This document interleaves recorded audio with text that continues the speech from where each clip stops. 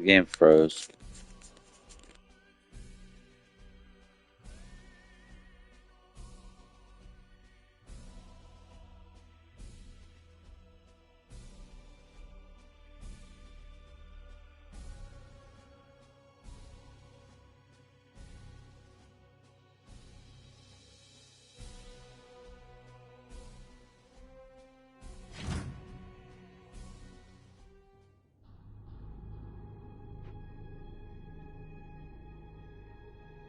My blade is yours. The Emperor protects. Iolanthus. Shield activated. Your orders. Defenses active. Less than nothing. At your service. The Aegis shields us. What is your will? As ordered. I am here to serve. I am here to serve. Taking position. Standing ready. Here. Moving now. Storm. Fool. Standing ready. Moving now.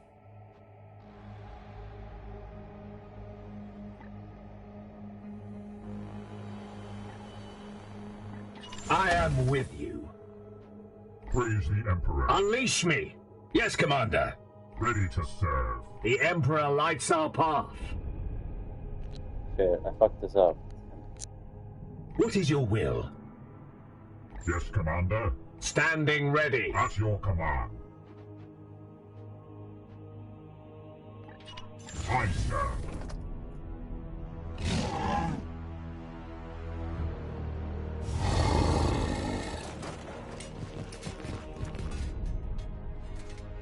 Warning. Unstable vault disruption detected. Demons. Nurgle will not give up this ground so easily. Destroy that bloom spawn now. Oh, I need seeds, bro. Foe spotted. Ah, cool.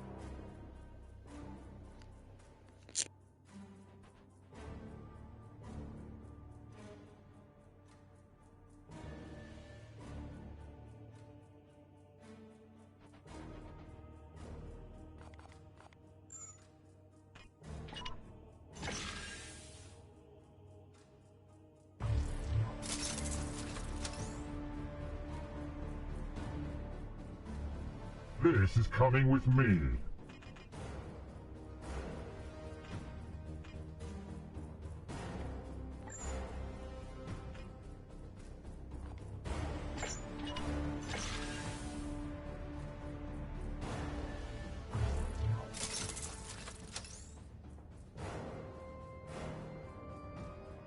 I pulled a seed from this rot.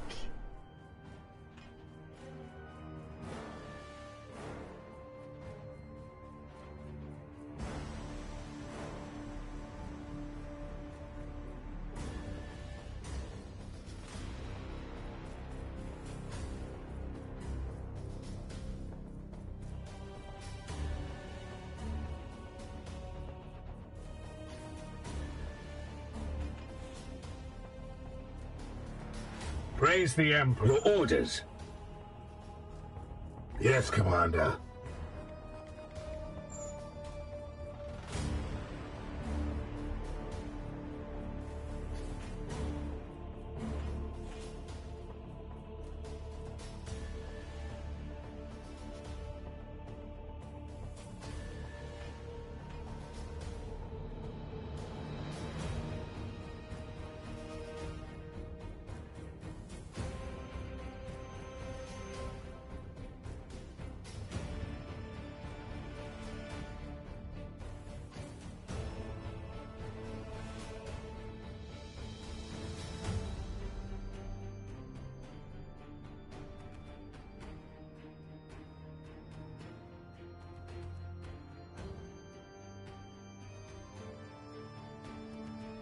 Your command?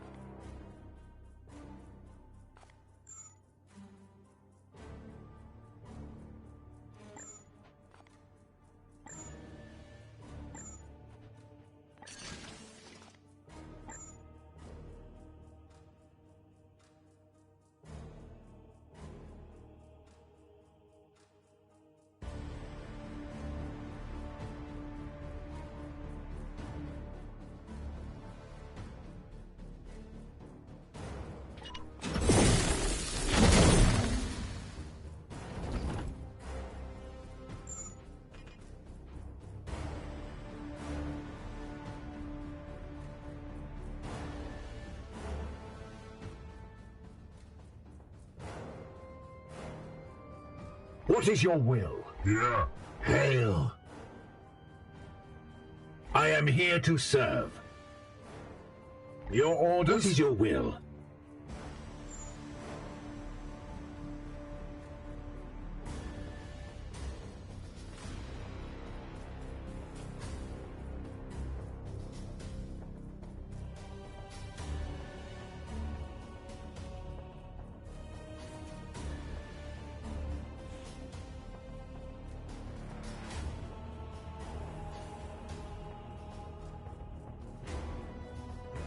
My blade is yours.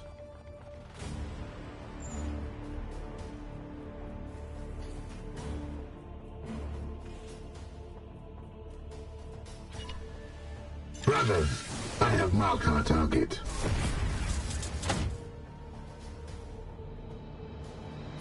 How did it not get...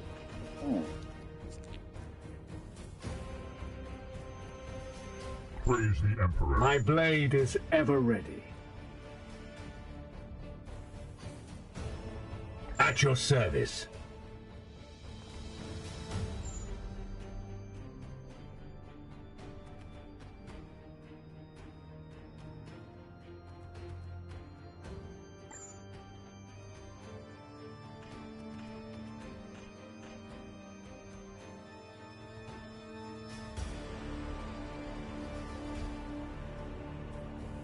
Yes.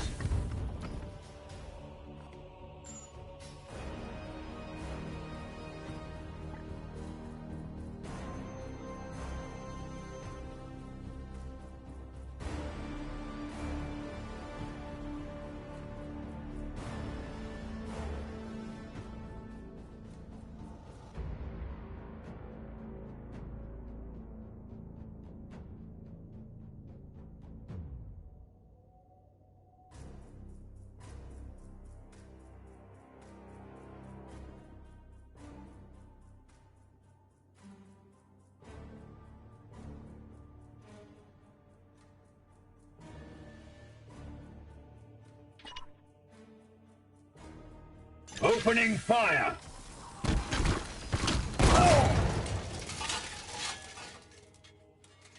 Ammo depleted. I am here to serve. Ready to serve. Unleash me.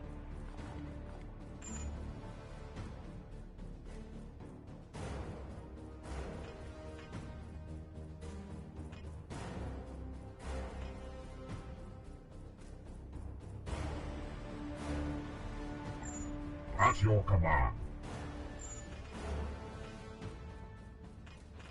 What is your will? Standing ready. Yes, Commander. Standing ready.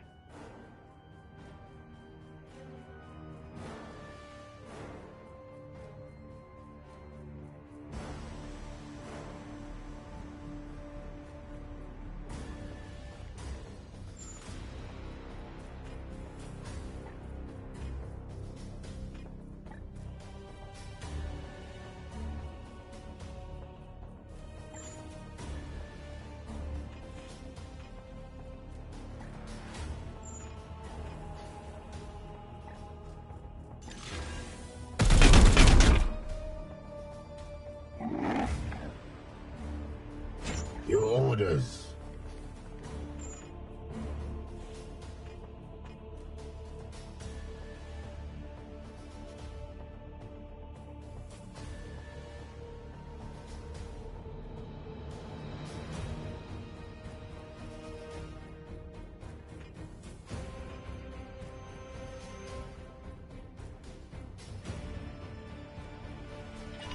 Back, fiend.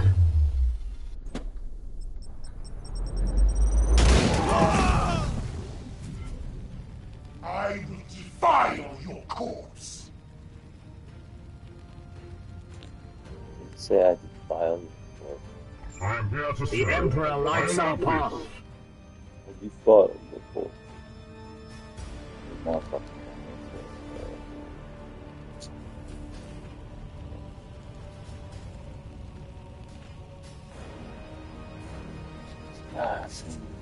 it's too bad at all. Grenade kills fucks it all up. Except her.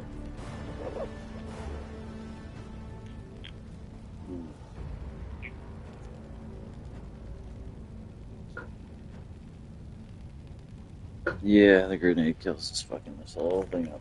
We could have literally just beat the mission easily. We could have spawned on top of the flower and just hammered it. I'm pretty sure when you beat the flower, that ends the mission. That's what I did in the last one. So. But I need the glorious deed, and I was able to sneak through the whole place without rocking a pod.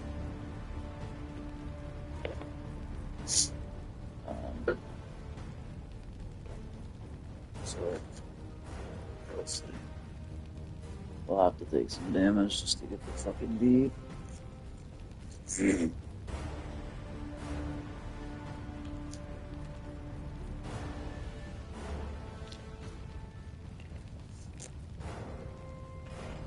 Man, I'm surprised there's not more seeds. There are with this pod here. I don't really want that pod, especially since enemies are going to spawn here.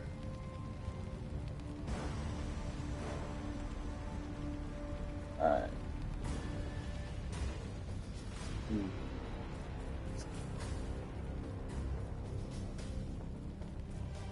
My blade is ever ready. Praise the Emperor. Unleash me! Ready to serve.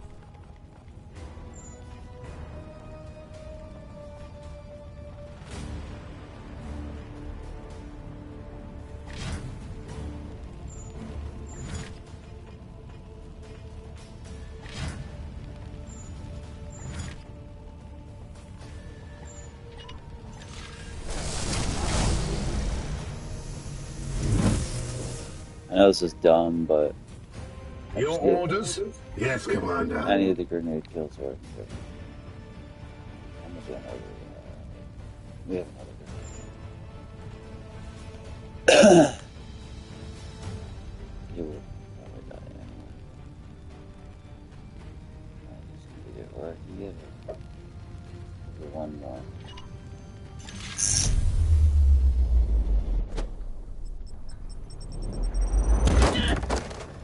We are the hammer.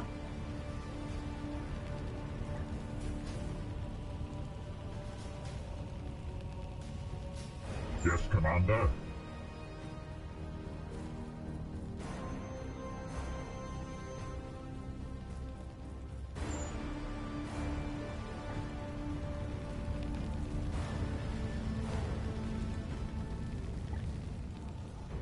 Storm!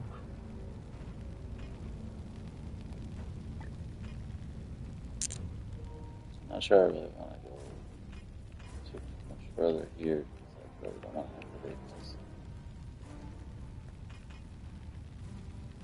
Kill this guy.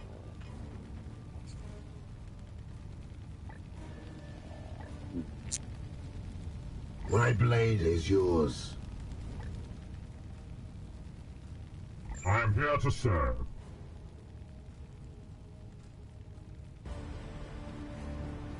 My blade is yours.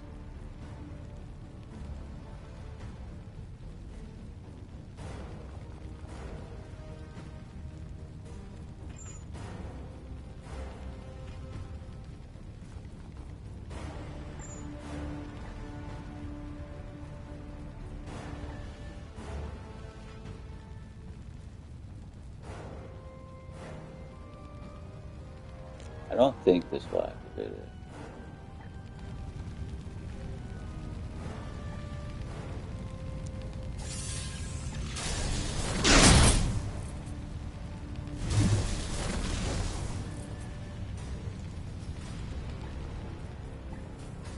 Hail.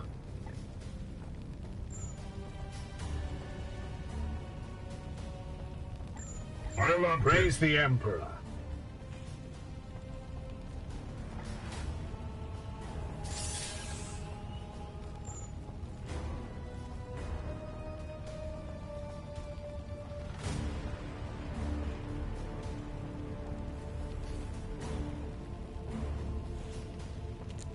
Boy, it would have been really nice if we could have What just is sat your here will? and Yeah. oh, Unleash me! Standing ready. Hopefully they spawn some fire. I really need the grenade killed in it. At your command.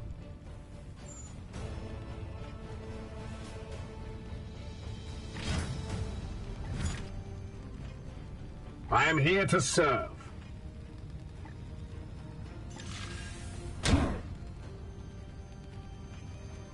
Yes, Commander.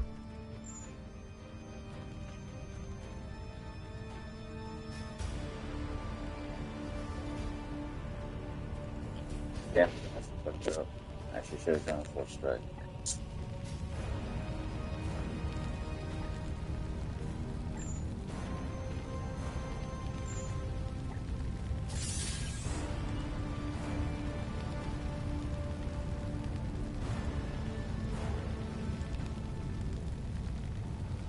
I would have been hit.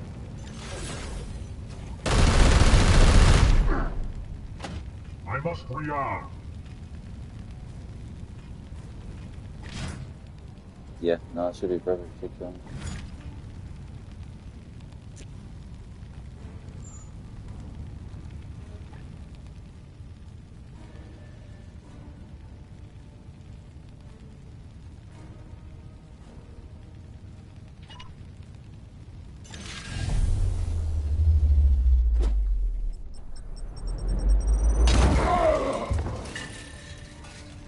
I am the Emperor's vengeance. We are the Oh, start come on. How did they get fucking activated, bro? Enemy sighted!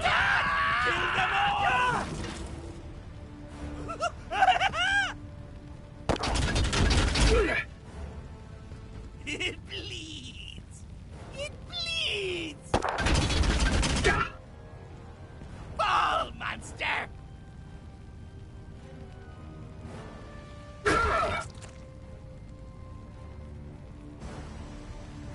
You cannot harm me. Foul heresy approaches.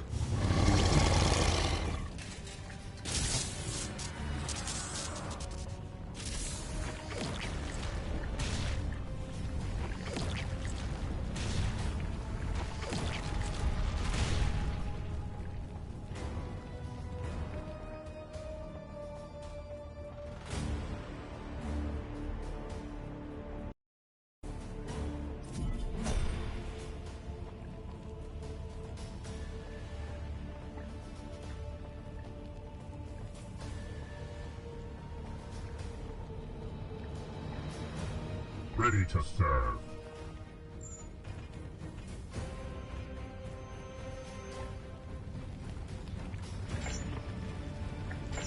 The Emperor lights our path. Fool. Yes, Commander. Atlantis.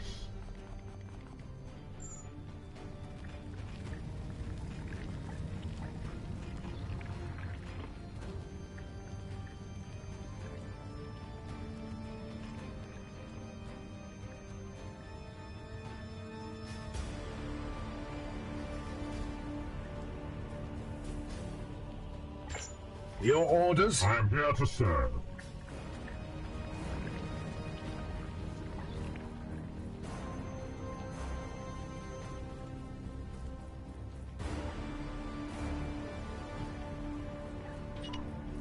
At once.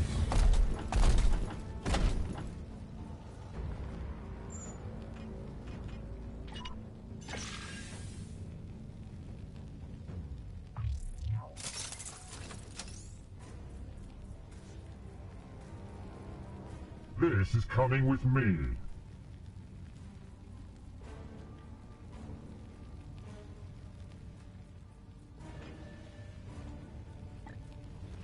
What is your will?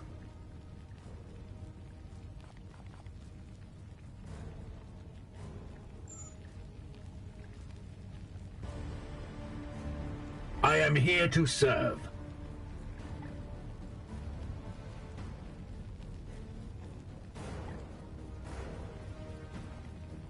Your orders.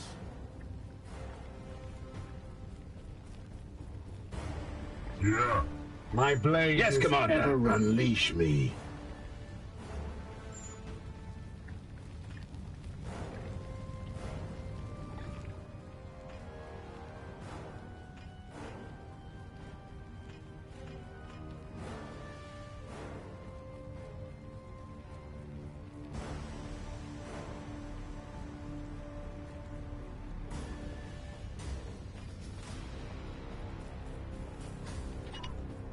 Focus fire.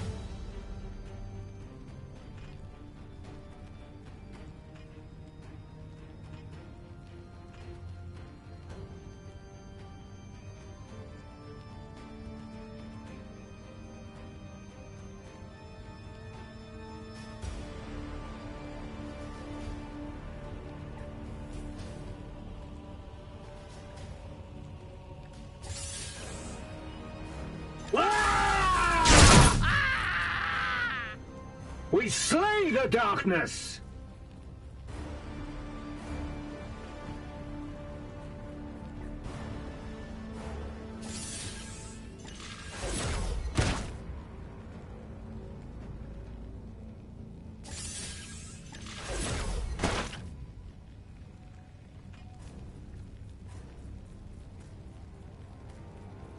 Hail. At your command. Now, brother, take action! My armor remains a fortress! My blade is yours.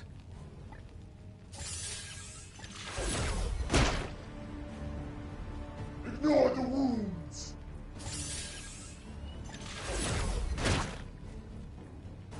Fall!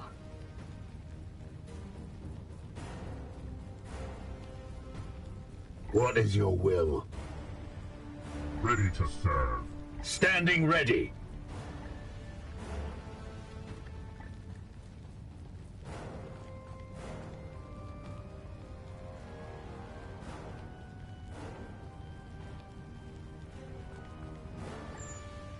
I have sanctified my rounds.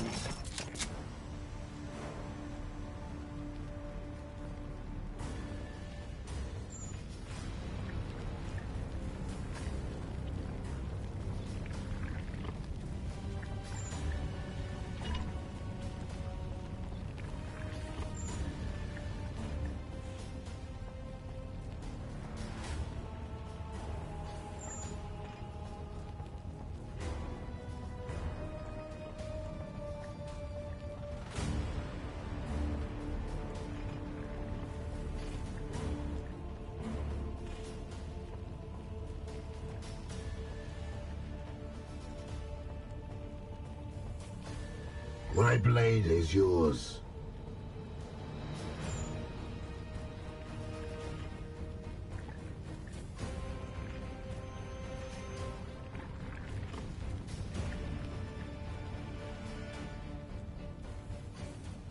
I'll have this. Your command?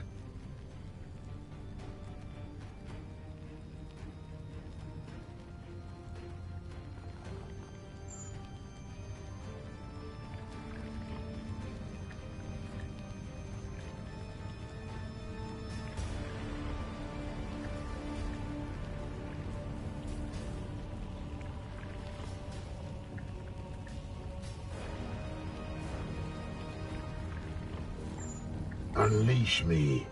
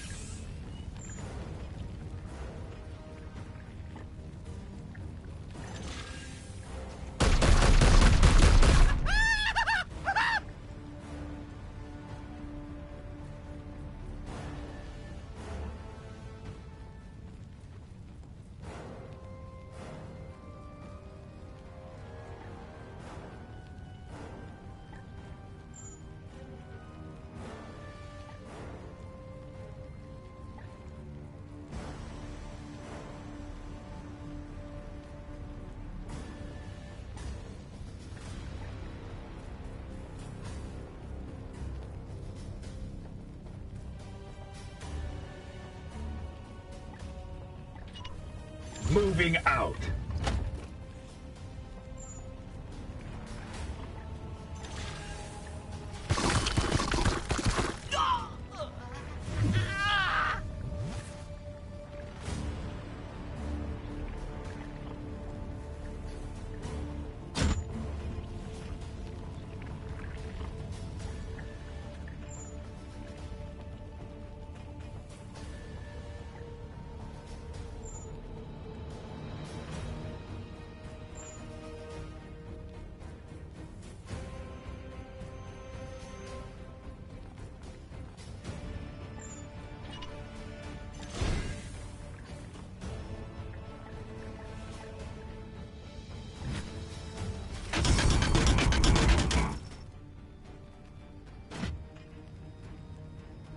Here. Yes, Commander.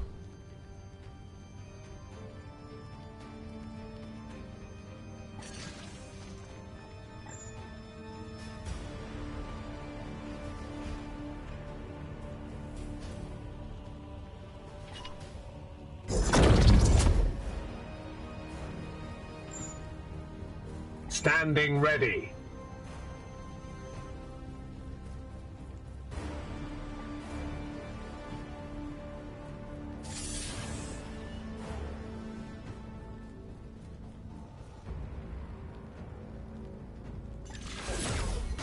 Victory! A battle well fought and won, Commander.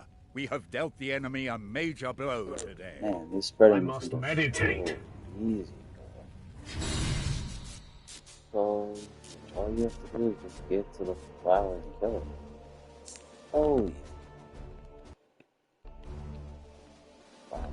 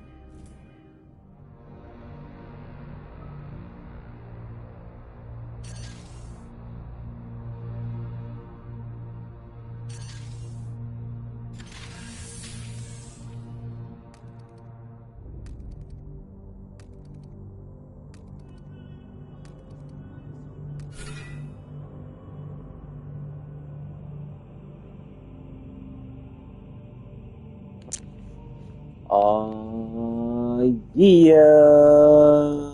Check it out, homeboy. Cast the long crow in the hizzy posey, baby. Ooh.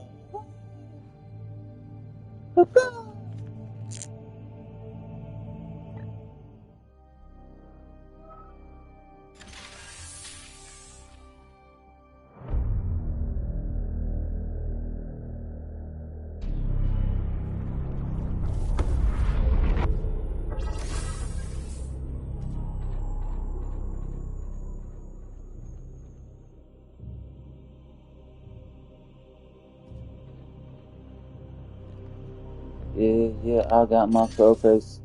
I got my crow face. I got my Castellan crow. I got my crow face. I got my crow face. Yeah, I got my crow face. Yeah, I got my Castellan crow. I got my crow face. Put on your crow face. Put on your crow face. Yeah, put on your Castellan crow. Go get your crow face. Go get you a crow face. Go get you a crow face. Go get you a Castellan crow face. I got my Castellan crow. I got my Castellan crow. I got my Castellan crow. Yeah. I got my Castellan. Oh, that's on. Yeah. I got my Castellan. Yeah. So,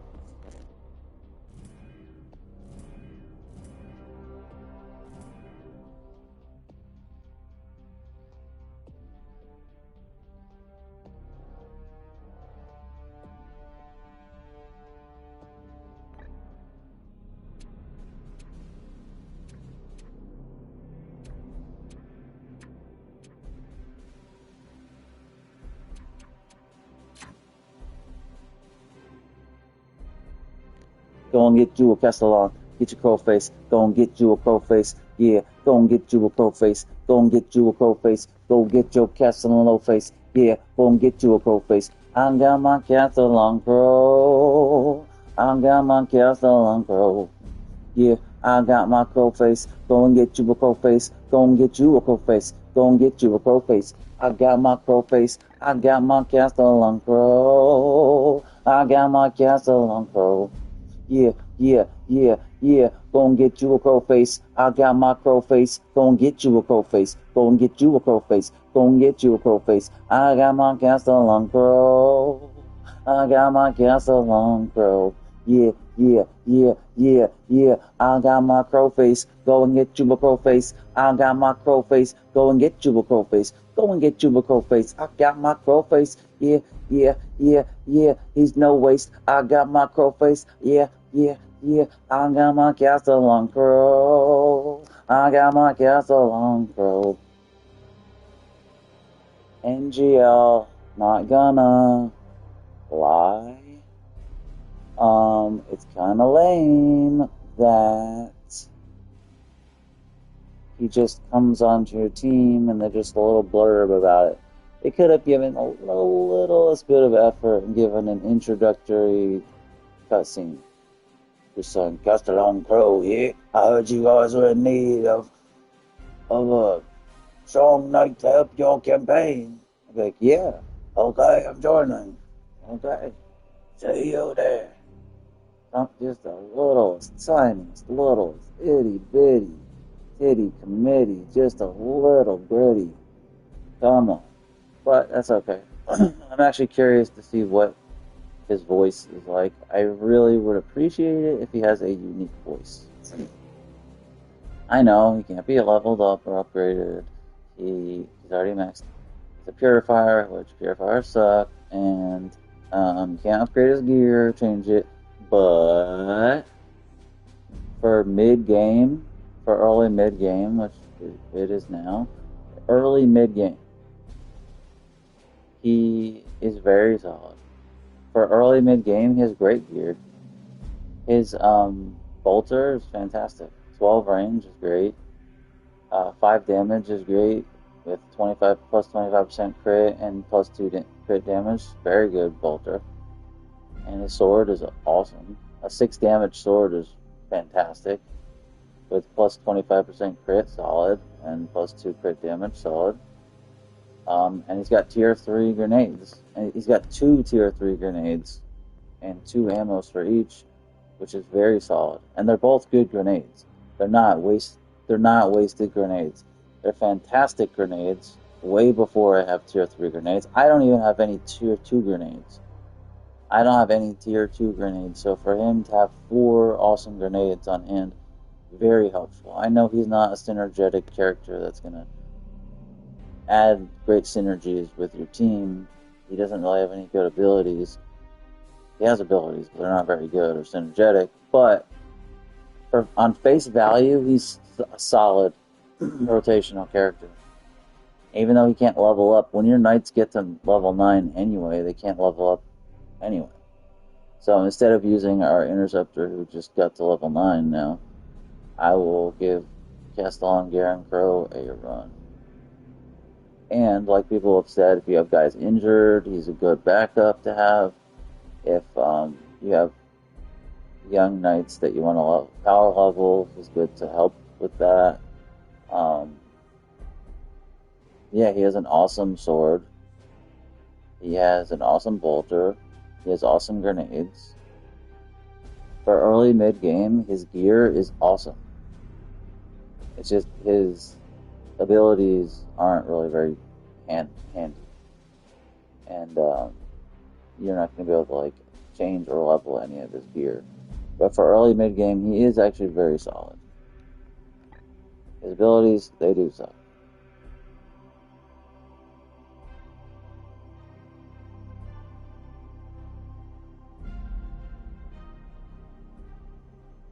It's such a weird thing. So when enemies move adjacent to him, he does 1 damage, and it's armor piercing. It's so small, but it's a 100%.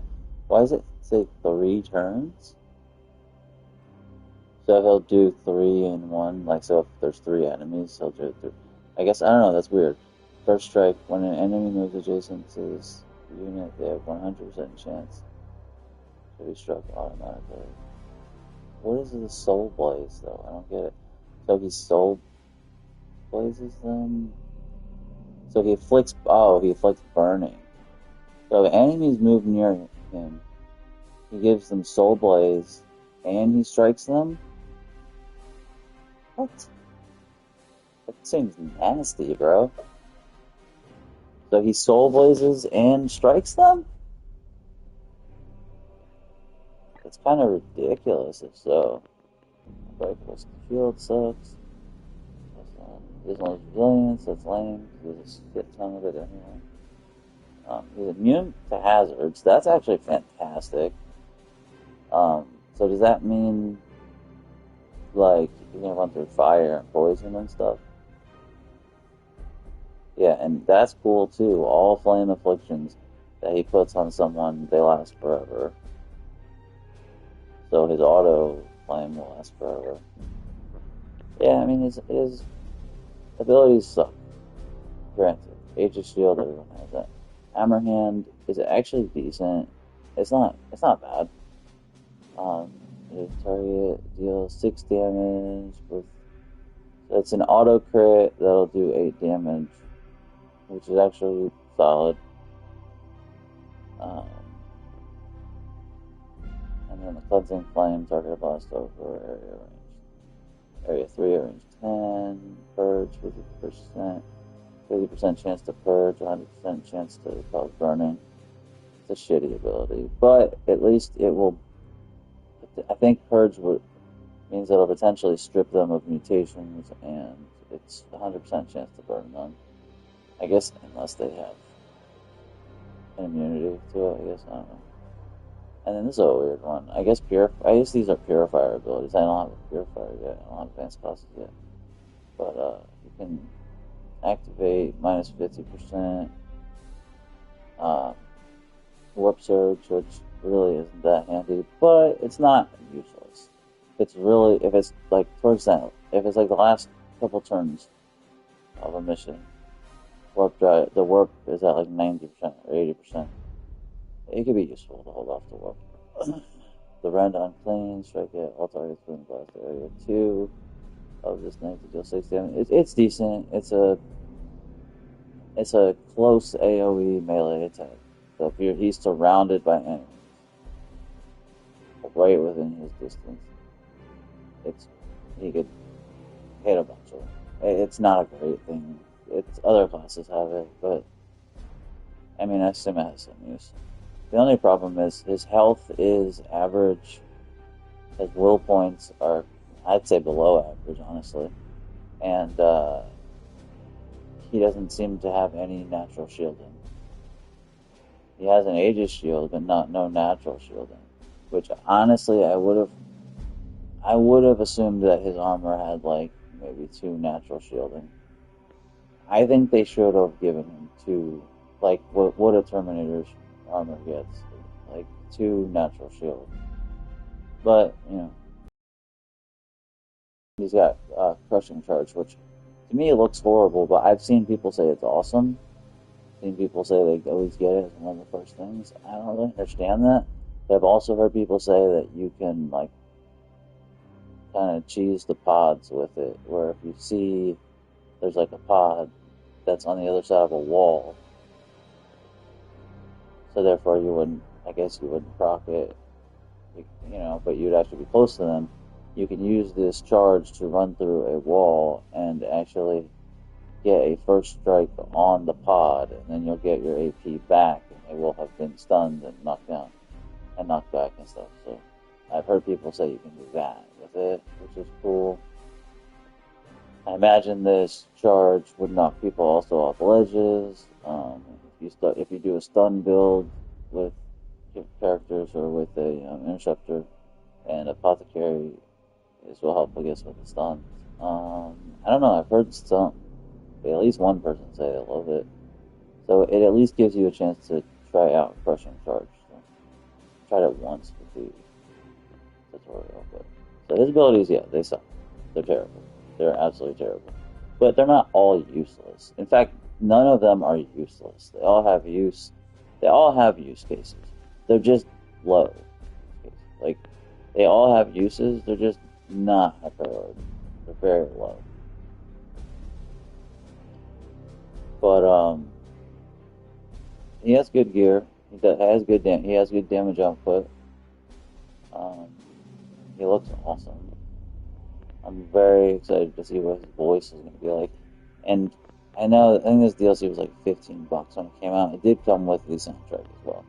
And people complained, yeah, it's a bad price. And then on console, I think it was only like $5, or maybe it was like $7.99 or something. And I think it just came with Castellan Pro, but it may be some items. But I got it on sale for $1. The regular edition of the game was $8.99, and the Castellan Pro edition of the game was $9.99. So I spent $1 extra to get Castellan Pro. For $1, totally worth it. Because he's also such a badass character in the lore of the Great Knights. He's got his flaming fucking sword, so rad. Man, it would be really cool if his flaming sword like actually talked to him. The evil, possessed with an evil thing. But it looks really cool. So. He looks cool, and he's got a battle standard. It'll be fun to use for sure. Definitely gonna use him in this mission.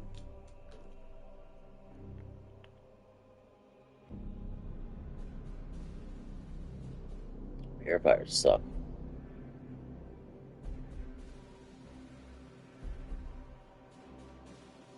I'm guessing that purifiers have some good, like, they're good with incinerators. They probably have some, I guess their abilities work well with incinerator weapons. Because they're like flame guys, but I don't know. For $1 though. I don't even care so much if he's like not great. He's at least decent, and I just think it's so freaking cool that we can use Castellan freaking Pro in missions. Like, that's like the lore and fun of it is more important to me than like being the best. Like, I will be happy to use him. gonna be fun. I'm gonna use him next mission.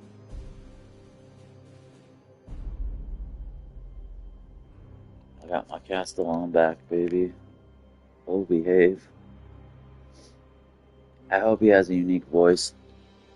I really hope he has a unique voice and that he says unique things. If he just has a regular ass voice and says all the regular shit, I'm gonna be very disappointed. Because they didn't do any intro for him. Or just a little blurb on the screen. Like, you got Castellan Crow, the epic Grey Knight. So I hope he's got some. I wish I had put more effort. I wish he had like a story mission, but it's still cool to have, for sure. Yo, if we get to do more stuff, if Caldor Drago like comes back and joins us on a mission or something, I'm totally using Castellan Crow. Imagine doing a mission with Drago and Crow. They're like the two most badass Grey Knights. That'd be so fly. And if the Inquisitor's on the mission too, it would just be cool. Even though she's like a fake character. Pretty sure. Alright, fair. Fair. I got my Castellan back, baby. Oh, behave. I knew I was right about to get him. Because I had simmed up before and saw that I had gotten him. It sucks for some people. I've heard they say that like they never got him in a campaign. Someone was like, I played it 5 times, I got Castellan twice. Like, what? Like, how? How do you not get him? That sucks. I'd be pissed. I really feel like I stole this game. I feel like I stole it. I feel like I stole Castellan Crow. $9.99 USD US price. $9.99 for this game with the Castellan Crow DLC. That is like stealing. I personally think this game's worth full price. It's a really good game. I think it's $45. I was very disappointed with Mortem. He calls himself Mortem, but his name on his channel is Mortismo. I like his channel very much.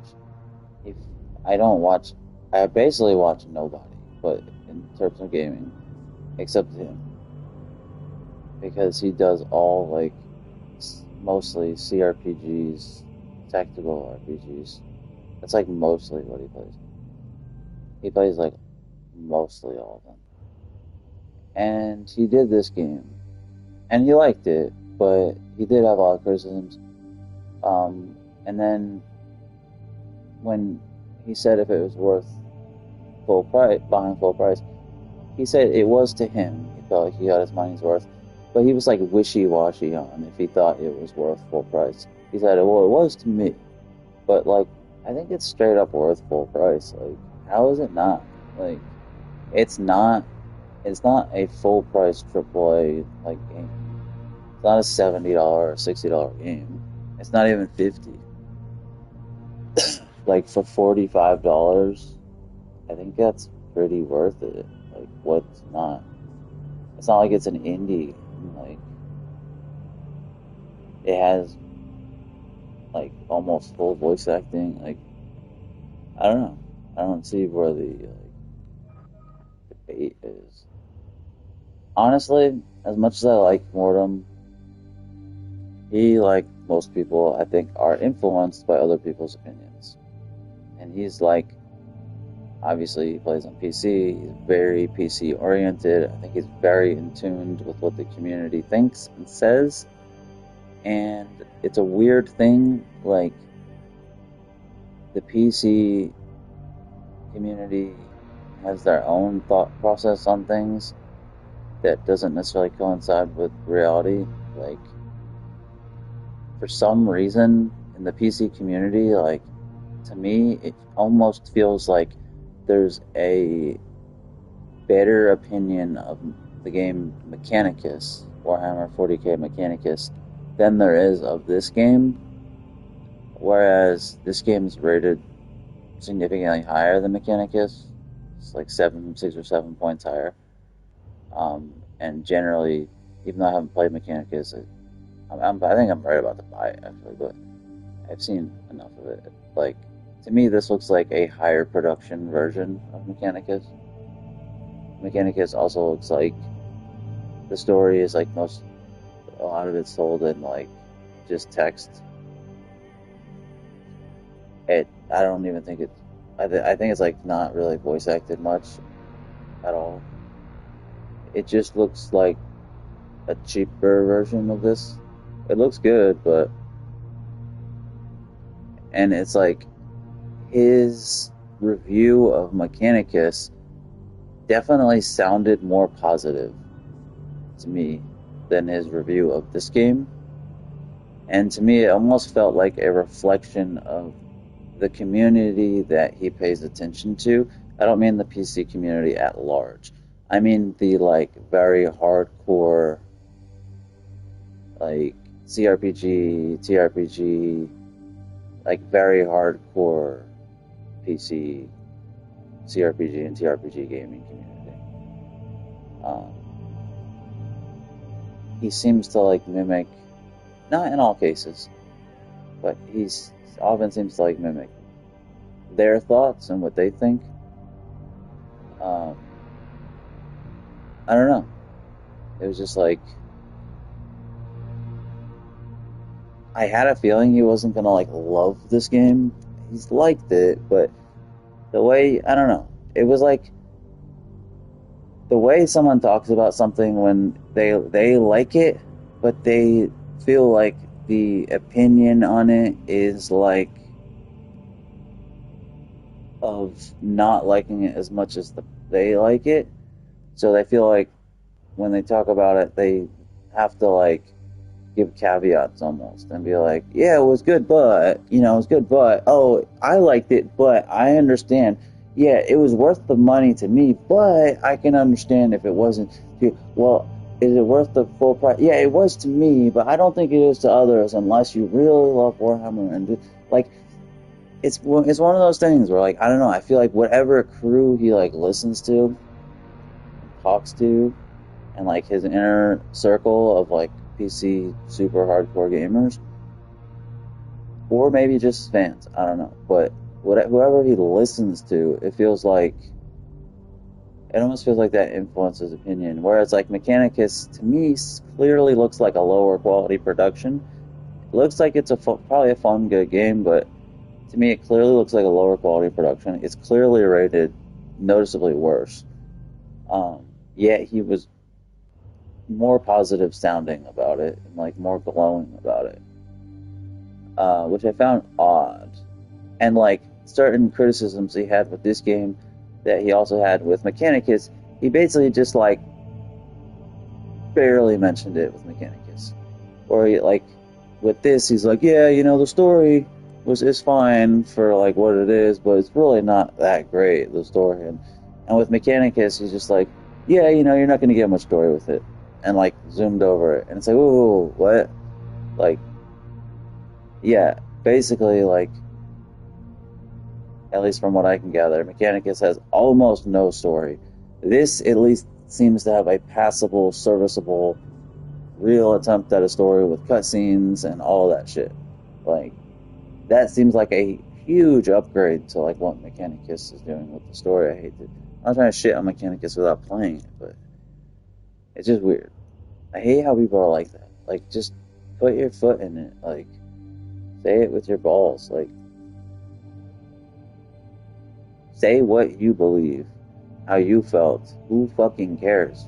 I do not care what the consensus of the community is on anything ever. It's relevant. I'll take it into consideration, but it won't influence my opinion. It'll only influence how I understand others feel. It'll influence my thought process on how I perceive it and understand it in the wider scheme, but it won't actually influence my opinion of the content. So yeah, that was annoying. But overall, like, what can you do? I'm never going to find anyone who's like myself. I just won't. People just haven't been harvested that way. And they're lucky. Most people have had generally a decent life with, like, friends and happiness, and they've grown up and been created in a way where they do rely on the community and the world and others to, like, build themselves and build what they think and to form their opinions. And that's human nature, and that I've grown to realize that's just human nature, and I'm just an oddball, and maybe it's actually not a good thing. But having said that, I still really, really am influenced so little by the community on things. It's probably a detriment, but I can always tell.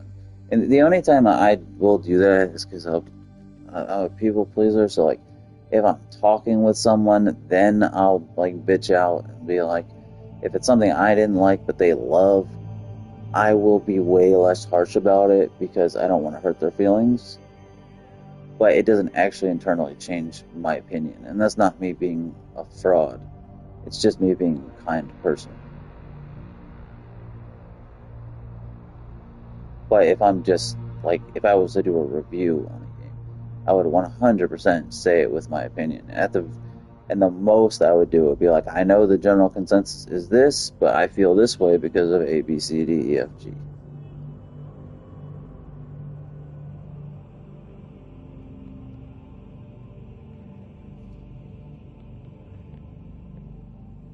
I do feel like he truly loves Wrath of the Righteous, though.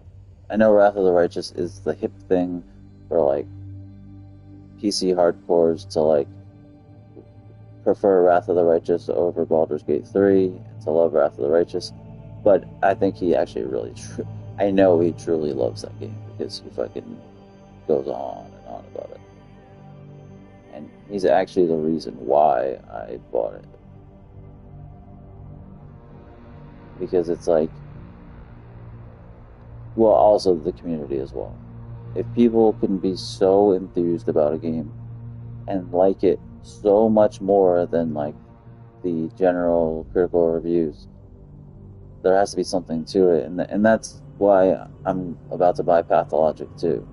It's a 70 Metacritic, mixed reviews, but the people who love it to such a wild degree that it's, like, staggering to see. Whereas people are talking about it being, like, life-changing and a religious experience and changing the way they think about art. And it's like, dude, if a game can make even one person feel that way, I will at least take a look at it, because that's meaningful to me. That means there is obviously something within the game that merits those type of accolades, or that affection, or there's something in the game that resonates with people and makes them feel that way. There has to be something about the game, because there's a lot of games out there that aren't that good, but there are, a small faction of people who love it for whatever reason. Every game, almost every major game, does have a reasonable number of people who really like it. But very few games have a cult following or a reasonable amount of people who, like, worship it or, like, adore it to the degree where, like, they say masterpiece and, like, greatest game of all time and shit like that. Like, there's some games out there that will never get a 10 out of 10. Never. But overall, they'll be rated like an 8. They'll have like an 80 or 8 out of 10 Metacritic, like kind of like this game. But this game may get a 10 here or there, but something like this game, where it's like it'll almost really never get a 10 out of 10 because it's not a 10 out of 10. It's not a masterpiece. It doesn't like evolve the formula. It doesn't, change gaming. It doesn't, it's not something that's gonna like live with you forever. But it can be a very good, solid product. And then there are some products that might only be a 7 out of 10. They might be very divisive. But they will get some 10s, and they will get some people that absolutely worship it. Kind of like Death Stranding, like the first Death Stranding game. Like, it got good reviews. Like, I think it's like 82, 81, 82. I think is what it settled on, maybe OpenCritic. But it got a lot of fucking 10s, and it got a lot of people that just loved it. It was very divisive. Like, those I'm really enjoying the hell out of this game, but I more so look for those games that, like, at least a certain amount of people absolutely love. Even if not everyone does. Like, I like those games where there's something magical about it, even if it's very flawed. Like, I'd rather play something like that than something that's just borderline, like, decent. It's like a 7 out of 10 kind of experience. And nobody thinks it's a 10 out of 10, but nobody thinks it's like a 4 out of 10 either. Like, I'd rather play something that takes a chance and misses a lot, but hits on some things. I mean, I'm saying that, but then I'm playing like a quintessential game that like is clearly a solid game, but clearly very few people would think it's a masterpiece, though there are a lot of people who actually do think it's really, really fantastic. And it is actually very good. It is very, very solid. But I'm really eager. But the problem with that too is you can play a game like that some people actually think is a masterpiece, and then some people think is garbage. And you can play it and think, yeah, I'm gonna find like the hidden magic in this game, and you yourself can just after a few hours and just be like, this is a fucking piece of shit, and you could not want to go back to it. So like I could play Pathologic, and after a few hours just be like, this is trash. It happens from time to time. Or it could be magical, but it's worth the chance. It is worth the freaking chance. I think I'm gonna like Pathologic, just based on the setting alone. I think Pathologic is gonna be like the sinking city kind of experience to me, where like super flawed game, not pretty, doesn't run great. Production value not great, though Sinking City I think is still a step above Pathologic. But a game that like the setting is just so immersive and awesome, and the story is so good and fun that it kind of makes up for all the flaws. I really, really like the Sinking City. That game is so fucking flawed. That the Sinking City is the quintessential game where I can understand someone who loves it. I wouldn't say anyone would say it's a masterpiece, but I can understand people who love the game, and then people who say it's absolute garbage. And I think both people have merit in what they say. Especially before it got the PS5 and next gen like upgrade. With the upgrade is a different game. It's a vastly superior game with the upgrade. But when I played it at launch on PS4, it was really pretty bad. And then once it got the upgrade, it gave it new fucking life. Running 60 frames, smooth performance, way less bugs and issues. Combat feels faster and smoother, even though it's still terrible combat. It made the game playable. And by making the game playable, you are then able to understand and appreciate what the developers were going for and find the beauty in the game. But when the game was just so unplayable on PS4, you couldn't even stomach to play it enough to understand the beauty in it. At least that's how it was for me. And it was similar for Vampyr. Vampyr. A game that I was so excited about.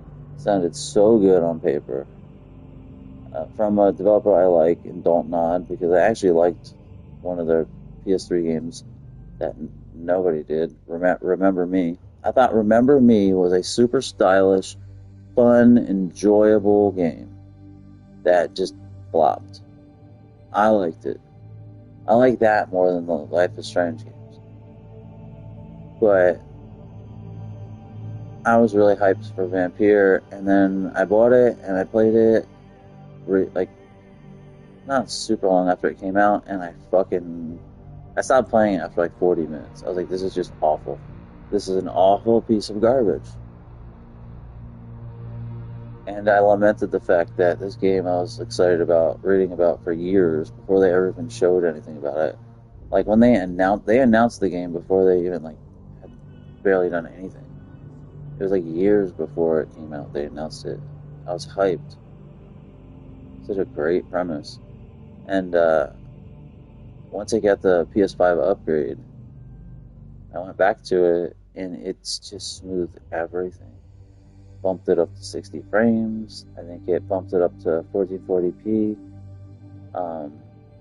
It just made it smoother. I think it had better anti-aliasing, and the performance was just better, and it just felt so much better. Combat felt better. Like a chugging 30 frames.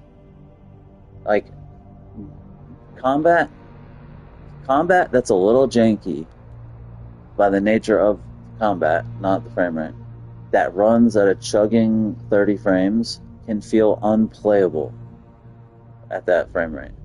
And then you take that same combat, you put it at a smooth 60 frames, and it can make like all the difference in the world. It can take that combat where it was borderline unplayable to now being playable and semi-enjoyable. And that's what it did, not just the combat, but the whole game. And Vampyr actually became one of my like sleeper games of last gen. I love that game. I platinumed it. But I totally understand if people think it's garbage.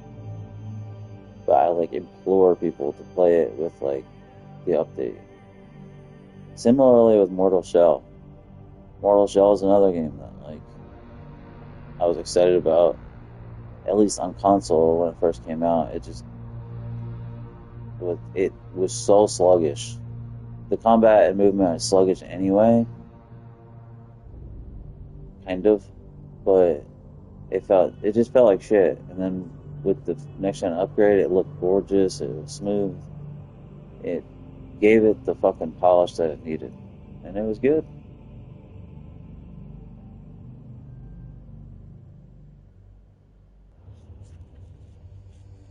I really enjoyed Vampyr. I don't know one person that played Vampyr.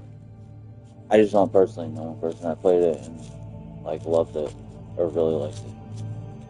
I don't know of anyone. And then the girl,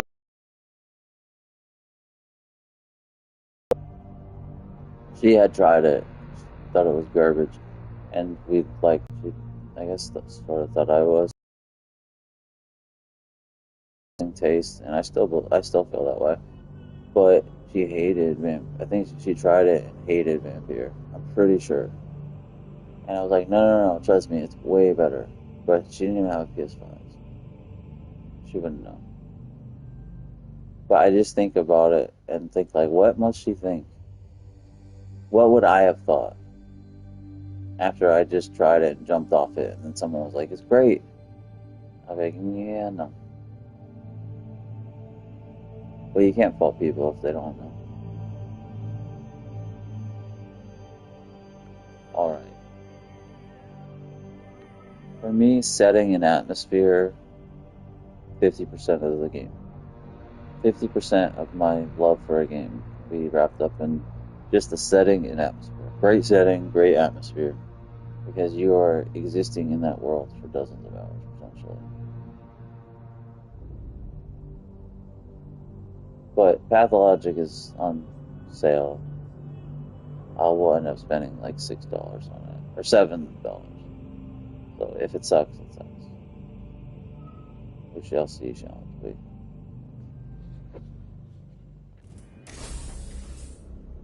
Alright, let's use some crow. Let's use big ass crow.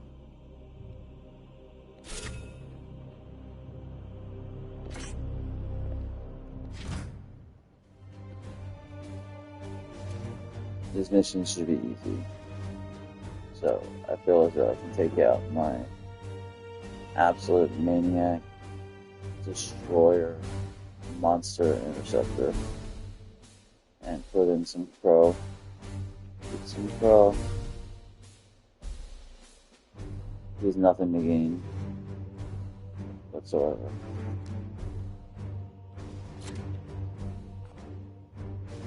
Man, this guy's such a monster, but he still is using a day one weapon. Man, we can get a nasty sledgehammer. That'd be fucking ridiculous.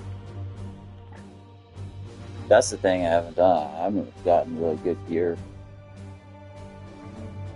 I need to get good gear, start upgrading it. Look at him. Look at him in the crew. His battle standard. And his flaming sword. Too bad we can't see his face. Alright, question is, do we want to put any other? I need to get more knights. I want to start raising more knights. And I have to raise knights to kill them to use in that fallen heroes thing to get more ability points.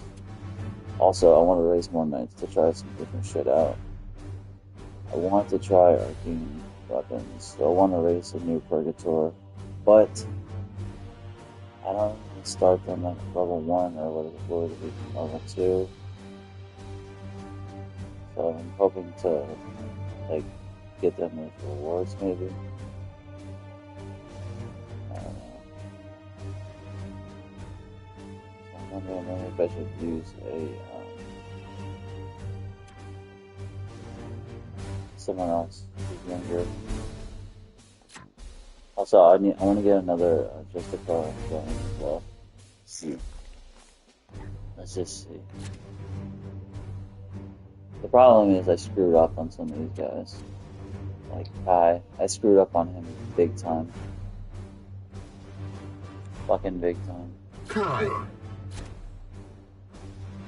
I thought it was a cool idea. Caldarius Kai is like the nephew of the Grandmaster. But, I fucked up on the skill tree. I never did the grenades. What I want to do is, I want to give a Purgator arcane weapon so they can feed that to a side cannon user to use with Onslaught, or potentially another silencer character to use it with Scattershot. Because giving this Purgator a silencer and doing the ammo upgrade, they'll have at least 6 ammo. And if I could, I'm sure I could probably find a silencer that has even more ammo, but for starters, they would have at least 6 ammo. So arcane weapons maxed out would add 6 base damage to their shot, and then it would add 3 crit damage to their shot. So potentially it could add 9 damage to their shot. And if they're using an AoE shot like Onslaught or Scattershot, you could hit like 6, 7, 8 enemies potentially. Or at the very least, you could hit like 2, 3, 4, 5, 6. And if each of those enemies is taking an extra 6 to 9 damage, you probably could essentially wipe out a pod or however many enemies you could get in one shot. Or at least do significant damage. Like if you could add 9 damage, let's say you're already doing, I don't know, 8 damage or something, and then you add 9 damage, you're gonna be doing like 17 damage. So you'll probably kill a lot of the stuff, but even if you don't kill everything, you're gonna like fuck up everything, and they'll be like right there for the kill. And also, like, you could probably easily kill it. You could like kill zone them and then add arcane weapons to a scatter shot or an onslaught, and most likely they'll die. So you'll get what, like 17, 18 damage, plus you'll get 2 more, so you'll be getting like 20 damage on like potentially 5, 6, 7 guys if they're bunched up. That's absolutely ruthless.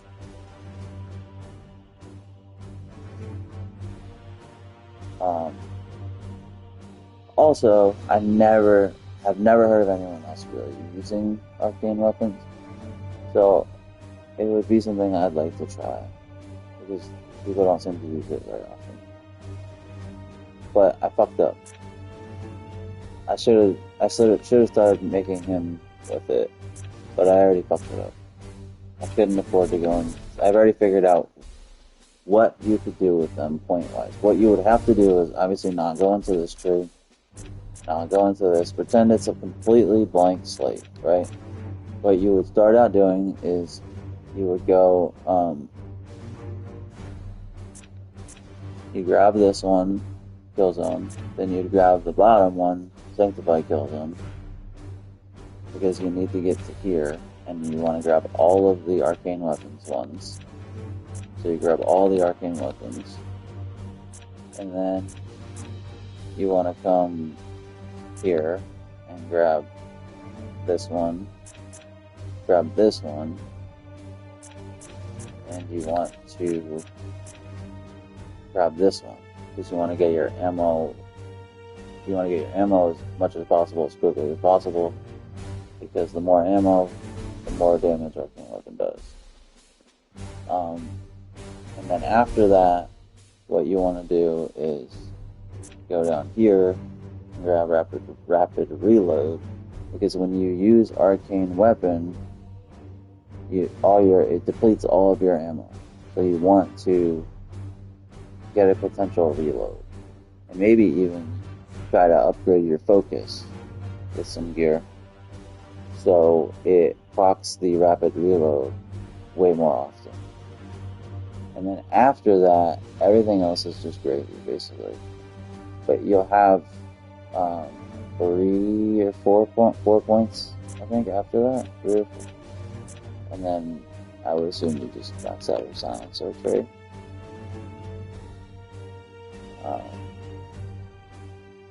Yeah, it's something like that. You have like 3 or 4 more points, or like 5 or something. I don't know, something like that. But you would have enough points to max out the arcane weapons tree, and like do the 2 to get to the tree. You'd be able to get, all of these base ones. You'd be able to get here, here, here to get your ammo. You'd be able to get down to get your rapid reload, and then I believe you'd be able to finish this tree, or at least get 3 on this tree. And I think you might have 1 left over, I think. And I was debating with that if maybe you should grab 1 astral aim. I was thinking, just not for damage, but just to use in case you need to blow off like an enemy body part. Because this character will just largely be a support character. Because he will have opened up kill zone. So my advice would then be for this character to go and kill zone the group of enemies, then do the arcane weapons and give that to your side cannon guy or whatever. And then if he gets like a rapid reload or something, then he can actually like do an attack, or he could even soften them up first with the onslaught, or if you have a silencer or scatter shot, whatever.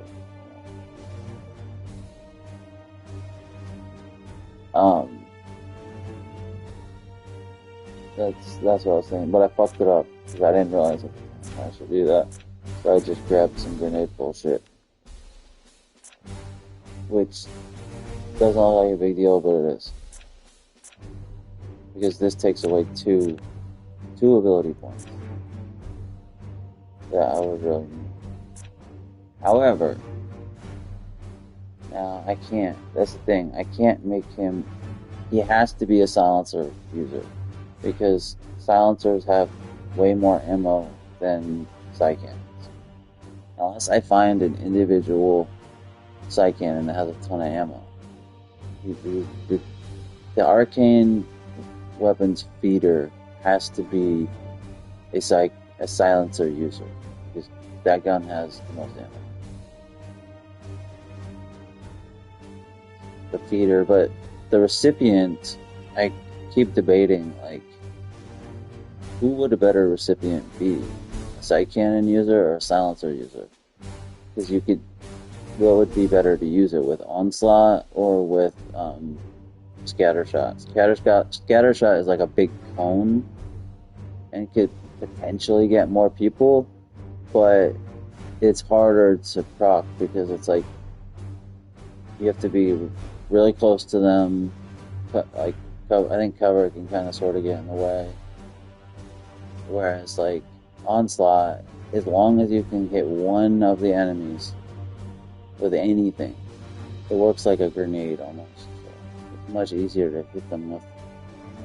But you would have more damage potential, I think, with scatter shot. But also, it could be a good thing for if you give the arcane. Like, I'm more thinking giving the arcane weapon to a sight cannon user, because it's way easier to get hits with onslaught. It's like much easier because it works like a grenade almost.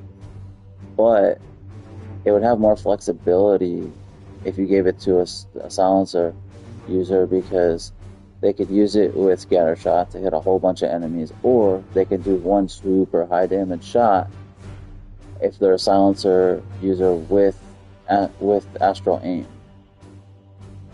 Like, if the silencer user with astral aim, the astral aim is an automatic crit, right? That gets bonus crit as well. And then you would be giving them 9 extra damage, which that's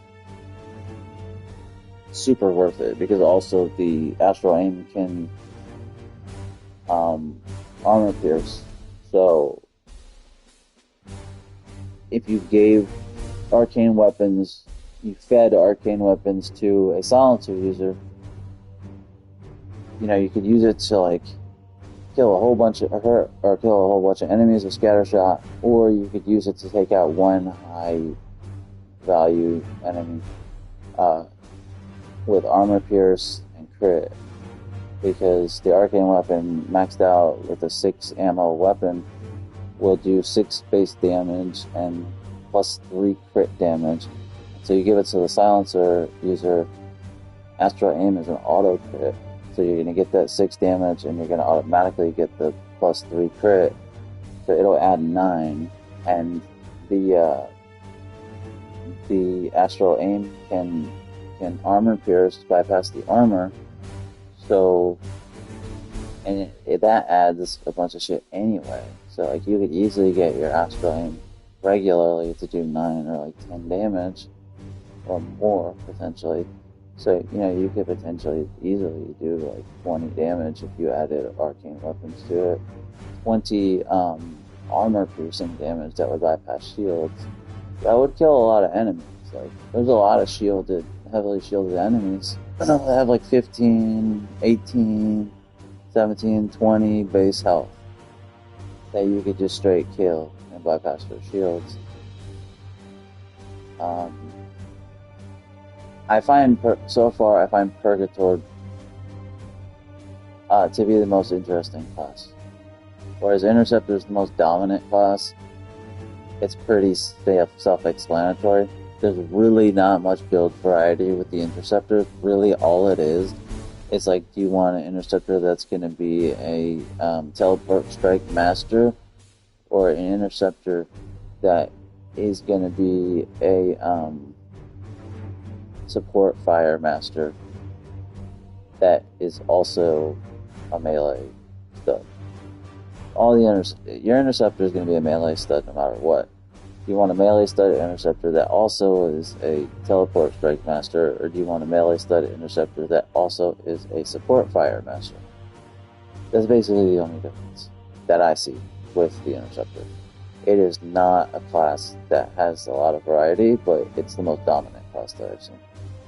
But the Purgator, to me, along with maybe the Apothecary, are the most interesting classes as far as like what you can do with the builds. I guess maybe it's just basically every class, but I'll say the Purgator,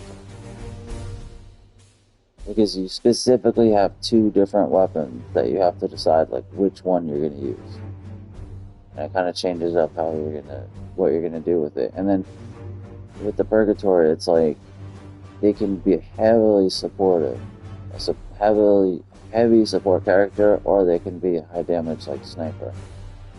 Like they can be a character that specializes in like supporting with kill zone, supporting with arcane weapons, or they can just be a dead-eye sniper with astral aim and with the silencer, or they could be a freaking support fire master with support fire back, and then get the ability where those will proc twice in a row.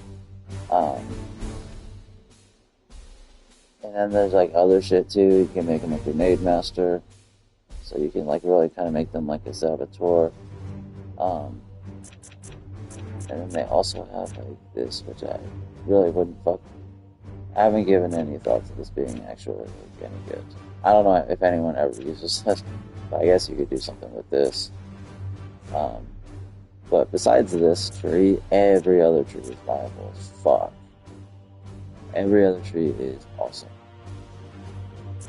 And like your Purgator could be an absolute fucking sniper, it could be a support character, a grenader, it could be a fucking support fire monster, it could be a close range bulldozer with the side cannon. Like, it could be an AoE beast. It could be a close range like AoE beast. Maybe not doing huge damage AoE, but just a ton of viable AoE. Like, you can make a character that max out their grenade tree, so they'd be able to do tons of grenades. Max out their side cannon. And they'd just be an AoE beast.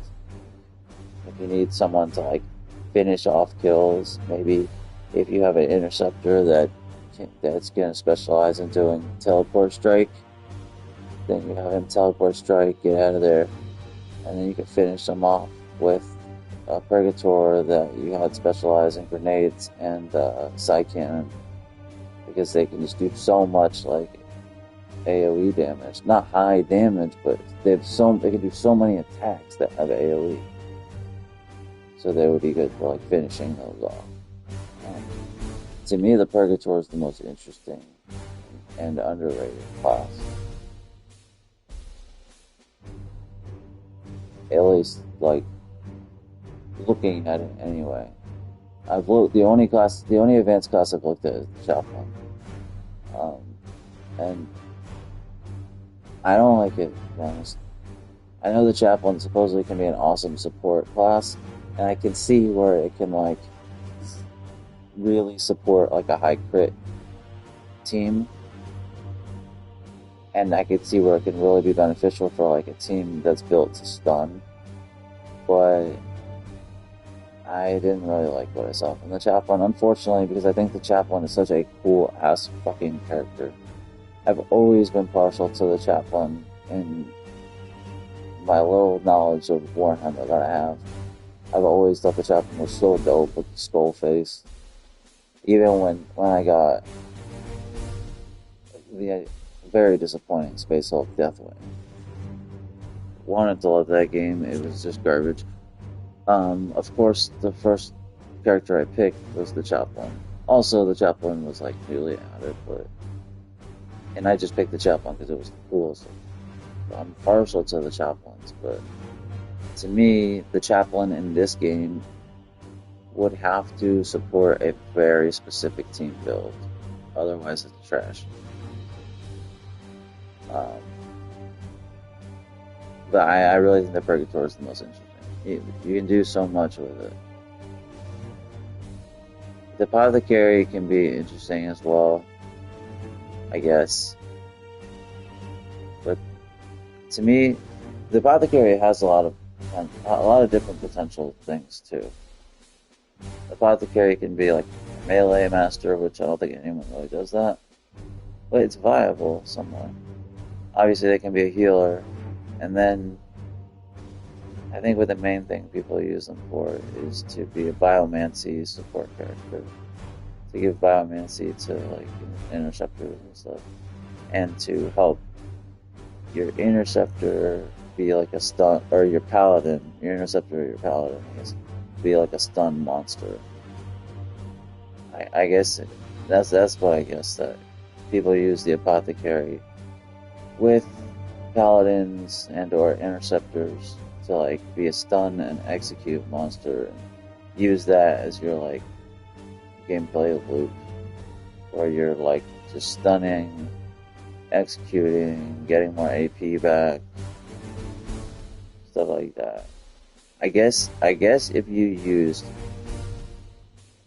a paladin, because I've heard they're really good with stun, a chaplain because they have an ability that whoever executes gets double the AP back, and an apothecary because they help buff for more stun, and then I don't know, maybe like an interceptor,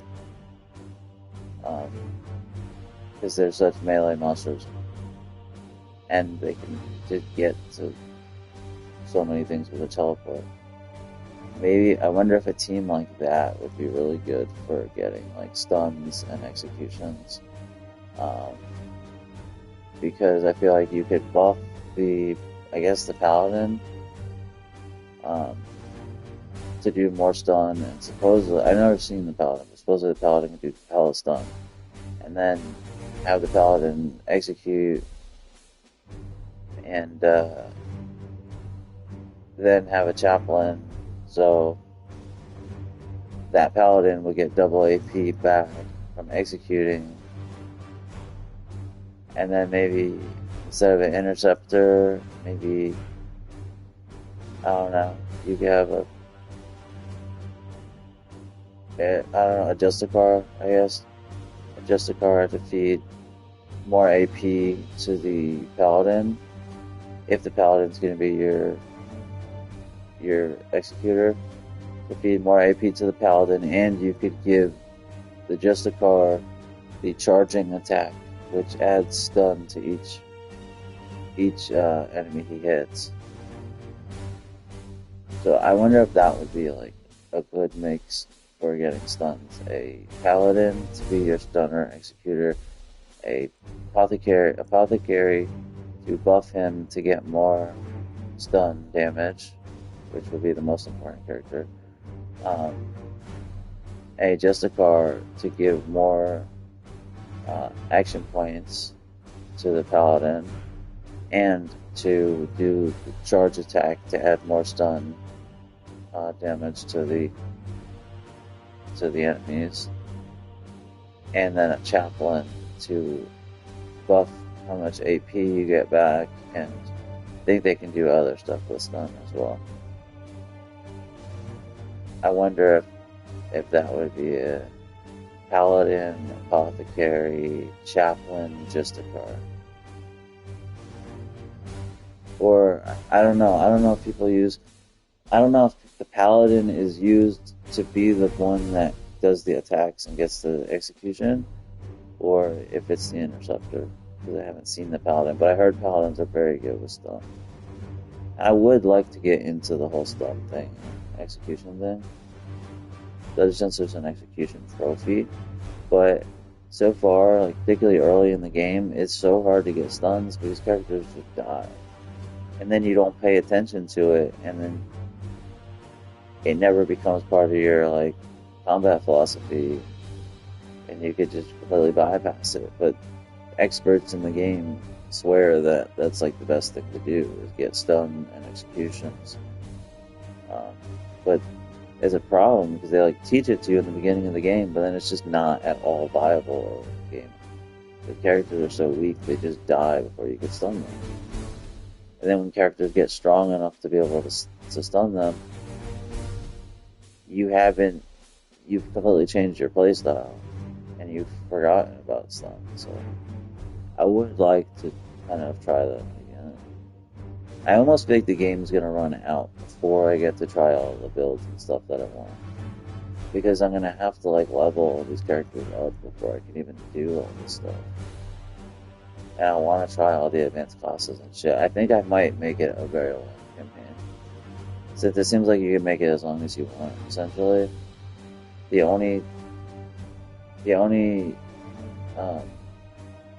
temptation about being quick is there's a trophy for finishing the campaign in 500 days, or finishing before flowering, which I don't even know what that is.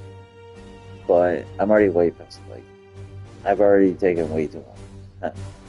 So I don't even have to worry about that. So I might as well just take my time, continue to build up my teams, and build up like a second and third like team that I could like play around with and have fun. And I'm probably not going to replay the game, so I would really like to explore all the classes, try different builds, try as many things as I can, get everything I can from it in one shebang.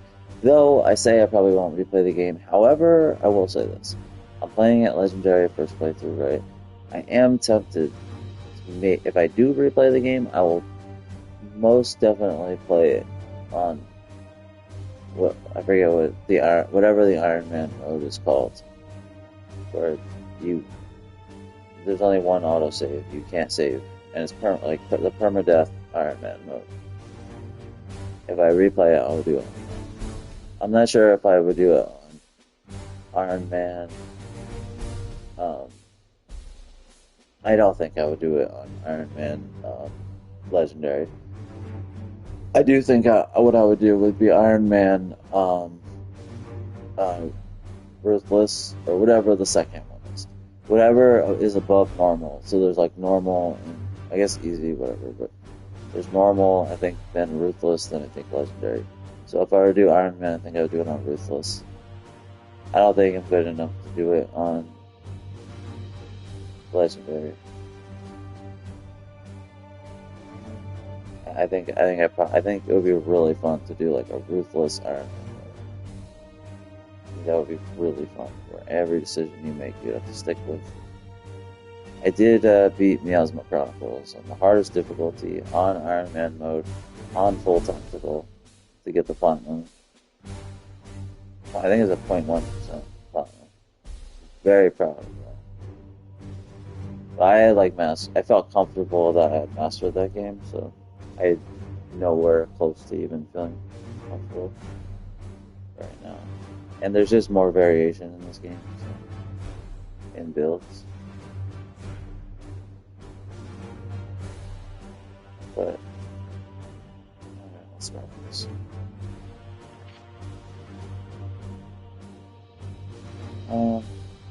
Yeah, I don't even know what to do with this guy now. I wonder if I should just continue leveling him and then kill him off. Which kind of sucks, because he is the Grandmaster's nephew in my head canon. I know you can respec, but it costs requisition, and it puts the character on the shelf for a while. I mean, I guess I could do that, but basically I'm not sure if I should try to start leveling some other characters. So that's what I'm trying to think. The problem is, it's like Proteus Mirror is a level 0, like this is nothing. It's a level 1, no XP. Like, I almost feel like it'd be a waste to use them. Like any new knights I get, I don't want to have to start them at 1. Because even if I buy a knight right now, they would start at level 2. If I upgrade the barracks again, I think they would start at level 3. And then if I continue upgrading the knights in the armory, they'll probably start out, some of them at like level 4, I would think. If you max the armory for the knights, I wonder what the highest level you can get is. I'm assuming you probably will be able to get level 4, because I've seen level 3 already. Maybe even level 5. So I would much rather wait for like a level 3, 4, 5 as a mission reward and spend requisition to get them, than like use this level 1 dude and have to like level him up, you know? But once it gets to the point where our major characters are all like maxed, then I'll feel like it's a waste to be using them. Like Crow is not going to get any XP, so it's a waste. But I feel like it's fine because we just maxed out our interceptors. So I feel like if I replace him with Crow, it's not a big deal. But like I want to start getting some more, like another Justicar, another Interceptor, and another Apothecary, because I want to try different things with them. I feel like I kind of messed up a little bit on some of the builds, and I know we're going to be getting advanced classes, so I want to get them as well. But I almost feel like it'll be a waste if I like put Proteus Mirror in and start like leveling, you know. Though I do want to start getting some knights that I can farm just to kill, so I can get to commune with the Fallen once I get that ship upgrade. So maybe it could be that. But I think it would be a better idea to just buy knights as mission rewards who are like already level like 4 or 5, and just immediately like have them killed off. So I would assume like level 5 knights might be worth 2 rec. Or if they're like level 5 and you have to upgrade them once, then you can get 2. Maybe whatever the requisition they're worth is, from what I've heard, is how many ability points you'll get with Commune of the Fallen. So, I don't know. I think I can get 1 ability point with this trading in meter now. Like, is it worth upgrading him from level 1? I almost feel like it's not. Like, I almost don't even want to put him in. I really don't. I'd rather upgrade the barracks and then all the knights I recruit are level 3, or just get like level 3 or 4 mission reward knights. So like, I don't know. I think what I'll do is, plus this is an easy mission. It says low danger, so I'm wondering if I should take out. I already took my interceptor out, but I'm wondering if I should take out my other, like, we got level 7, level 8. I'm wondering if maybe I should take one of those guys out, and then maybe put my apothecary in or something, you know, to start like leveling them more. Though I like really screwed up on my apothecary build. I didn't know what I was doing with my apothecary. I think I might do that though. I might take out Thule, who's a monster for us, and put in our apothecary, because this should be such an easy mission. But he sucks so bad. I didn't know what to fucking do with him. I really didn't. So what do we got? We got the warp speed biomancy. I didn't understand how this could be good, but I kind of guess I understand, like, since it adds extra crit to melee attacks. I really don't. I guess if you have an interceptor that does like auto crit melee attacks, then I guess it could be pretty good. Because you're targeting allies. But then run damn heavy next one. You get +2 crit damage, move speed, whatever. So I guess if you max this and like your interceptor is like getting auto crits because of the gear, I guess it'll add +4 damage to his attacks, which I guess is pretty fucking good. Like if he can attack 2 or 3 times, you're giving him 8 to 12 more damage per turn, and it lasts 2 turns. So theoretically, you could be giving him like 16 to 24 extra damage with just 1 AP. So I can see how that could be good, but I'm not at the stage where I'm auto-critting, so it's not that useful. But end game, yeah, it could be very useful. But early on, until you're like very reliably getting crits, I can't see how the Apothecary could be any good at all. And then the Biomancy for stuns, obviously. But we're not doing that yet. So as of right now, he's really terrible. But I feel like I already screwed up my Apothecary because I feel like probably the best thing to do is just to max out his stun tree, help him be a stun, help someone else be a stunner. And I feel like I already screwed up because I already went up into here. Actually, no, I don't think I did because, yeah, servo skulls. Supposedly, I've heard that maxing out the servo skulls is really good. I've heard that you get some really good servo skulls. So I wonder if the Apothecary maxed out would have enough to max your servo skulls. I think he would, and then to max your Biomancy. This Biomancy to me stinks. Anything defensive, that sucks. So I don't think that's any good. So I guess this Apothecary is still viable. I guess we could continue building it. My idea would be to kind of max out all the Biomancy from the middle up. And then also max out the servo skulls. And I think that's it. Yeah, the mobile is fine. And where's the Scourging? Bleeding Blast, target area 2 and 15, just like Blade. Ooh, yeah, that's actually more better. I've heard people say that bleed sucks, but like, I don't think it would be the worst thing in the world to like bleed a whole fucking huge group. Because if the battle lasts like a few turns, it'll be slowly whittled. Plus, I heard you can proc a pod before they even discover, are discovering.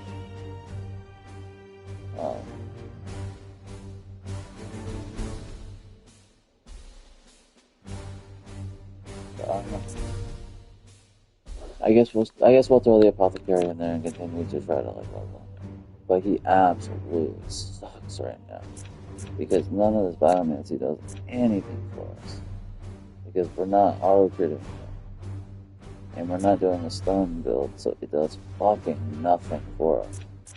So he has nothing good about him except that he can heal. But even that, I don't even use that weapon with him because to me healing is whack. Because if you take damage, even if you heal it, it's still going to give you injury. All it's going to do is save you from being down. Or if you're like in a mission that's so hard. Like if you're in a boss mission, I understand it.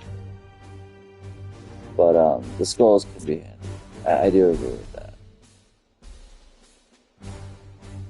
So fuck it, I'll put the Apothecary in instead of one of our killers.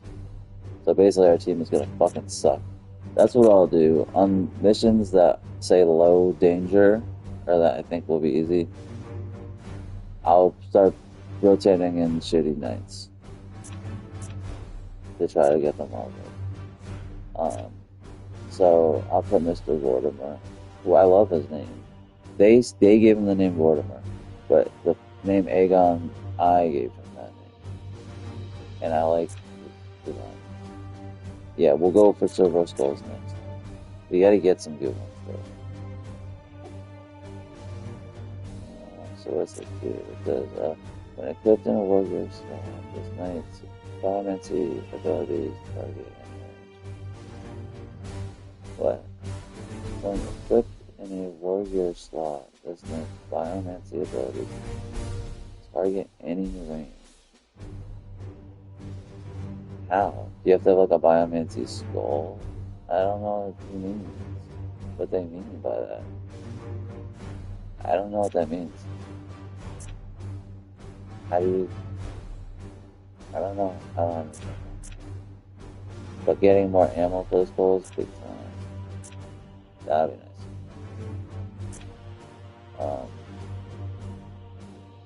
Okay, we'll try Mr.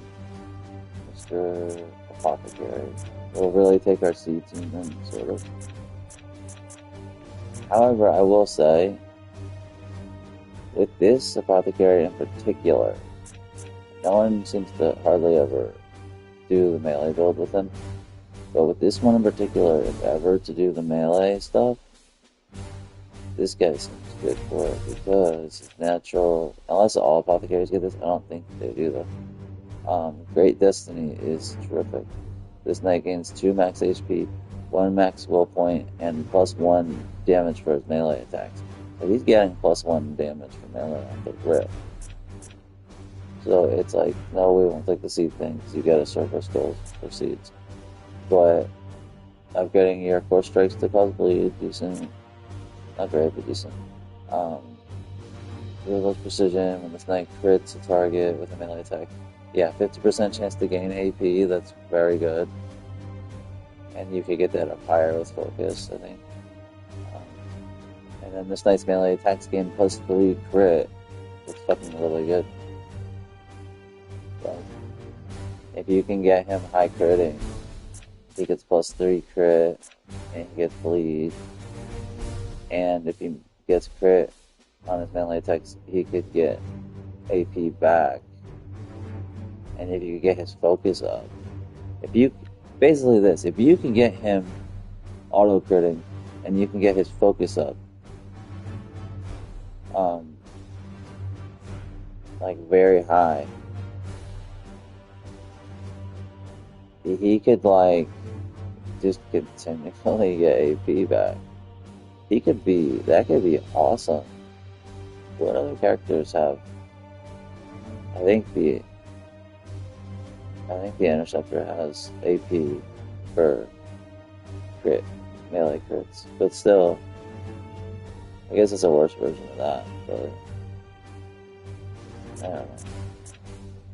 He could be an effective melee guy. I almost feel like it's a waste not doing it because he has that natural +1 melee, but nobody goes for that. So I feel like it's dumb in general.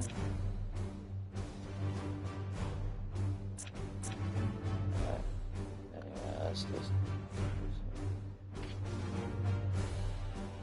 We'll use them. Okay. Yeah, it's not to kill that. It's interesting now that we're having characters that aren't very good. Because we're trying to just level them up. Whereas before I was just using the absolute best.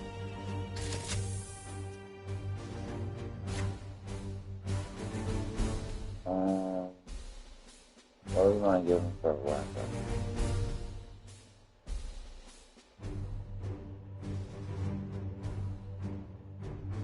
I suppose we could just give him another different hammer, maybe. Actually, give him like a defensive weapon.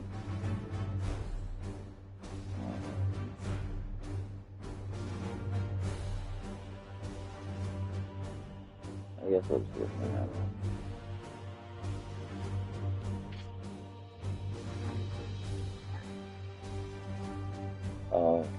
If we wanted to heal. I don't think healing is the thing we really don't worry about. Warding stave I think the stabs are actually kind of good for characters that are complete support characters that are very rarely going to ever use melee. I think the stab is decent because at the very least it'll give them shield potentially. I think with your support characters, a stab that gives passive bonus is good. Like for my Justicar, I have a stab that, like a decent stab that adds +2 will points. I think that's perfect for my Justicar because he's a support character. Even when he does attack, he has a side cannon, which is good. But it's like he's always giving honor the chopper. So he never has enough like will points to really get in melee range anyway. If he attacks, usually he'll do it with the side cannon. So his melee weapon is not very useful. So I used to give him a sword, which would kind of protect him more, because half of the melee attacks on him would get nullified. But I figured this Ward of Staff that gives 2 willpower would be perfect for him. So it'll give him more willpower, so it could feed the interceptors and stuff and other characters more. And, oh, by the way, like, 1 out of every 4 turns, he'll get Age of Shield auto, so fuck it. Alright, what are we wrong with him?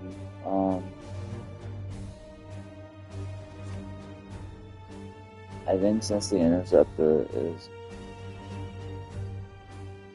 we're not using him, I'll take this out now. Yeah, I think we'll take this out.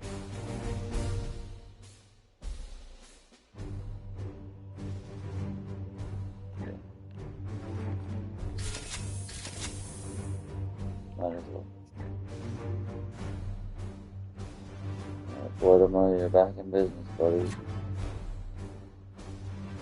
Does he have an extra slot for skulls?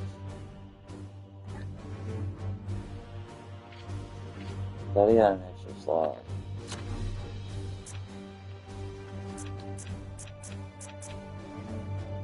Equipment unlocked. This knight has an extra warrior slot to equip silver skulls. Okay. Oh, I haven't gotten this upgrade yet. It's just saying I can get it. Gotcha. I understand. But I have not gotten it. Okay. Fair. We do need to get grenade kills. So we'll keep our grenader. I don't think he has any kind of servo skull bonus yet. So. This servo skull is very interesting. This actually seems like a really good servo skull. Target, boss attack at range 10 of area 3. Like in range. I think that's like pretty helpful. Because it'll make all targets like try to attack him. But I think what I'm gonna do is just give him the seed skull. I think we'll give him the seed skull. I think he'll be our seed guy. Or I could give him this. I kind of do want to try the skull, to be honest.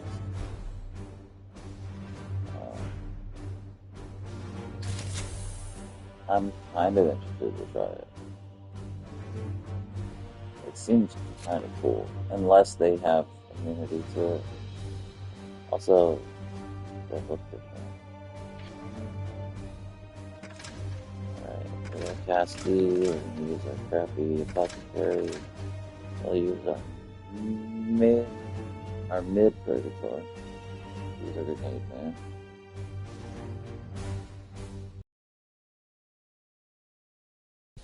Doesn't it have double them?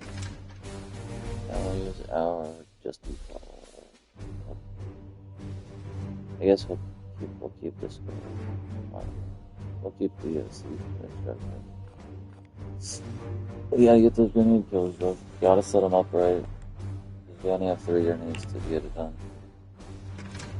So I could swear he has extra grenades.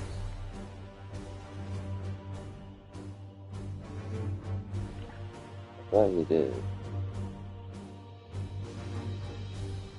Rapid reload has never worked for me.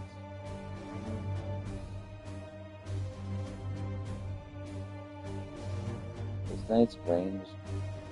Whoa. I don't know, this is an upgrade you got. I thought that was like a match up thing.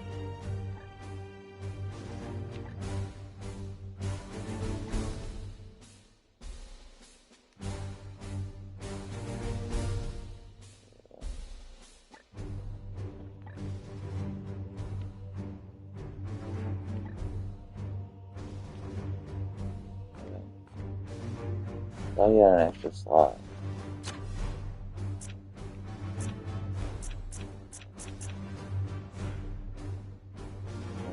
Extra warrior slot. Yeah. So what did he have? 2 sets of grenades on here? Oh shit, we're good with grenades because the castle on it has fucking grenades. Really good ones. Yeah, we're fine. But still, okay, grenade slot. Oh yeah, his war gear is the blessed greaves. Stupid idiot. Alright, we're straight. We're straight from now. We're all set. We're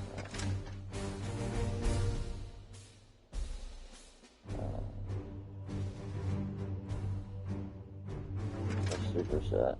Alright, cool. Alright, let's do this with no interceptor. Taking out our best Predator. Do the shoot. Super fun. That's long. Oh, baby. We got Terminator armor. 2 Terminator armors. 2 Terminator armors and Tesla. In 2 different scrolls.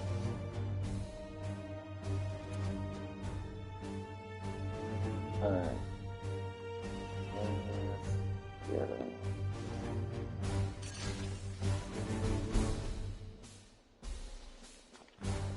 Damn it, we don't even have a 3rd fucking thing yet. We almost do one day. We still don't even have it. Ooh, this is in prognostic territory too. So yeah, we could honestly put in even worse characters probably, but we won't. This should be pretty easy. Even with these guys. Excited to see custom.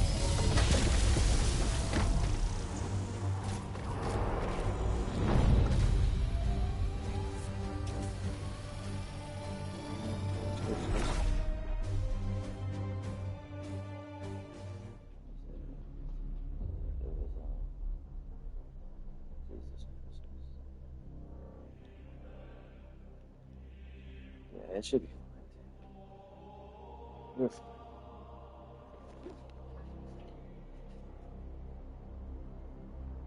It's fine. It's all good. We don't have a full server. Oh, but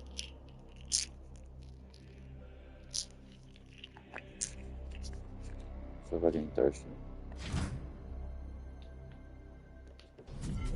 Why is it we detect these seeds so often in the ruins of our great ecclesiarchy? It is the Plague Lord mocking us, Purifier. He mocks the edifice of our Imperium. This bloom is only one of countless jibes. We will undo every one of his jests, brothers. The seeds lay ahead. Extract or destroy them. Oh, I'll never destroy. No.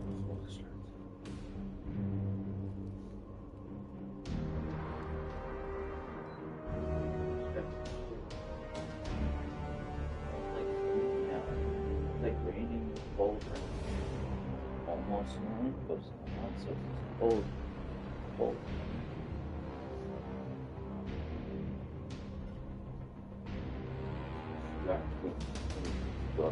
Jag står för liv och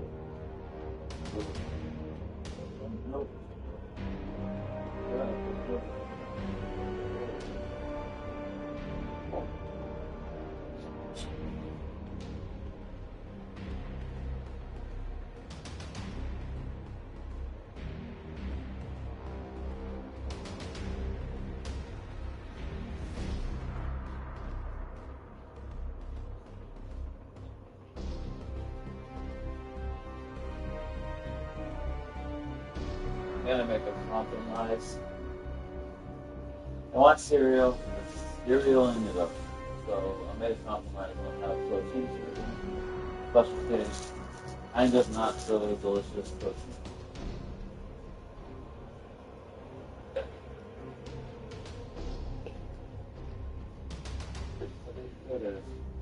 Huh?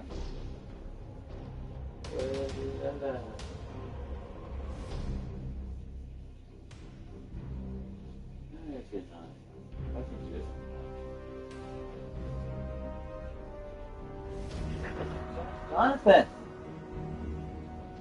Steven?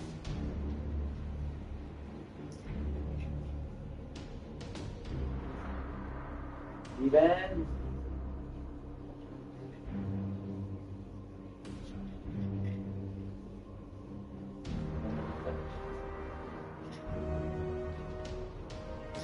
Steven and Jonathan are my cats.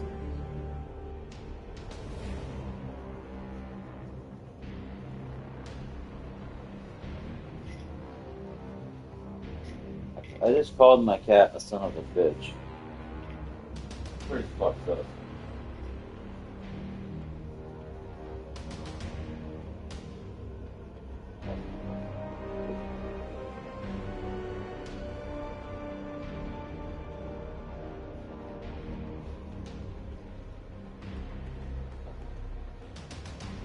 I feel guilty. I shouldn't have called him that. Now he's pissed. He's looking at me with Grinch eyes. He's a real Grinch. Some say he's been Grinching for years. I say he's just these days. Word on the street that he's been Grinching for years. Call him the Grinch cat. It looks like a Grinch. Face. He got a Grinch face. Of course, he doesn't like it when we say that, because I don't blame him. He's just very insulting. Would you want to be called a Grinch cat? I think so. It's a hell of a cat. An enormous cat. If his name was Norman, we would call him Norman Enormous. And he's Norman. He's a fine spine, heck of a spine. Fisherman's famous cat. Fine spine, heck of a spine. Fisherman's famous cat on the wall. If one should fall, what's the head? Fisherman's famous cat on the wall. Fine spine, heck of a spine. Fisherman's famous cat on the wall. If one should fall, what's the heck? Fisherman's famous cat on the wall. Fisherman's famous cat on the wall. Fisherman's famous cat. Fine spine, heck of a spine. Fisherman's famous cat on the wall. Fisherman's famous cat on the wall. Fisherman's famous cat. I said I'm fine, heck of a spine. Fisherman's famous cat on the wall. Well, I ain't never seen a little kitten that defends like that. Never seen a little kitty who defends like that. Challenge. Eaten by the kitty litter. Ooh, that's gross. What they gonna do? Wiggle the little kitty toes? I don't know. Way cats off. Cats are so sick and tired of not being admired.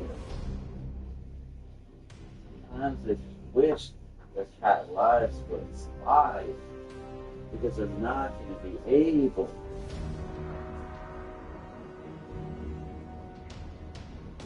to fight up the slog. They can't fight the dog or what's going on. Your cat cannot sing. He will not sing a song. Man, cat, that's just the way it is. That's just the way cats are. Cats will never be the same. That's just the way cats are. Oh, yeah. Until I see no cats, all I see is racist dogs. Misplaced cats make disgrace for hogs. I wonder what it takes to play with hogs. What better place? I see cats.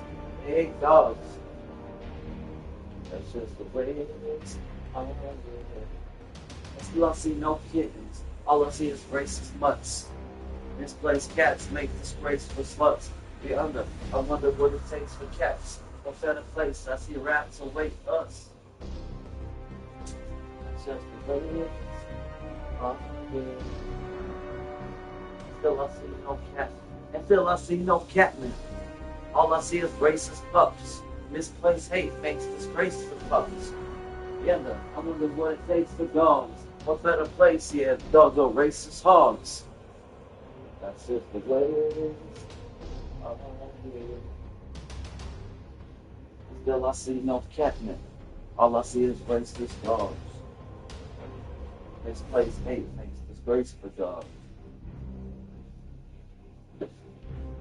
I wonder what it takes for frogs. What better place I see awaits these dogs.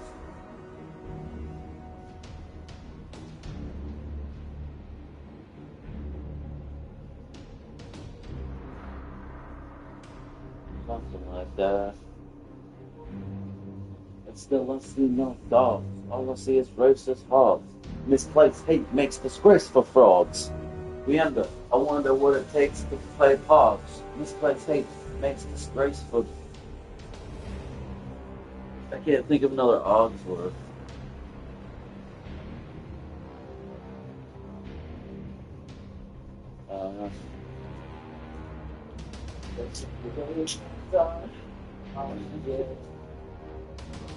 Still I see no kitties.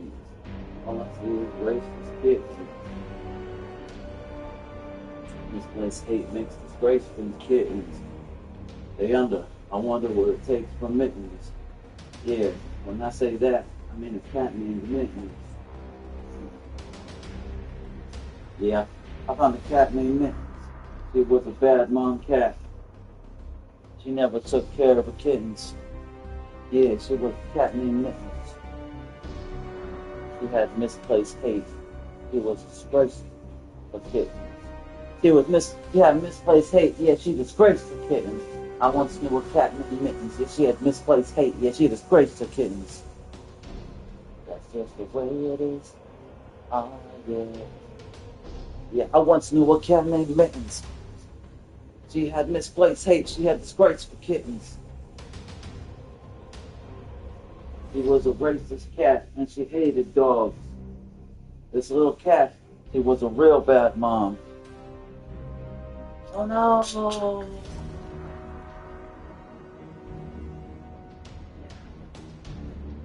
It happened. It happened. I do not believe I just saw. It happened.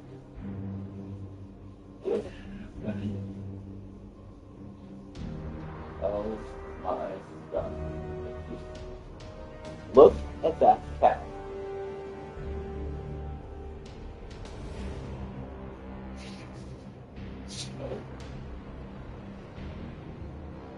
That is just so ugly. It's just so gross and old. It looks like it was chewed on by a dog or something. It's just so gross. My little kitties don't want none unless you got paws, hon. Oh, yeah, yeah. Well, Crimpy Pig.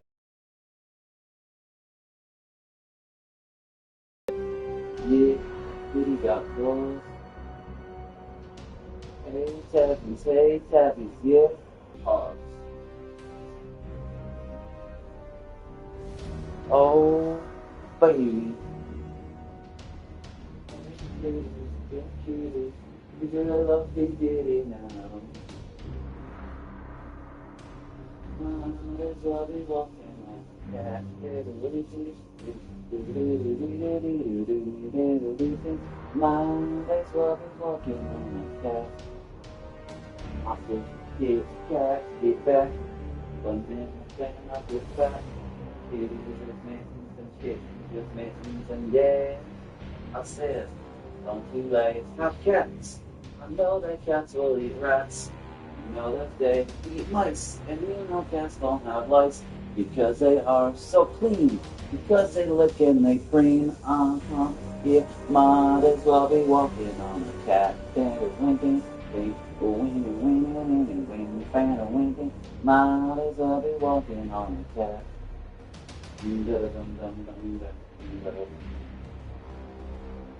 I'll say now, you get back, going in the bed, they got it, you're walking, yeah, that's it, don't feel that, cats, I know that cats are the fool, I know they eat fat rats, I know that they do enjoy, I know they love big mice, I know that there is the fool, they'll eat mice on ice, I know, cats they love it, yeah, they love to eat mice and rats. Yeah, they love it.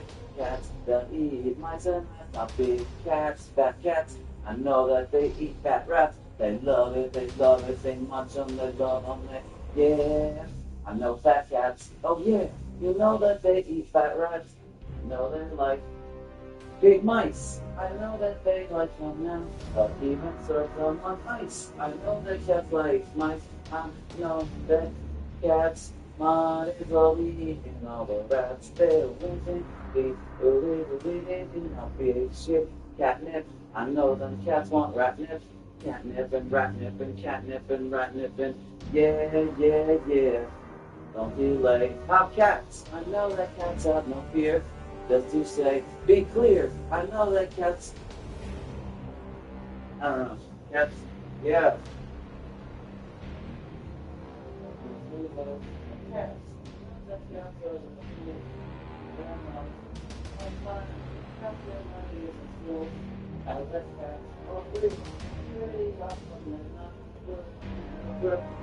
Take a cat for a possum, yeah. Cats don't, yeah. Cats don't look like possums, they don't look like possums. I will never mistake them for possums, yeah. Now cats, they don't look like them. Yeah, they're awesome. Even though they don't look like possums, yeah, they're awesome. Cats, I know they're awesome, but they don't look like possums. Yeah, I know it's true, I know. Big cat, get back, but man, I fan up that cat. Oh, big cat eats fat rats. I know they like mice and they feed them on nice, and I know, yeah. Don't be like cats. I know that cats eat big rats. I know that cats love mice. They'll even eat them on ice. I know that cats love rats, and I know that cats will never go on a ship. But I know cats they love catnip. Yeah, yeah, yeah. Yeah, I know that cats they love catnip. Yeah, yeah, yeah. I know cats will never go up on the ship, but they'll eat the mice up on the ship, and then they love the catnip. Every day we sing about these cats. Big cats and rats. I know they love to eat that. The kitties, they're pretty, they got mittens, they're kittens, they yeah, yeah. But don't be like, have cats. I know that cats are so cool, but don't be scared, because cats, they will not go to school. I know that cats, their grades are not good because they don't study, and cats will roll in my mud and get muddy. I know kitties, yeah, they get real cruddy, and they don't look so pretty. I know kittens like to play, they play every day now. They don't care what we say now. I know that these cats are gross, sometimes they spray you in the and I know cats are weird, yeah. But cats are weird, they're queer. I know that cats are all whack. I know they will drink beer. And then these cats, they act whack. I know these cats are severe. When they get drunk and they get don't like a skunk, and then I think it's really bad when cats get drunk. But I want to debunk the fact that when cats get drunk, that they act like rats, and no, cats don't act like rats. They act like cats because they're kitchens with mittens, baby. Yeah, I know these cats are cool. I know these cats get a drool. I know these cats are great. I know these cats, well, they hate some mice, and we don't mind because the mice can be pests. I know, well, tabby cats are really the best.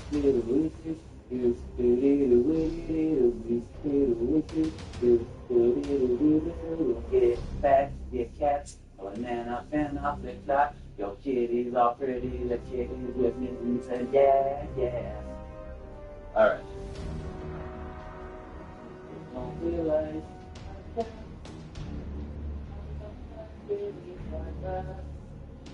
know that it's nice.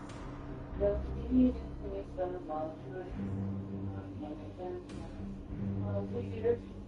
Sometimes that's real weird. But let's be clear. I'm thinking about it. I love you, yeah.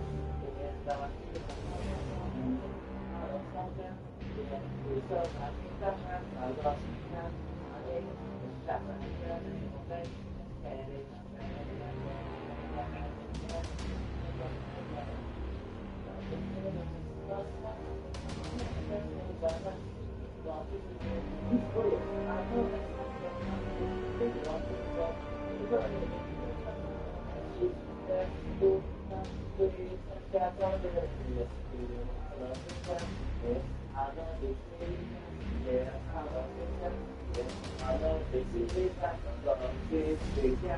Because they hate them, they grass. And kitties, they're pretty, then kitties with mittens I love. Yeah, yeah. Mothers will be walking on a shack. With the girls found in the night.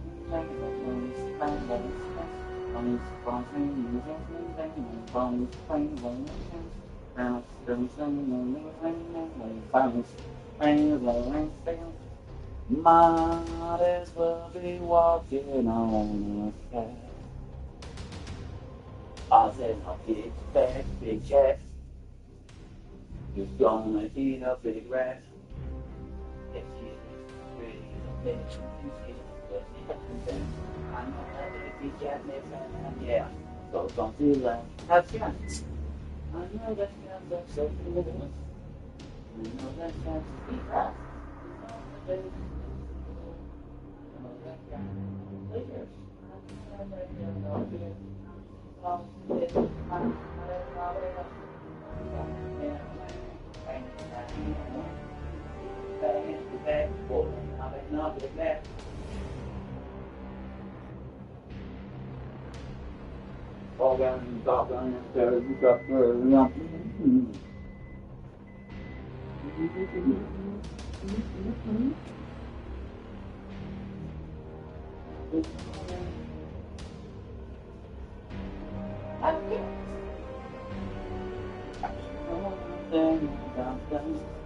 know they say big rats.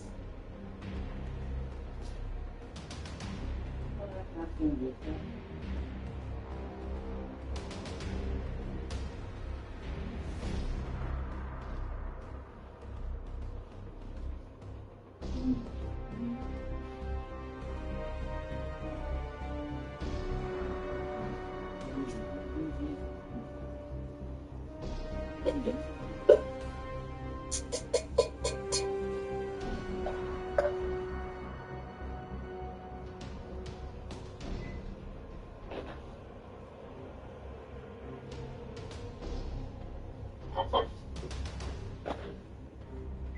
Don't trust the cat. Never trust the cat. Don't trust the cat. Don't trust dogs. Catnip on the edge of their tongue. Every time I see a cat, I know that they're dumb. But wait, I mean catnip. That's just what they do like. Every time I see a cat who tries to ride a bike, I think it's stupid. Cats are they're just too small. Cats are really about the size of a doll. So when they ride bikes, it does not make much sense. All these stupid kitties try to ride them, they're dense. They're just a bit thick, kind of dumb as can be. Kitties, yeah, they'll differ, but you watch on the TV that these big cats, yeah, they have tiny brains. And when you have a laser pen, they go insane. Go cats. Always hating on dogs. Look at all these kitty cats, they won't play with dogs. Go catnip. Always pressed to the face. Looking at this kitty cat, what a disgrace. Because it's passed out, yeah. It OD'd on the nip. Looking at this kitty cat, it doesn't look too good for this big cat. Looks like a shame. Doesn't know he's playing Russian roulette the game. Well, with his cat life, yeah, I know he's got 9. Yeah, maybe he thinks his life is better than mine, but I will tell him not to play with fate. Having 9 lives is cool, yeah, but losing one's not great. And these cats, yeah, they hate all the dogs. Cats will always scratch on you, and they hate the moms, yeah, they hate housewives. Cats will scratch them a lot. Every time they play with shoelaces, they call the knot. Cats always stuck to your feet. And you're stepping on the kitty cats, smushing their meat. You know the catnips. Yeah, they really are weird. When I go eat some cat chips, yeah, they taste good with beer. Cats.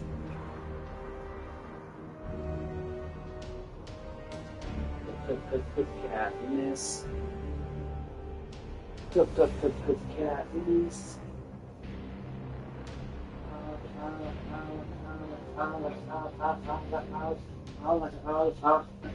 I like big cats on camera. Some other kitties can when a cat comes in, get itty bitty face and a big tail in your foot, you get weird. Wanna pull out a beer if you notice that cat looks weird. Kitty in the middle, but you got much cat. Yeah, yeah. Don't kitty in the middle, but you got much cat. Yeah, yeah. I said kitty in the middle, but you got much cat. Yeah, yeah. I said my little tabby don't want none unless you got tail, hun. Oh.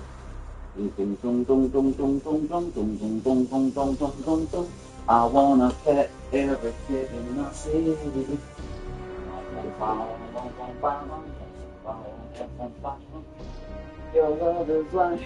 Your love is like a kitty, kitty.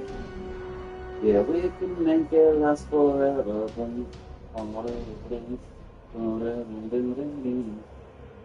Ay, ay, ay, ay, ay, ay, ay, ay, ay, ay, ay, ay. Dum, dum, dum, dum, dum, dum, dum, dum, dum, dum, dum.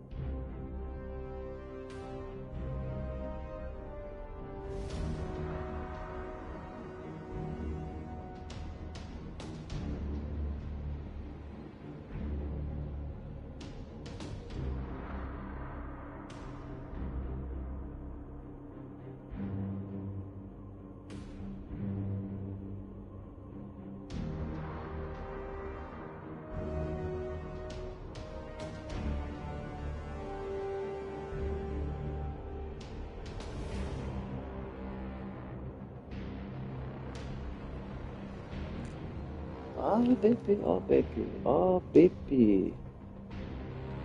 I know that you like me. There is something between us. You're a real cool cat, yeah, a real sharp lemur.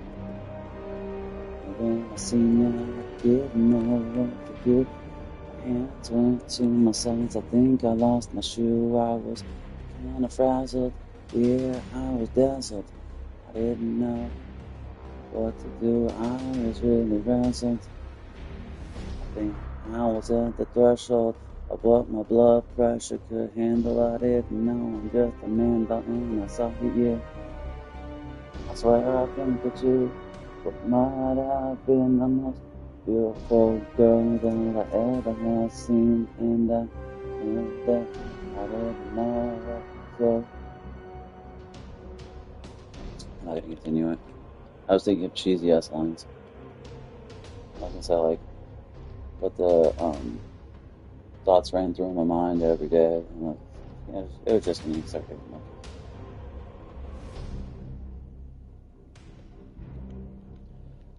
All right.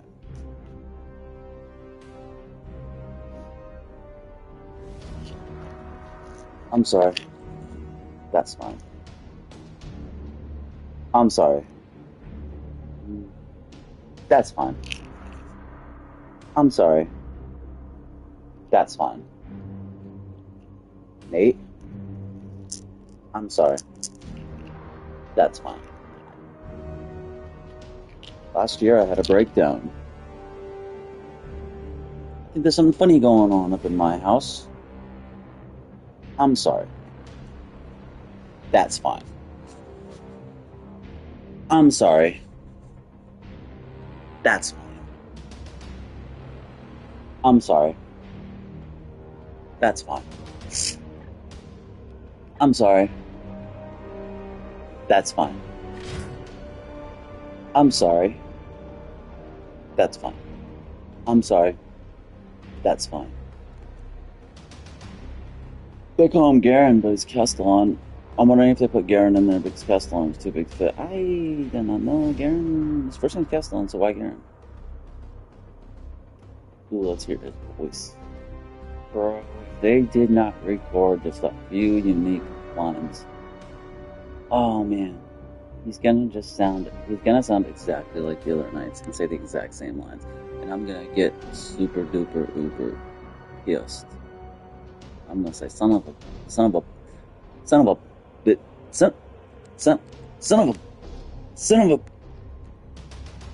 bitch. That's what I'm gonna say.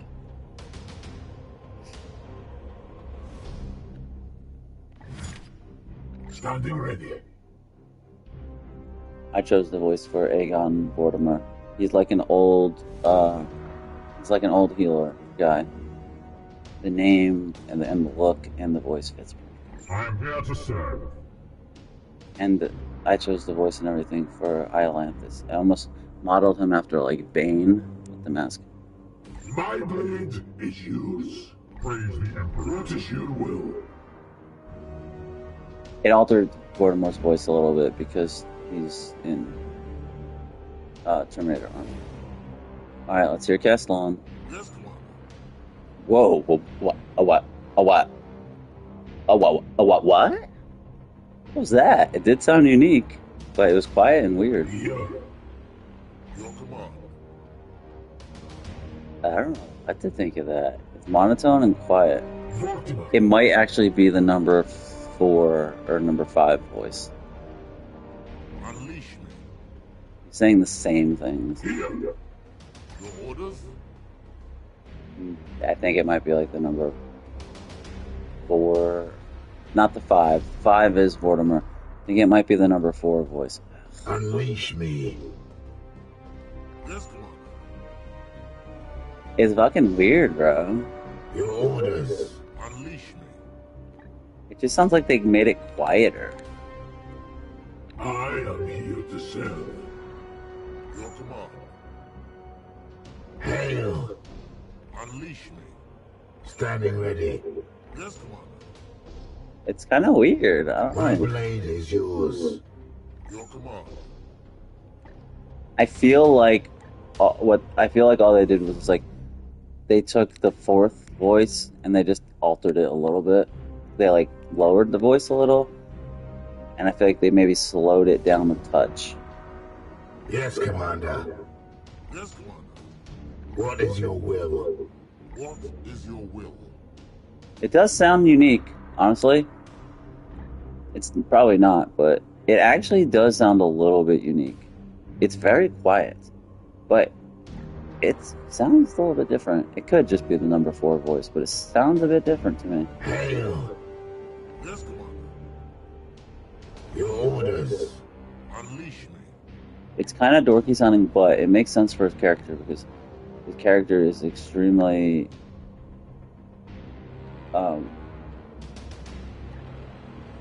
isolated. His character's a total loner and isolated. I would assume probably like kind of monotone and to himself, a quiet, stoic, isolated hero. Unleash me. Orders. Yes, Commander. What is your will? Standing ready. Unleash me. My blade is yours. He doesn't say it. He doesn't say anything new, but he does sound a little different. It does sound like they at least tweaked it. Your command. It does sound a little bit different. What is your will? What is your will? I'm glad that it's slightly different. Unleash me. But man, it would have been dope at the very least just to have, if they could have just recorded like 3 different things that he said, like maybe. I love this. Standing ready. Unleash me. Hail! I kind of hate that they say unleash. Everyone says unleash me so much. Your command. Yes, Commander. Your orders. I'm such a dork for these little like things. When I love the lore and the characters and the world, which I do of Warhammer, but admittedly I'm not super knowledgeable about it. I'm like I'm more of a noob that's really interested in it, that's been reading about it and stuff. Like I've played Warhammer games in the past, but I'm starting to get a lot more interested in it. But since I'm like super interested in it now, any little nuance thing is like interesting. Like I bet nobody cared when they like got Castellan not to hear his voice. But to me it's like at least he sounds a little bit different. Your orders. Unleash me. Your orders. What is your will? Here. It could just be the number 4, but I don't know. Your orders. Sounds a What is little your bit. will? Yes, Commander. My blade is yours. Your orders. At least I can like play with the idea of him being in my group in like my own head canon. Like it's still really cool like seeing Crow on the fucking battlefield. It's just such a shame they didn't do more. But it's still fucking cool. I still dig it. Obviously they could have done more, but I think he's such a cool fucking character, so like reading up about him, watching videos on him and stuff. I have not read the Black Library literature. I have not read one book from the Black Library, Warhammer, or whatever. But I've read a lot about the lore and forums and videos about it, and seen Games Workshops, interviews, and people talk about it, character bios, and shit like that. I am here to serve. Unleash me. What is your will? Your orders. It's cool that his sword burns. I don't really know what he's supposed to sound like either. He's a real cool kid. Alright, let's go get these seeds, bruh. Go for it, Casty.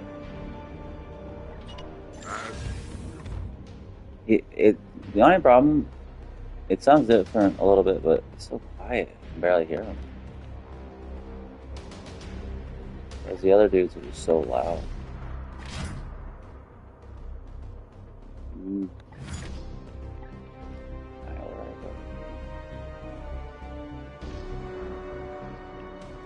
We're gonna get so many friggin' seeds.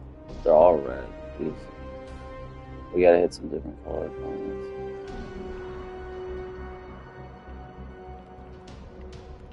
Where is this? Conjunctivitis. Congenital conjunctivitis.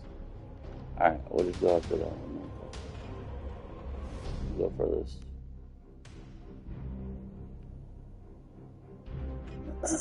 I remember at one point they said the knights could like leap. Yeah.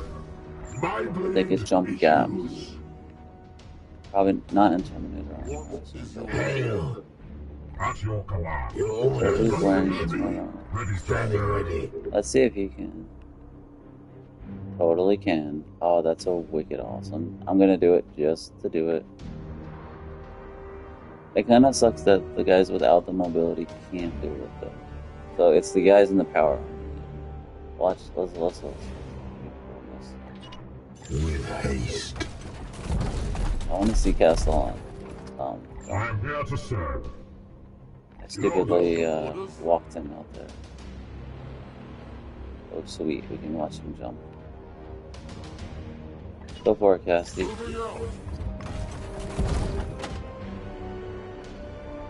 Yeah, you can't watch replays. These turrets can do. Wait, no, it's going backwards. Standing ready. No, these big turrets, they can't do it. They gotta go. Come on. They get flanked. Yes, sir. My blade is yours. On the way.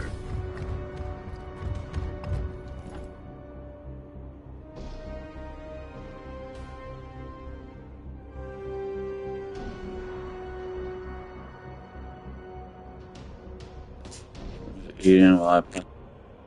Here, at your command. Moving swiftly.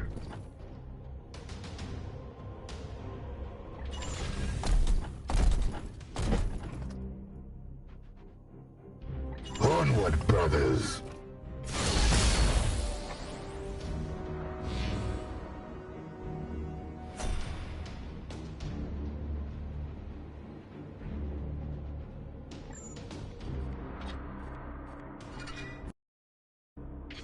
Ready to serve. Yes, Commander.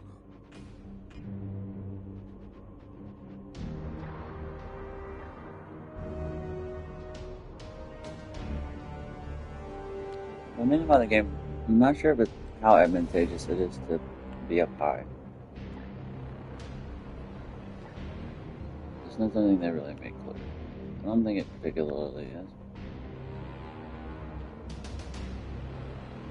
I wonder if we should try doing. Oh my! Look how long his freaking ability tree is. I wonder if we should. Not secure, but somewhere.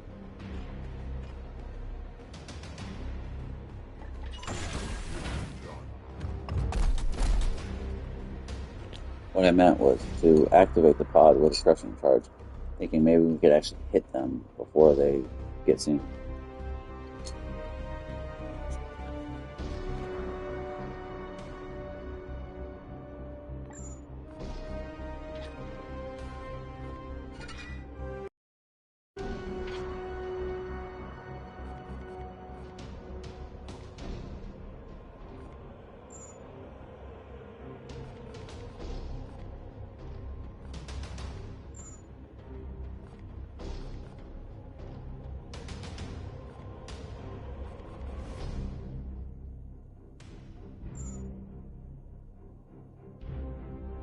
Wow, that's a long spot.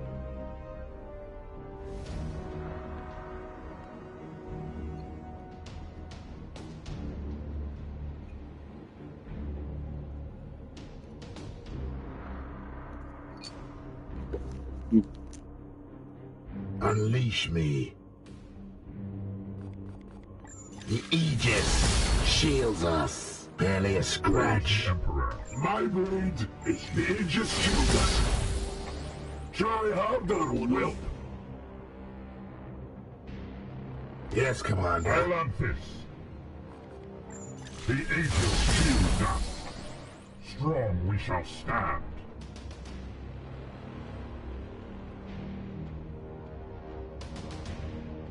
As ordered. Unleash me.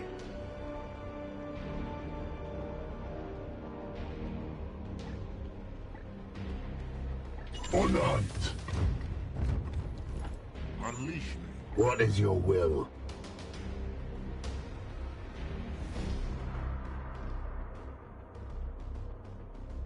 It will be done.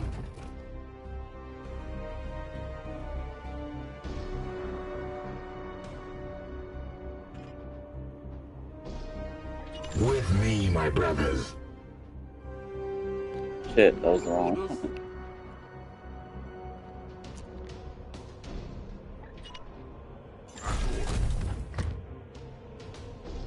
I think we wasted the shield thing because I don't think we're gonna hit on it.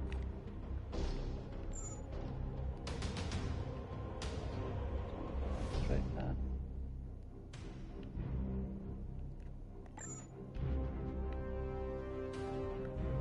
Yeah, I don't think. I am here to serve. Yes, Commander.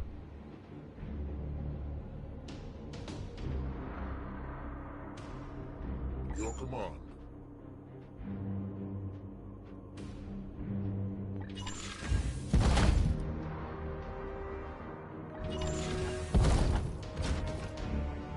What's this? How the fuck did that get activated? Dogs!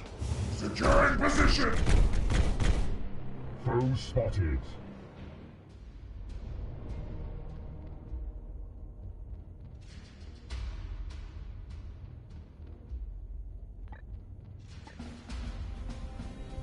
Standing ready. Unleash me. Somebody said that they use this ability to like hit the pods before they're even seen. I don't know how you do that. I guess through a wall. I guess. Otherwise, it seems like they'll see you before you hit.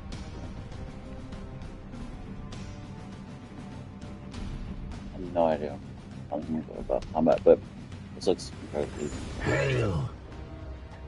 Yeah.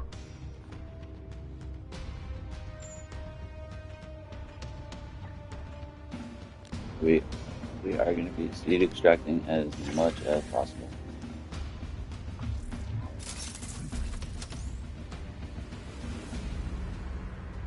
I pulled a seed from this rot.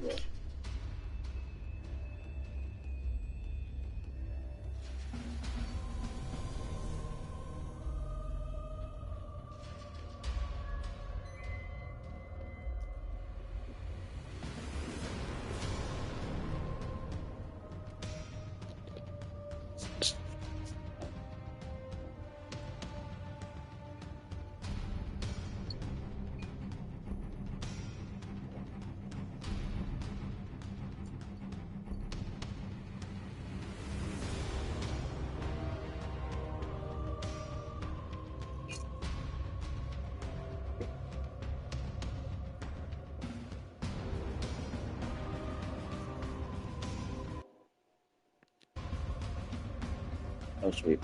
Okay. Finished my tiny meal thing. To mix the vegetable whatever from a can. I have like potatoes. Look at that. And then protein special. Not done with my eating excursion. Let's rock it. Rocket jock. Yeah, I don't know. Like this team's a whack. This is like a whack. I am here to serve. I don't know what we're gonna do with them, but we'll figure. I don't know any. I've never used any of these abilities ever. I don't. I think Purge gets rid of mutations. And I think that's what it does. They don't seem to have any. Yeah, there's the warp didn't come up with it. I never thought that was a great thing. Oh yeah, we got tons of these.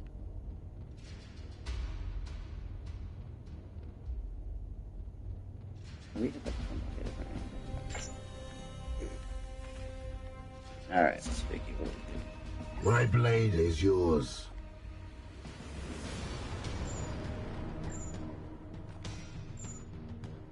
Oh yeah, we gotta get grenade kills. Shit, that's what I forgot. Alright.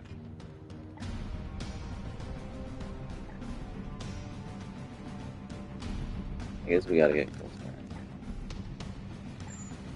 Ready to serve. Your orders.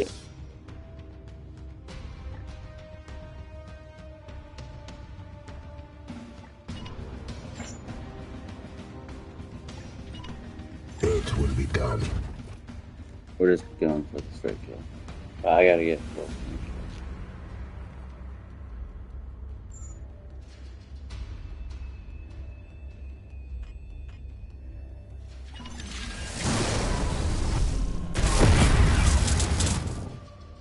Blessed are our arms. Your command.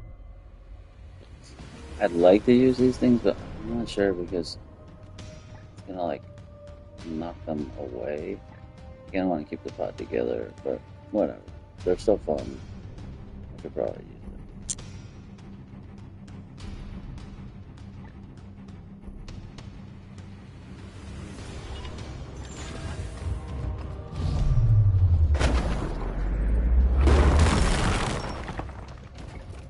Yeah, see, I kind of split them up. Wasn't really the smartest, but they're fun. What is your will? Your orders? Oh yeah, Warhammer grenades. Yeah, this is gonna be a piece of cake. It's gonna be super easy. Totally forgot.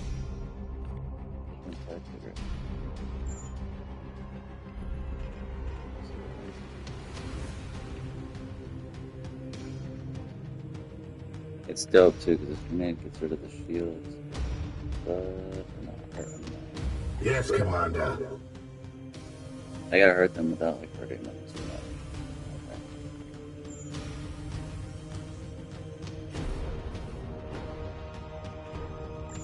Okay. Unleash me. Your orders.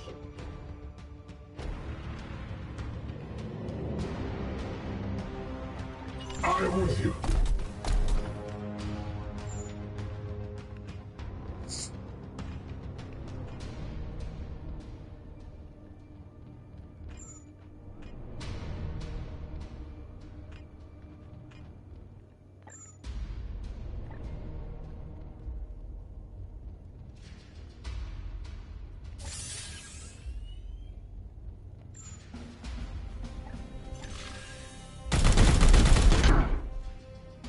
Taste my fury!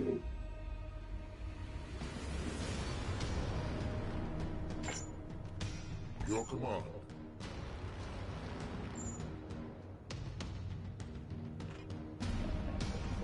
What is your will?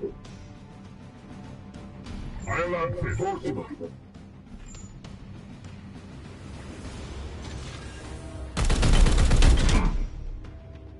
Yes, let your wounds fester. Praise the Emperor.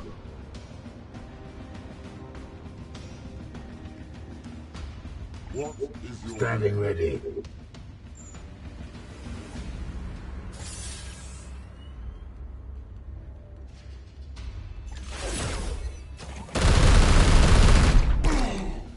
Get down!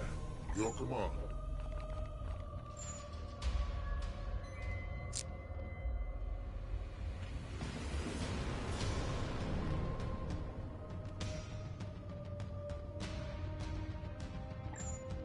I am here to serve.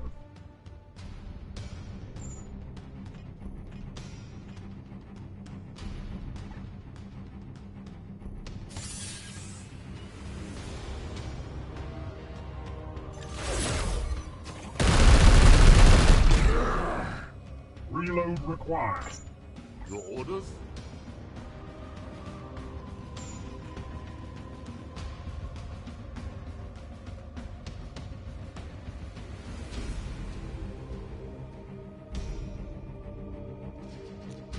Damn, that one actually has a sliver. Alright, that's fine, we'll get it.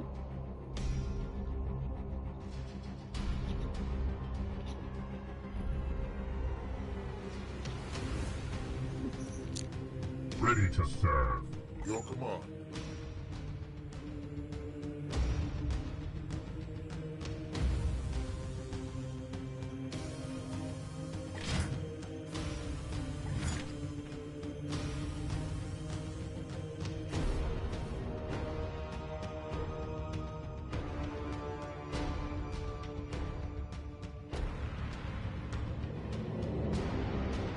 At your command. Yes, Commander.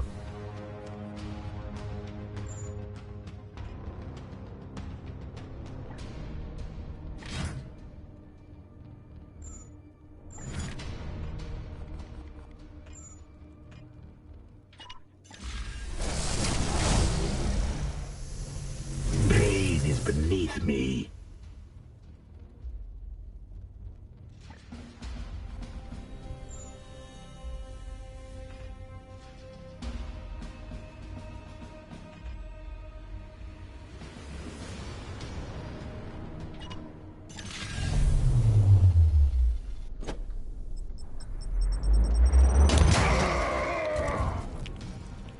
We are the hammer.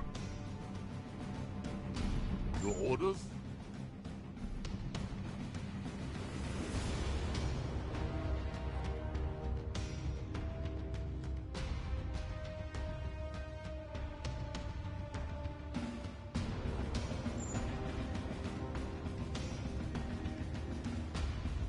Unleash me.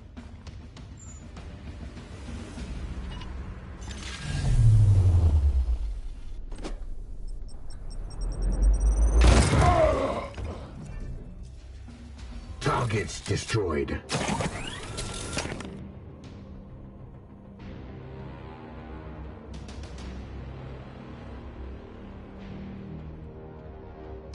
Here. Here. Yes, come on.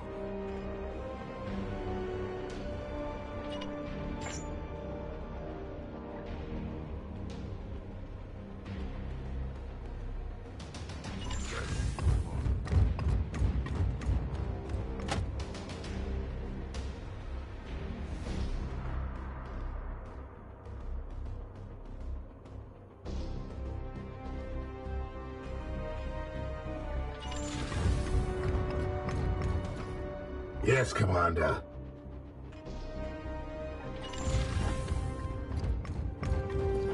Here. Eyes on.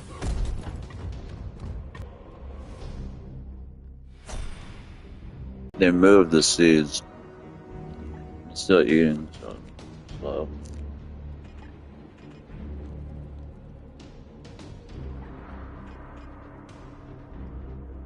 Praise the Emperor. My blade is yours. I am here to serve. Or not. Your command. What is your will?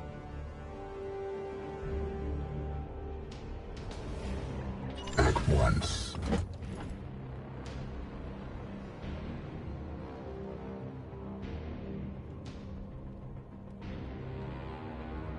I am here to serve.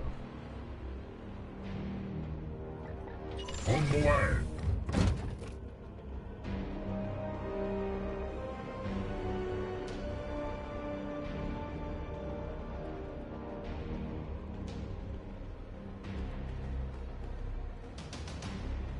My blade is yours.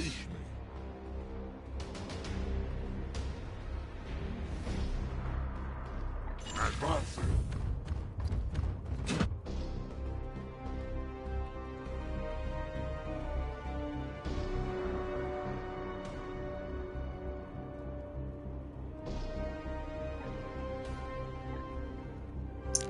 Alright, they climbed through a wall.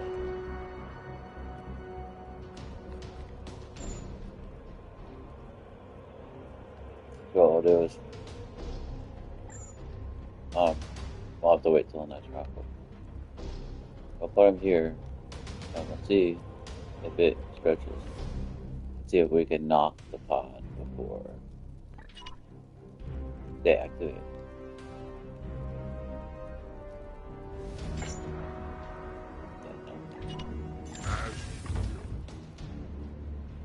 What is your will?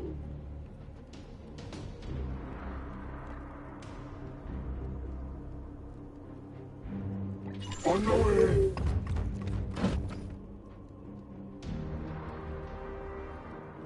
Aye, sir.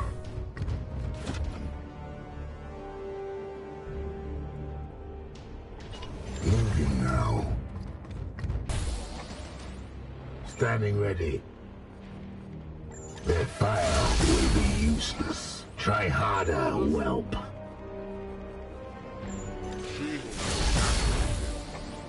Standing ready. Hell on, unleash me. Shield activated. Alright, I'm just going to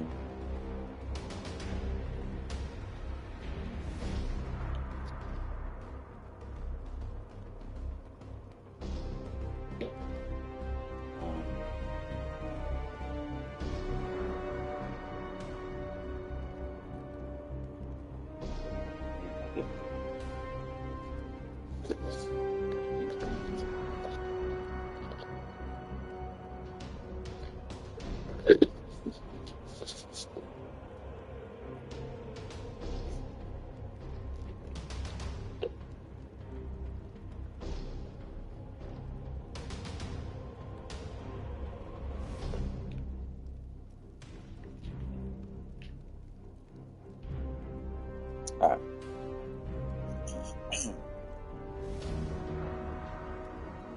Fully nutritioned.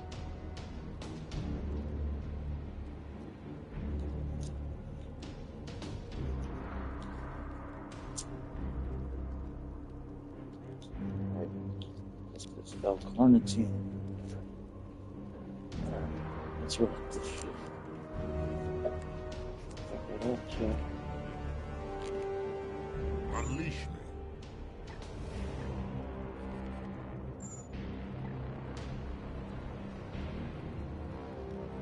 I'm very curious to see if this works. This is what someone was talking about. Let's see if it stops him from completing the move,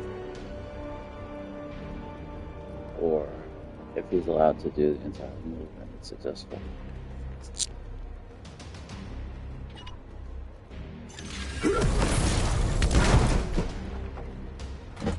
Okay, it works. We just didn't hit anything.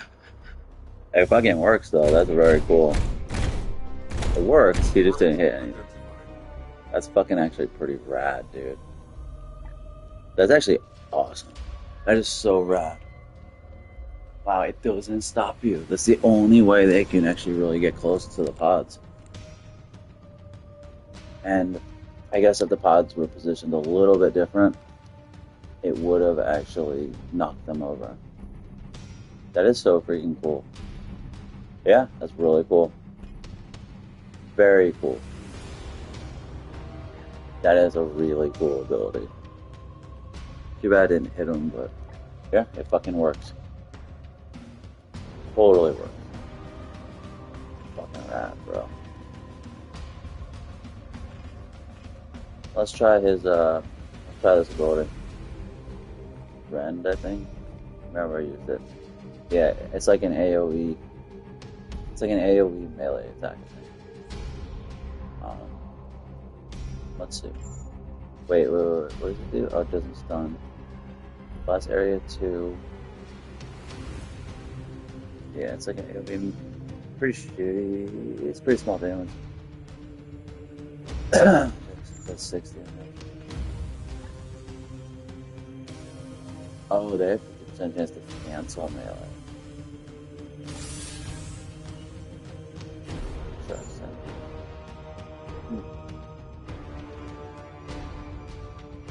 Let's get our buddies in. Unleash me.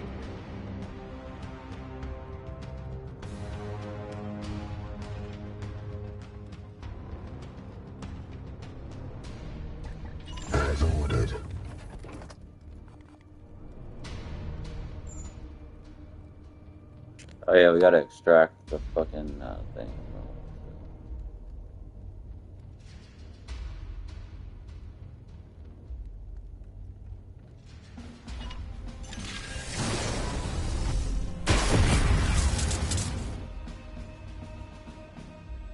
Yes, Commander.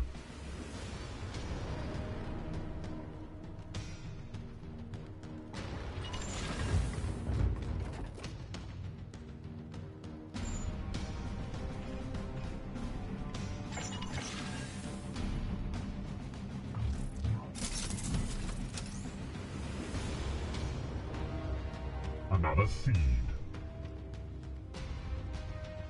Mortimer.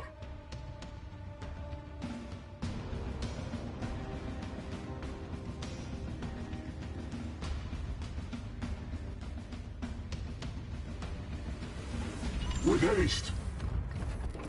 Your orders?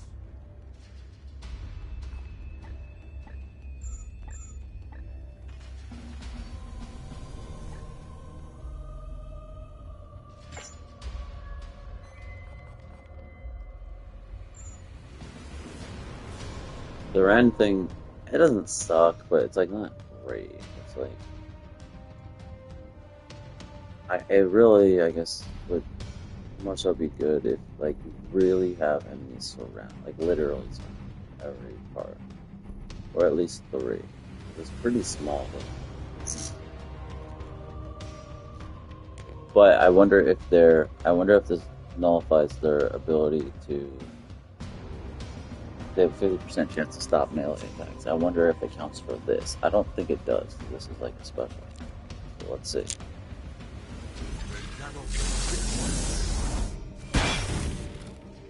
Yeah, no, it doesn't. And I did not realize that it did knock back as well. It's kind of cool, I guess. So it like gets them off of you. So it'd be a cool thing if you have like 3 or 4. Pretty cool.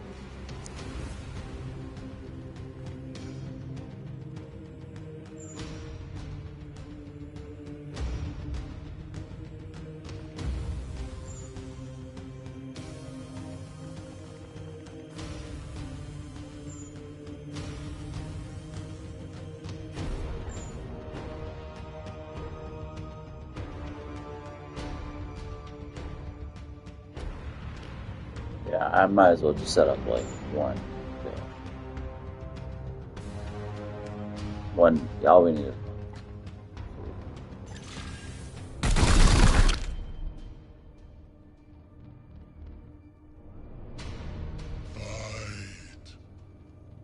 Hail. I'd rather get the kills with Hail because he can still level up. No? So the XP matters for him or it doesn't. Get a 4th.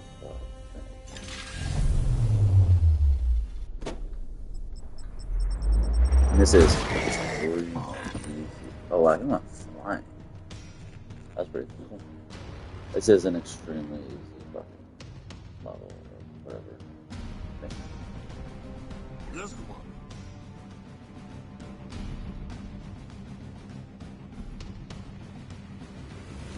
Yeah, let's take a look at this. I know how. What's this thing? It's actually pretty cool. I guess it's cooler than I originally thought. So this is at 100%. So it's gonna set that after this, or if we hit that now, would it? I don't understand. That's all it feels like a good thing. If we hit that now.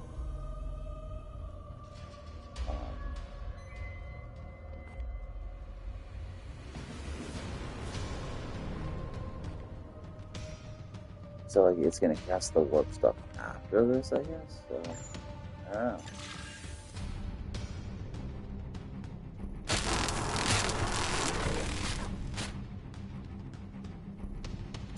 It's actually pretty cool.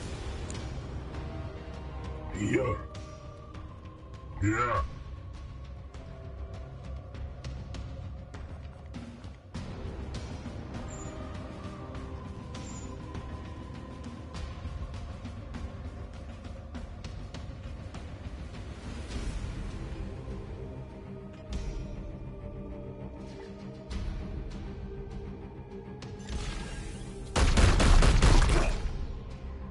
You will heal. Lotus. Praise the Emperor. My blade is yours. At your command. What is your will? I want to get kills with the right guys, but also it's like I probably shouldn't be stupid. To be honest, because then we'll take injuries. So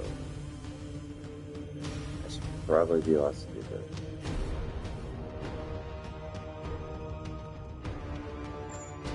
I am here to serve.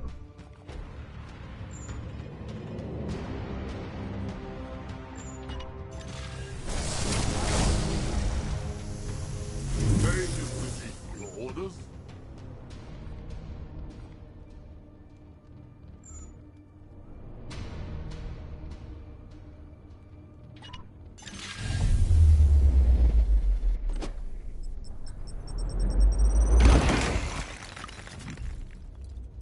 No match for the Emperor's chosen. He does have a different voice. It is different. It's weird, but it does sound different. So that's cool.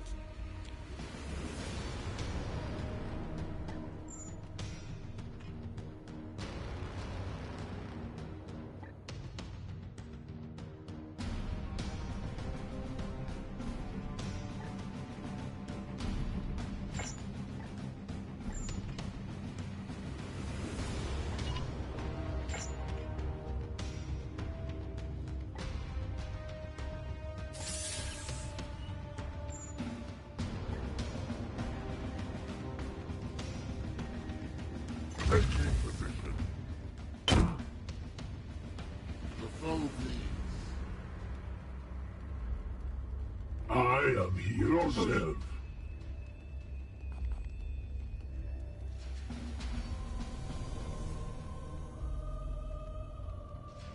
I actually fucked this one up. I didn't take some damage, but it was not really have to.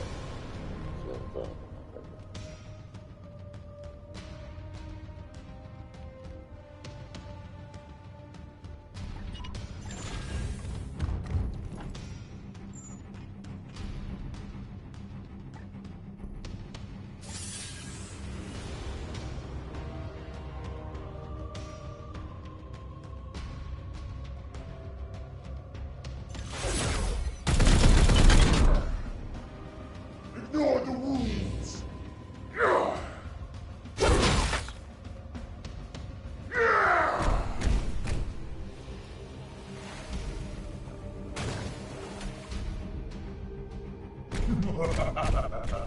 I don't know what that symbol is. I don't know what that means.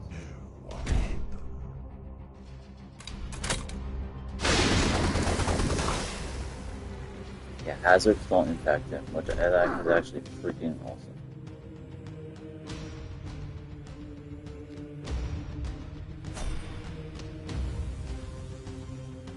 We didn't even take damage. Unleash. Yep, he can walk through hazards, which is really true.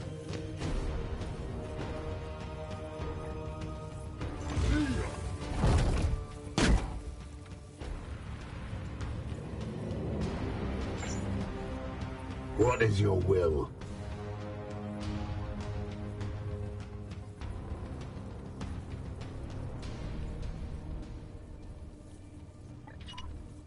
Moving now.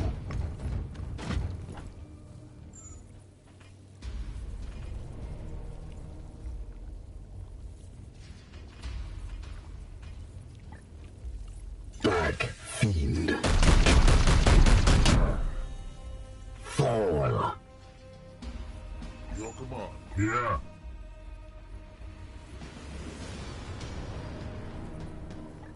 On the way. Death to the enemy. I must rearm. Here.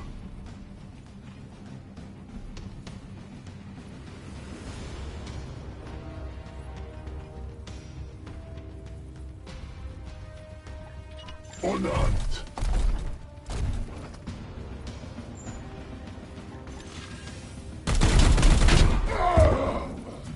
Another battle ends in triumph.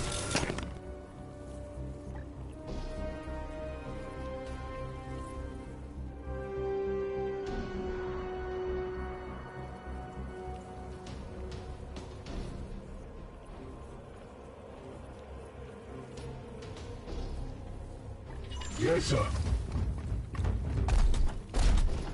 What is your will?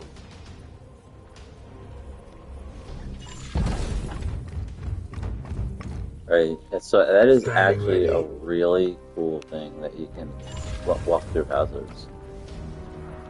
I imagine all purifiers can do that, but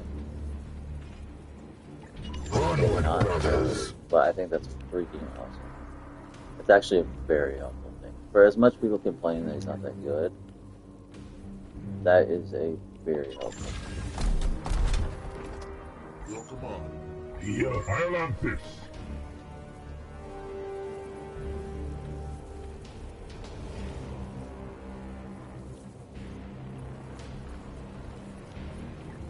Aye, sir.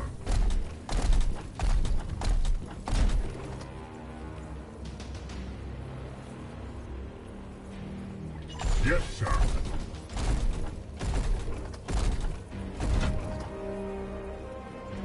And that Terminator armor lumbers. Standing ready.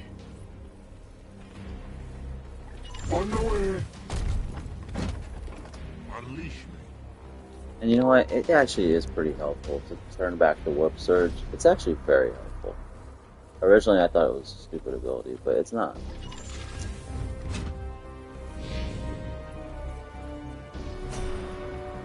Because, like, the warp surge would have hit us multiple turns ago if I didn't turn it back. My blade is yours. As you will. That fire axe looks kind of nice. Unleash me. Vorta. It will be done. Your command.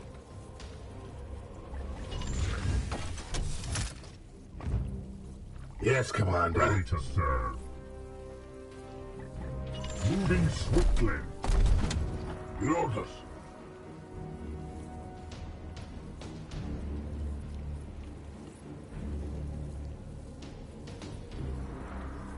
On the way. I did not think that would activate them. Dang it. This looks like a tougher fog.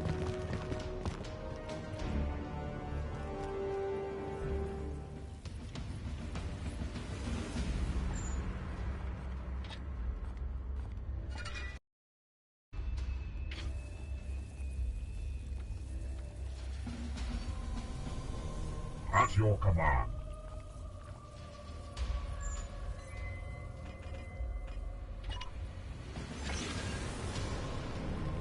Absolutely love that seed. That seed is so fucking money. And it doesn't even know it. Or that skull. I've claimed a seed. The seed collecting skull is so butter. I love it. Standing ready. I love it to bits and to pieces. Unleash me. Hail.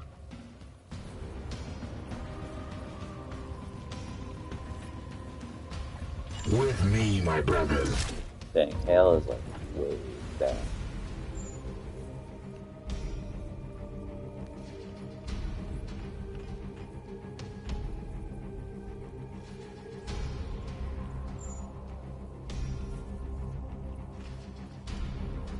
You can't even hit them anyway, so it's worth it to just sacrifice.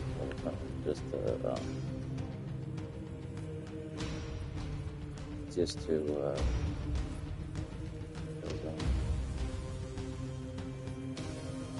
Onward, brothers.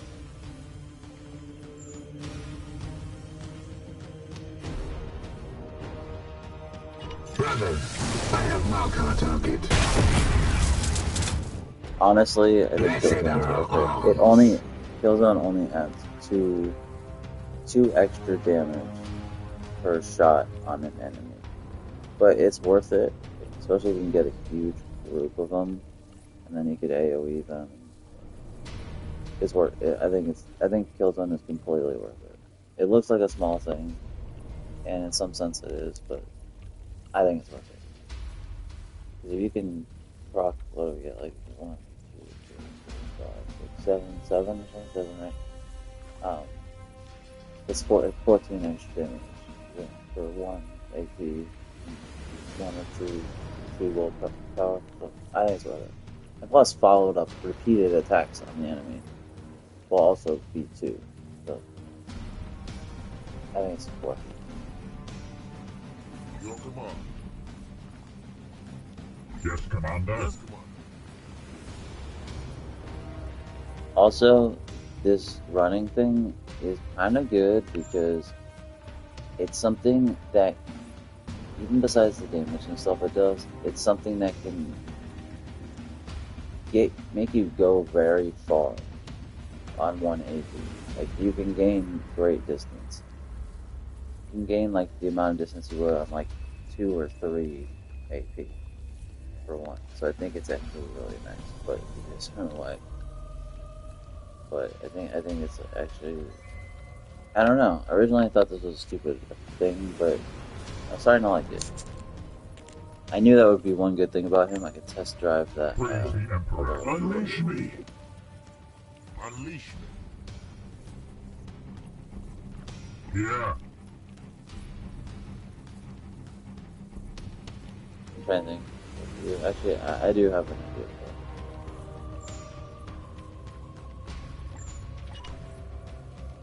Now, brother, take action.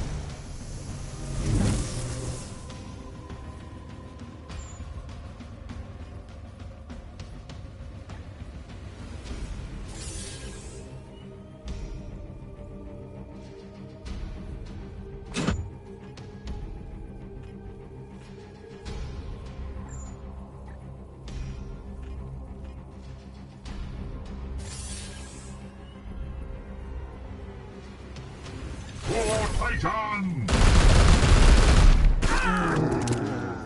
Reload required. I'd like to get somebody in here to shoot this. What is your will?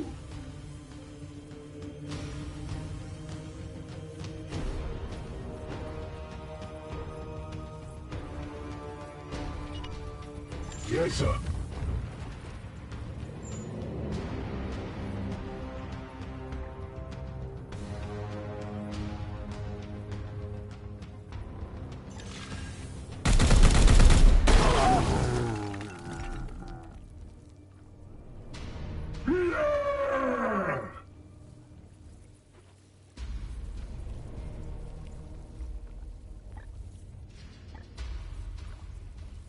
Your command.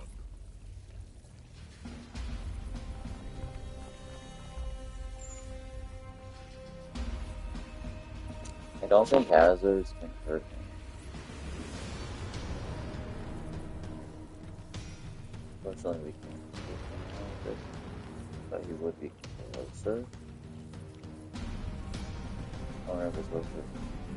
Or what I could actually Your orders. I'm here, sir. use the skull filter. It creates a very safe. So to make them all run towards sort of to try to melee attack. So that should be cool.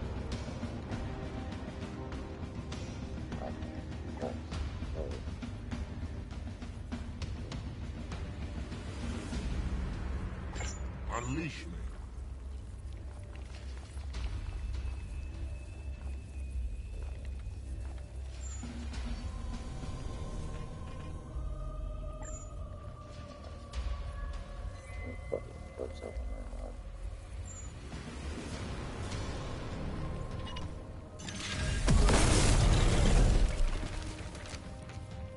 Hazards don't seem to affect him, which is so fucking cool. So he can run through fire, poison, electricity. It's really dope. I know he's not synergetic, but I think he's decent. For this stage in the game, like midway through the game, early mid game, I'd say we're in early mid game. I think he's decent. Plus, he's just castle on freaking pro, dude. He's a real pro. Real pro from the end.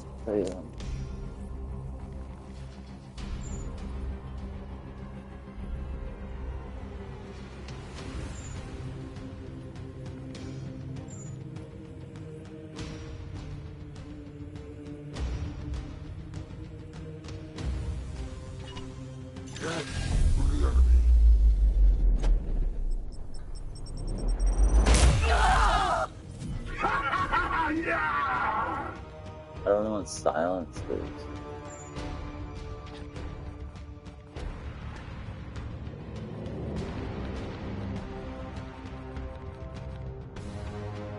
What good target? Oh, yeah, whatever. That's actually good, really good to use on psychic enemies, like psychic priests and stuff, but nah, it's right there. Unleash me.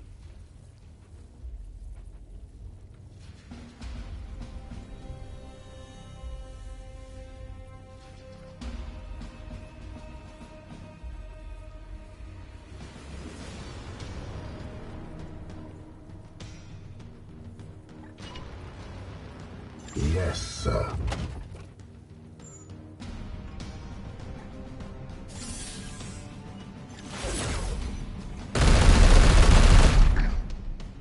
I must refocus, Commander.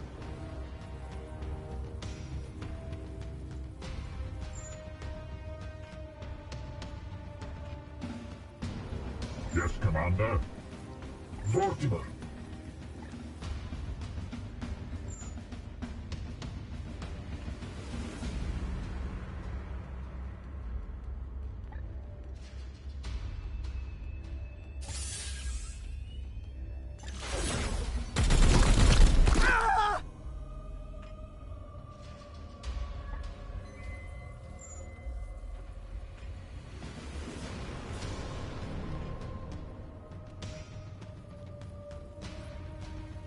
Ilantis, What is your will?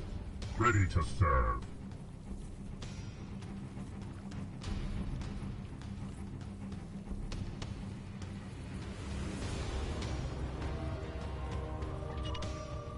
It will be done.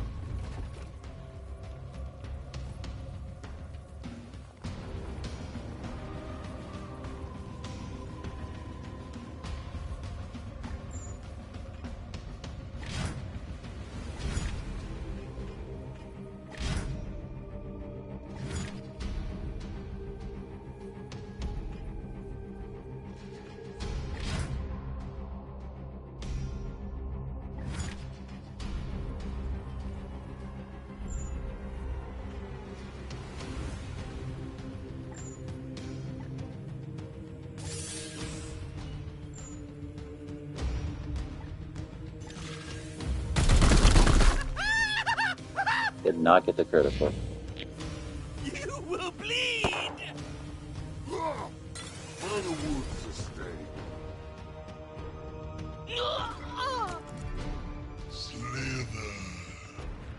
Slither. I wanted him to go. Wow, that took a lot of damage. I wanted him to go to Crow. Because Crow has like a melee defense. Damn, that hits a lot of offense. That sucks. Man, injuries from that. That's gay. I'm not gonna. Standing ready.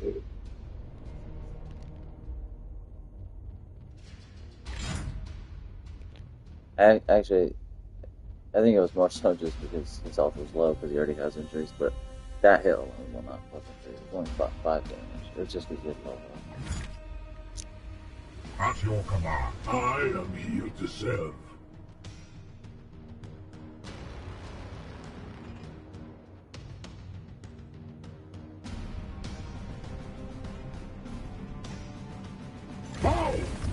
Oh fuck, I forgot he can like block these. Hopefully he doesn't have to parry it. No, he can block it. Target's destroyed.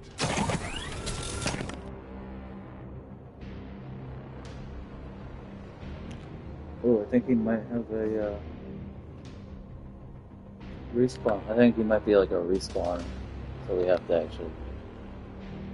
Right? I don't know. What is this? On the way.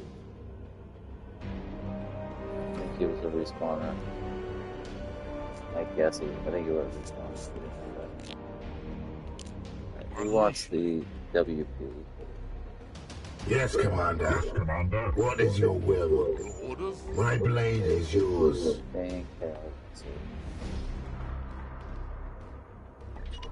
like an egg basket. Moving now. It's like a nest.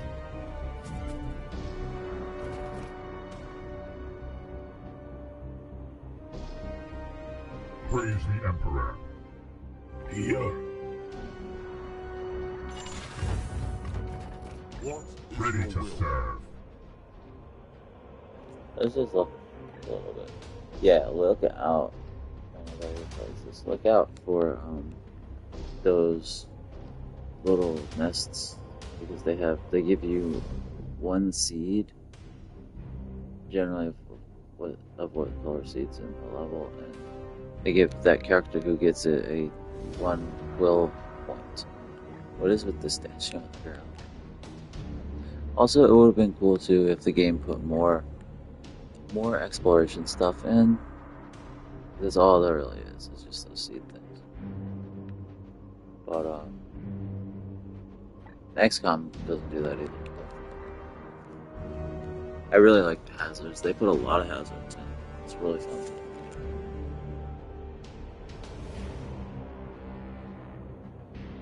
Yes, sir. My blade is yours. Onward, brothers. Yes, Commander.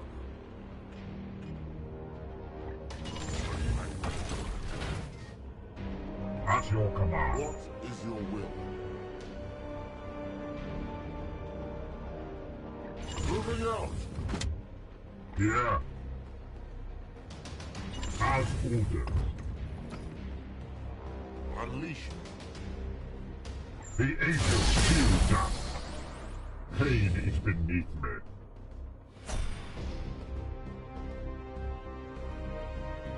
Your orders. I don't think it said what the balloon did. At once. I am here to serve. I am with you. Yes, Commander. Hail. As ordered. Atlantis. Hang on a second.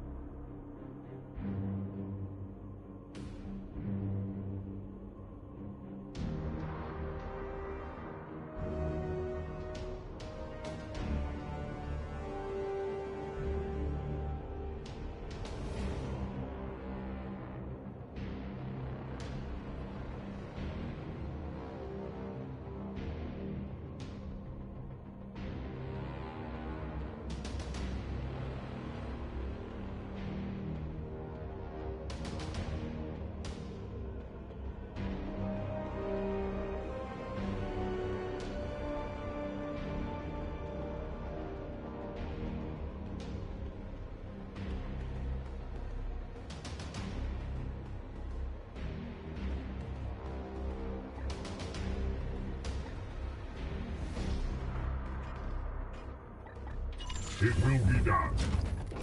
What is your will? Unleash me.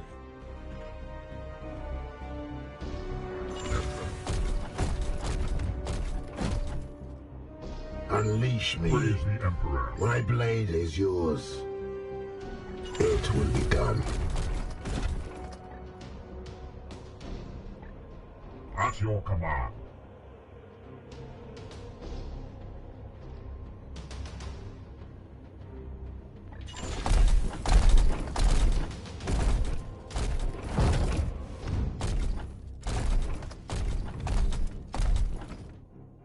I am here to serve.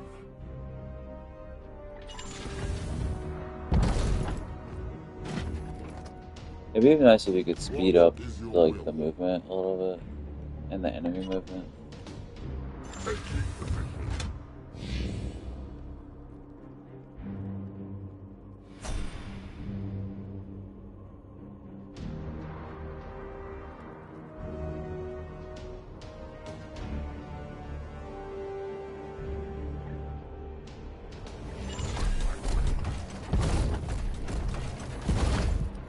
Yes, Commander.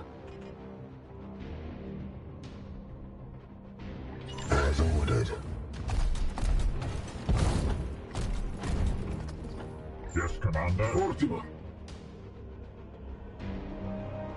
On the way. Your orders? Ready to serve. Oh, I didn't know that was a bridge. At once.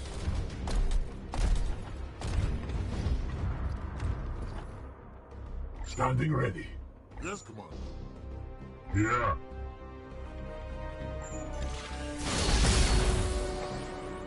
Here. The Aegis shield us.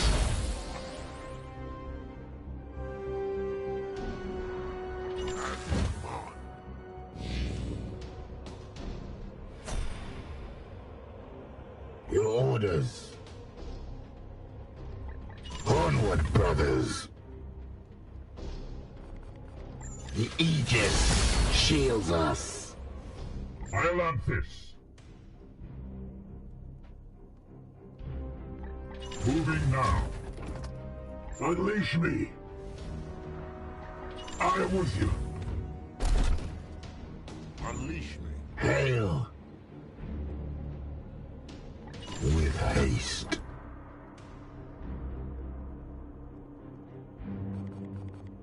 Aegis in arm. My blade is yours.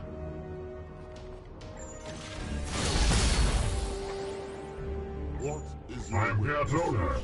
Your orders? Defenses.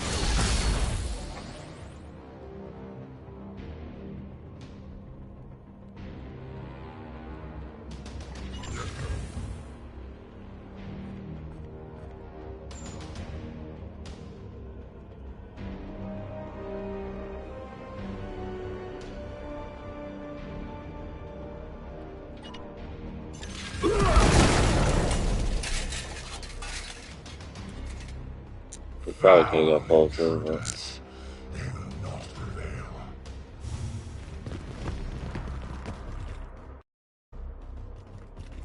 Permission to engage, Commander.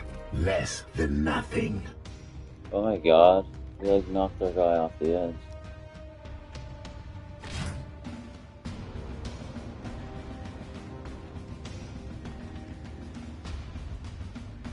Did that hurt? That hurt. Oh my god, it hurt him. That took 3 damage off of him. Oh my gosh. Unleash me. Praise the Emperor.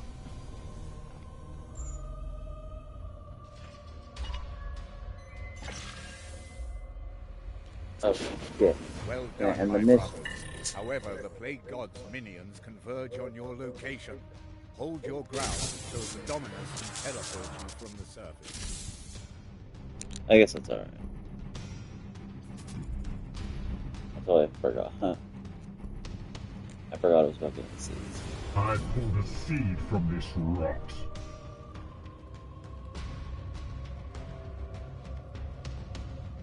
Here. Yes, Commander. Oh man. Kinda tempted to just run them. Just run them down. I'm gonna do it. Let's see if it actually knocks them off any of it off the edge. Plus, they're just all in a line. It's too fun to do if we could actually do it, and we can't do it. That sucks. He doesn't have the WP. Dang, that would have been so fun. Oh my gosh, dude. I think it would have knocked some of them off the edge. We could actually grenade them, but unfortunately.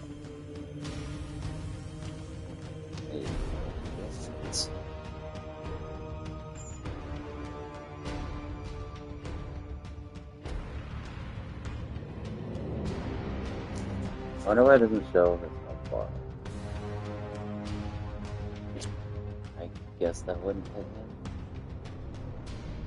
Man, it'll still be cool, but that would have been so freaking fun. You know what I could do? I could kill this guy with a grenade. That'll definitely knock him off the edge. Then it'll give me a will point. Then I just want to see what would happen. So that's what I'm gonna do. I'm gonna throw this grenade. Okay. Yeah. Actually, I don't think it is good. Come on, man. Alright, we got one guy. Why can't we get this guy here? He's a Louise. Get this guy. We're not get it. Oh. It has to get freaking come over. Alright, whatever. We'll just do these two and see if it does the other guy. And then I'll hold on.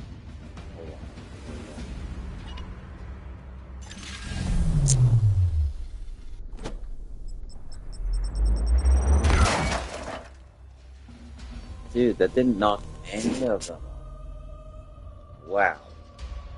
That was disappointing on number one. I can't believe no one got knocked off.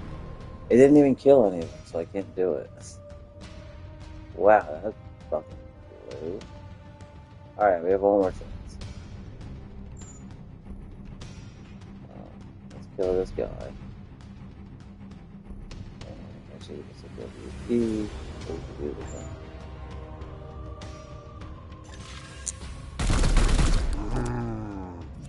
Another falls to the Knights of Now we can Titan. do the thing. It's probably not going to be fruitful. I mean, for crying out loud, the grenade we threw didn't even knock them off the edge, but I just am very curious to know. Plus, they're just in a line. It's so friggin'.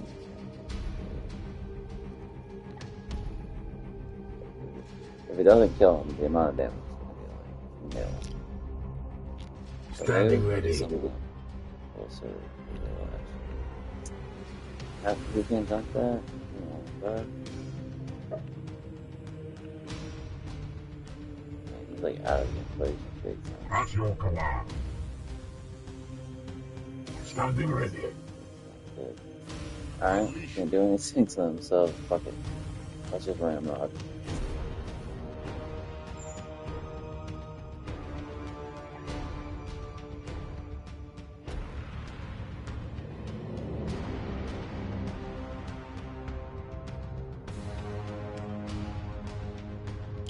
I wonder if the direction you run makes a difference. Like, if we were to run, like, this way, if it would knock them off more so. If it's, like, physics-based, or if it's not. My worry is that angling to get this guy as well is going to make them all go the other direction. But my guess is just randomized. If, like, at least two go off the edge, that would be cool.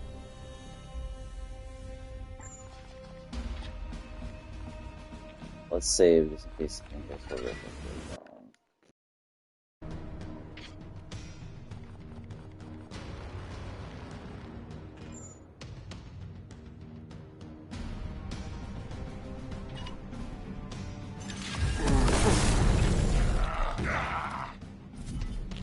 Alright, they did all go the other way, but the one guy did fall off the edge. That was very disappointing. I think it actually was physics-based. I think it did. I think they all went that way because we did angle it. Since we had saved, let's reload it. Try to angle it the other way, see if they all fall off the edge. Normally I wouldn't, but I'm really curious. I'm gonna see.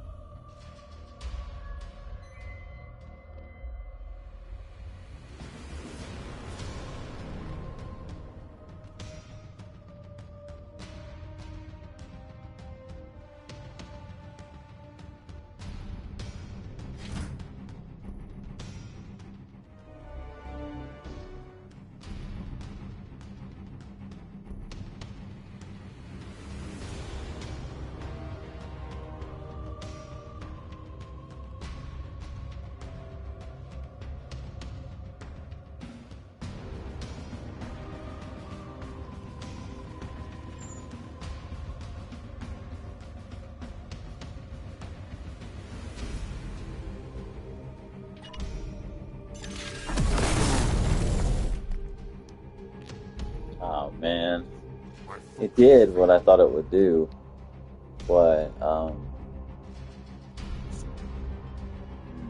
They didn't go off the edge. So it is cool. It matters the direction you're going. I think I'm gonna give him extra action points and see if we can finally get a bunch of these guys off the edge.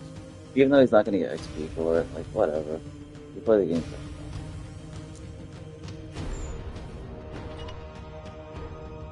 Now, brother, take My blade is yours.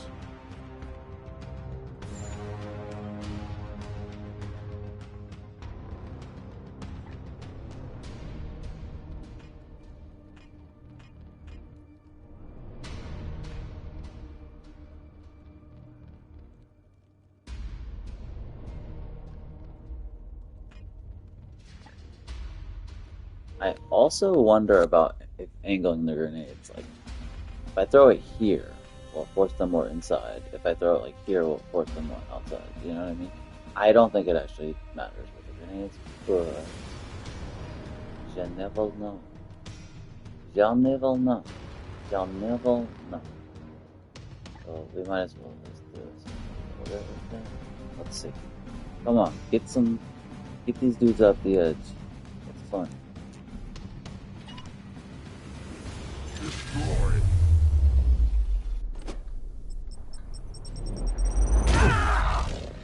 The wicked tools cannot stop you! A franking. I guess that grenade doesn't knock back. I imagine that grenade doesn't have knockback. Well, that was really anticlimactic. Jesus. Unleash me.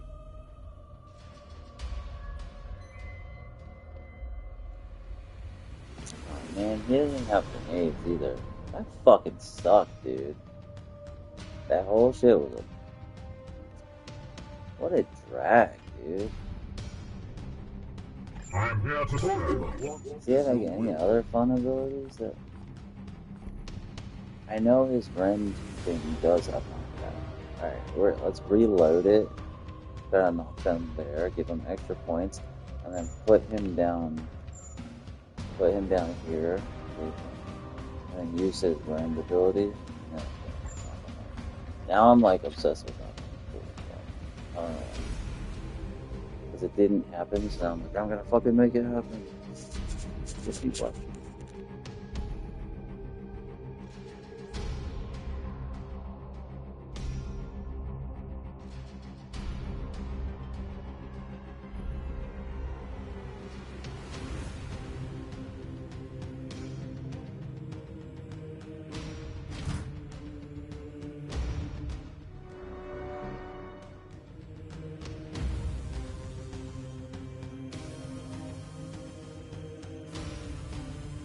Or what I can do is I could maybe like go here, or maybe I can go here and use the rend ability.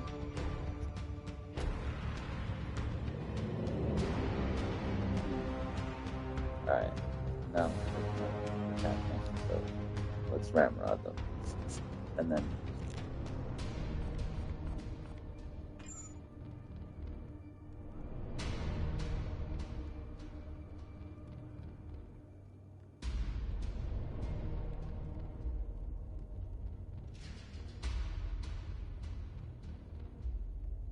maybe I'm doing it too far over. Like, knock them forward.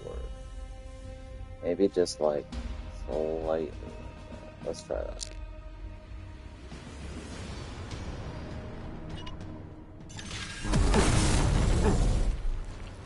It was really close that time. It was really close.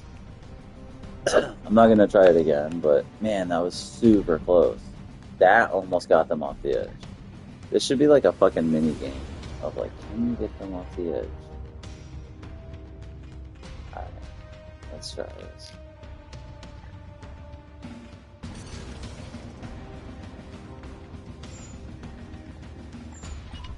Now, brother, The gods favor you! Here. I'm What here is to your serve. will? Is your will.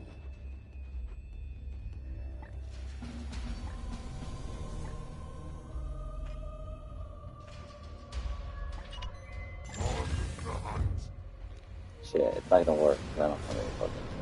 I don't have any WP. Motherfucker. Dude, I am fucking good. Not stuck here.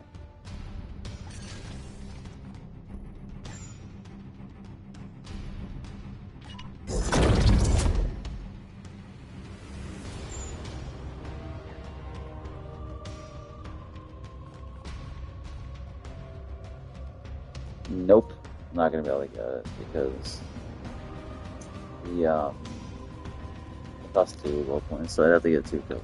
If I don't. That's a dragon, huh?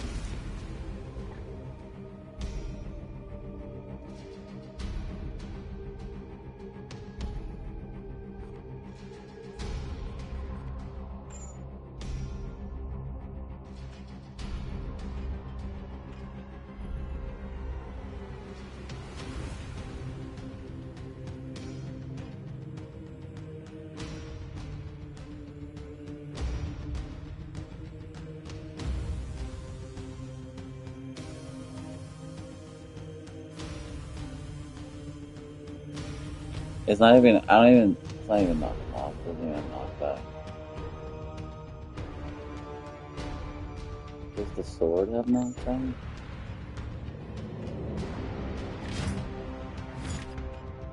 I can't believe they're all lined up here, but I can't get them all. Fucking bullshit, bro. Come on, Castellan. Come on, Big Crow. Doesn't look like it.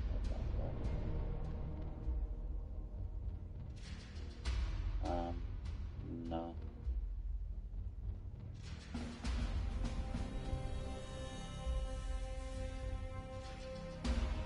Aren't all of them supposed to have knockback? What the fuck?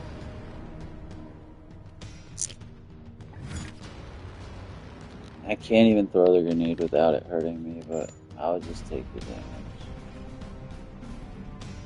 It's not gonna knock them off, like, I bet you it won't. I can't believe I can't throw this with, I can only throw it with it hitting, but it won't target them. It's so strange. Whatever. Whatever, dude. I hate that. Oh my god. That's so wretched. Nothing I did worked. Nothing. What a fucking drag. What a dragon. Yes, Commander. Yes, Commander. My blade Now everybody's is like yours. so freaking far away. They can't even do anything about it. What a fucking drag. I gotta reload, but that was so disappointing. I really thought it was gonna be super fun. Your orders? That's such a fucking drag,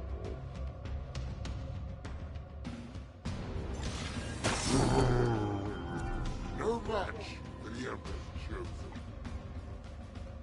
dude. Oh, we have 2 AP. We have 2 WP. Why can't we use what? Oh my god. Because my grenade, the grenade I threw, the grenade I threw fucked it up. Oh my god. You will not stop me. I'm gonna make this happen. Can't stop, won't stop.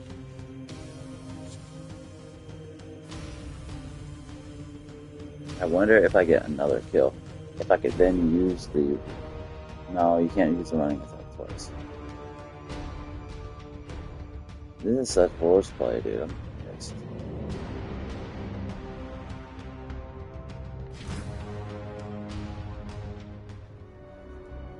I'm gonna try one more. Come on, Casty. Make it happen, brother. Alright, let's try having it be almost dead center. Just like a fucking hair to the right, so it angles them that way. Because it was really close last time.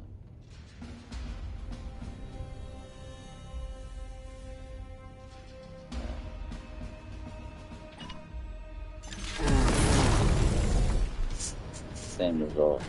Exactly the same. I must refocus. Not exactly, but very, very similar. Where they landed is exactly the same. Where I landed is not. Well, maybe it is. I don't know. I tried. I am here to serve.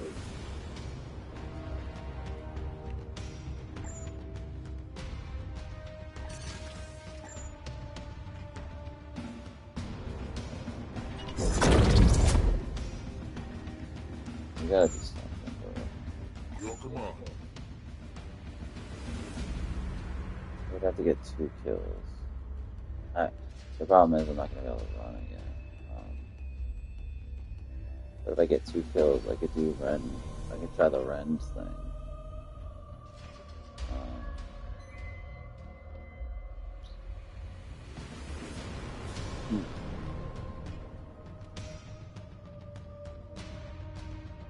I don't even know how to get 2 kills. I'm gonna do Force Break. It's just. I tried super hard. Yes, Commander. I don't even think I can get them to help do anything. I tried. Now, brother. I tried just for the fun of it. Here. I tried all different things. Oh, fucking dead. Oh.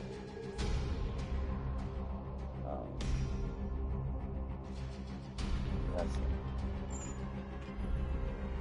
It's so whack that this grenade does not. That this grenade doesn't have any knockback. Dude. It would be so fun. Opening fire.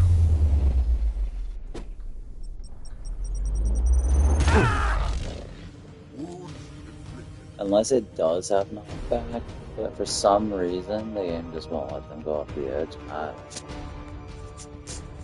It doesn't seem like it has knockback. It sucks that he doesn't have another hit. Because I could just kill him. Alright, he has 3. He has 3 AP. Does he get AP from melee? For melee crits? I wonder. It's just, there's nothing. He's got 3 AP, it's not gonna be enough because even if we get 2 kills, he's only gonna have 1 AP, which won't be enough to get here. I was thinking if we could like get here and then use Rend, because Rend has knockback.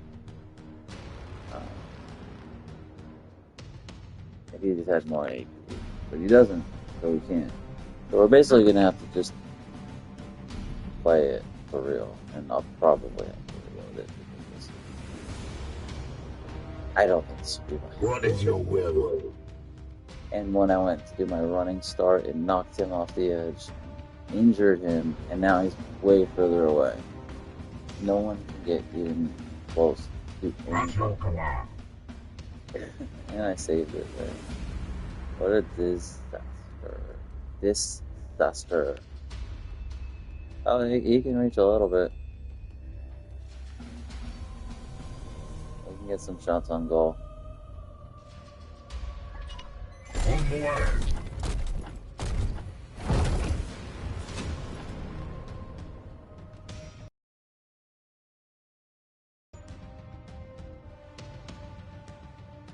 This is so ludicrous that we can't find one damn thing that has knockback.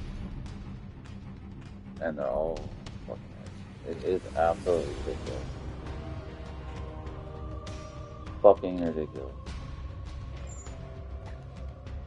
Ooh, psychic on time. Ooh, sweet, sweet, sweet. And he could, he kinda needs that too. See if we can get him all.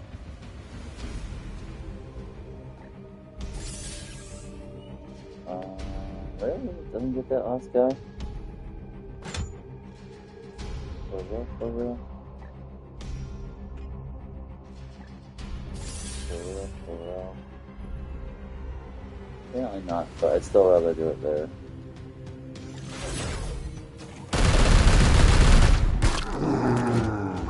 required. At least he'll get the XP because Keslan obviously can use it. What is your will?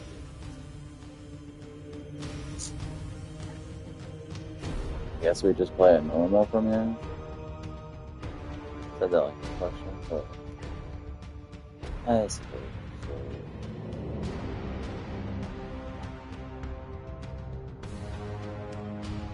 I don't know how high his crits are.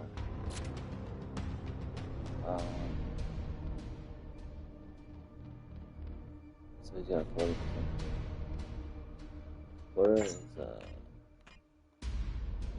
range crits like?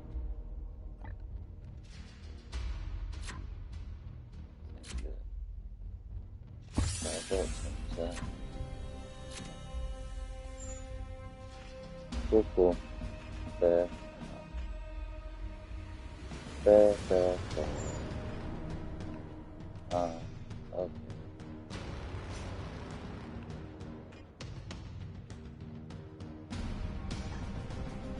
Yes.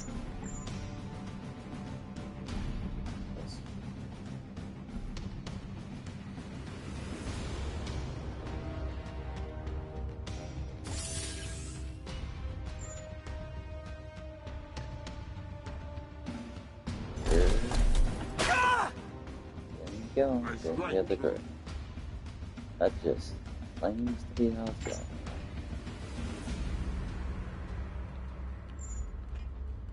Yours? Serious? Yes, they are.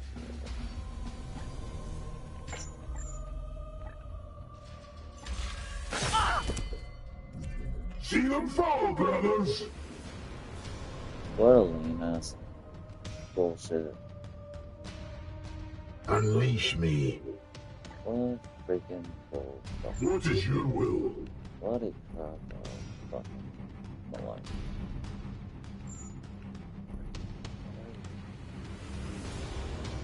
Every time, it's always on some fucking malarkey. I tell you, dude, this is what I call utter horseplay. Yeah, it's worse than regular horseplay. It's utter horseplay. Books don't have udders. You figure that.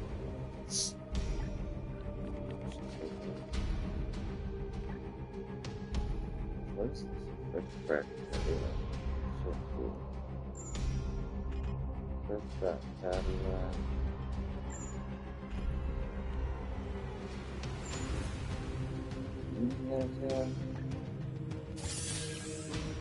Nope.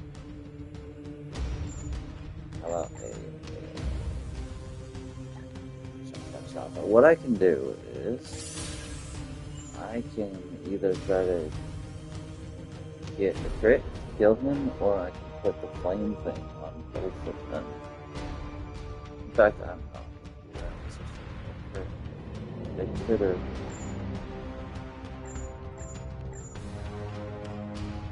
Come on, man. Come on, Casper. Slaughtered. He's still gonna get chopped up, but it's okay, dude. So pissed. Is so pissed. I'm trying to think if we should like, if I put him like up here somewhere, if the Overwatch will actually hit. But it angles it so weird though, you know, like lower there. Let's On the way!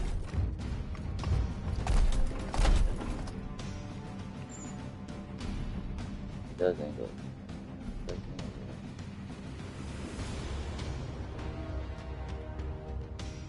Hopefully we get it. Got this weird ass shit. Taking for that and just want it there. I'll just put it like.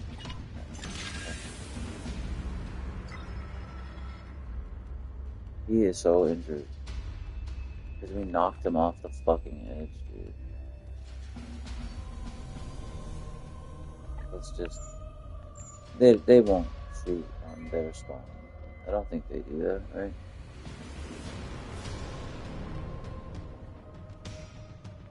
Learning now.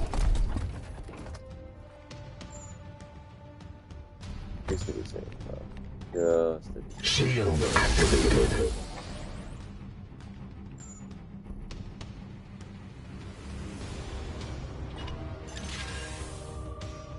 Attack! Kill them all! Eat this! It bleeds! It bleeds! It is their will!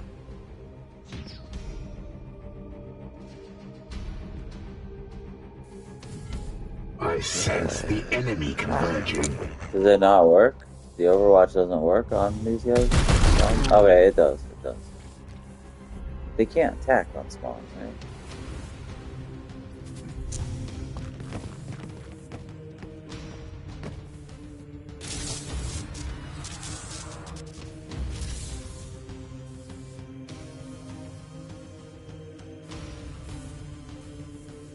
Yeah, I don't know why it has when it has that, it says normal when it's between things. Like I try pressing that thinking maybe that means it'll speed up their process, but then it scares me that it might change the difficulty to normal. I am here to serve. Vortimer, Your orders?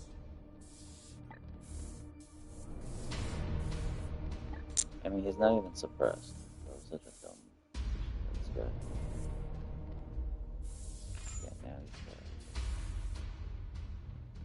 Yeah, he's not really that great. But we still love him. He's fucking gas on him, bro. He's a fucking dude. He's like... 5,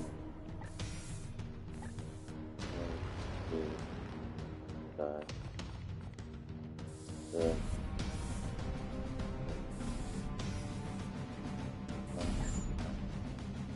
I don't know, bro.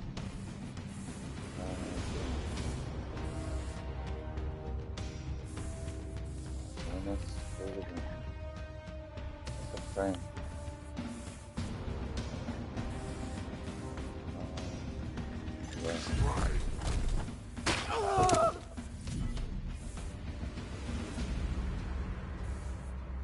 I was gonna Overwatch it, but it's not like the Overwatch would kill anything. So I was just like, whatever. He didn't get his ass.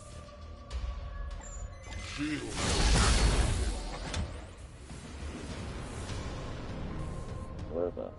Oh, Snapperoo. Right. Peter. standing ready. It was stupid how he took damage on this. This was such a piece of cake. Mission, whatever.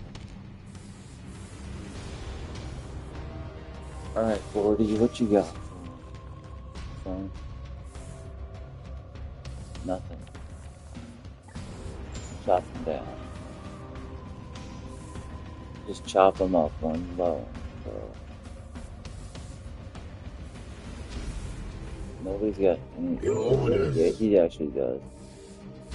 But the problem is, 40 can't get out of there. That is the problem. Brothers, I have marked our target. I get wackadoo. He could shield up, and then, but I think he would get hit by a whole bunch. But we could angle this.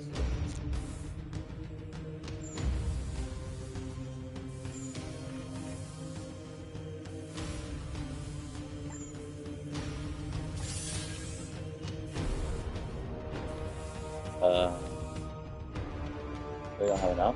We don't have enough. Oh my gosh. Brother. Oh, brother. Oh, brother. Oh, brother. Oh, we can get one. But the problem is, we really risk getting hit at all. But, was it? The Titan!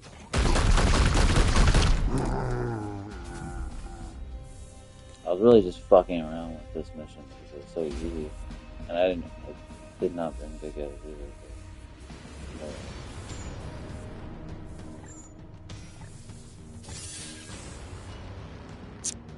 this does not have a friendly fire then. There's no friendly fire on it. Okay, good. I'm glad it won't kill that guy actually. Is there any more of those dudes here? There's not one.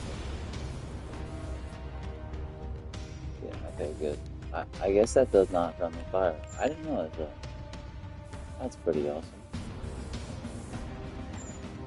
Another reason why Onslaught is pretty dope. For the Emperor. I guess it doesn't because you can like actually aim to not hit your homies. So nice. And yeah, we can reduce him anyway. I love Moses. You see Moses? Gozer. Gozer. Gozer. Plan. I'm not mistaken. Oh, he gives a little wackadoo right by him. What a joke, bro. What an absolute bonafide Ready to serve. jokester. Who's not boss?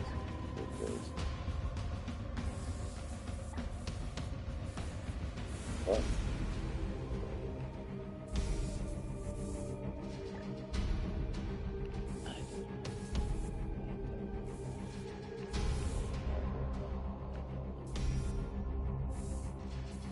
What about this Castellan run? Actually, we can't see that. But... yeah. Can you hit at all?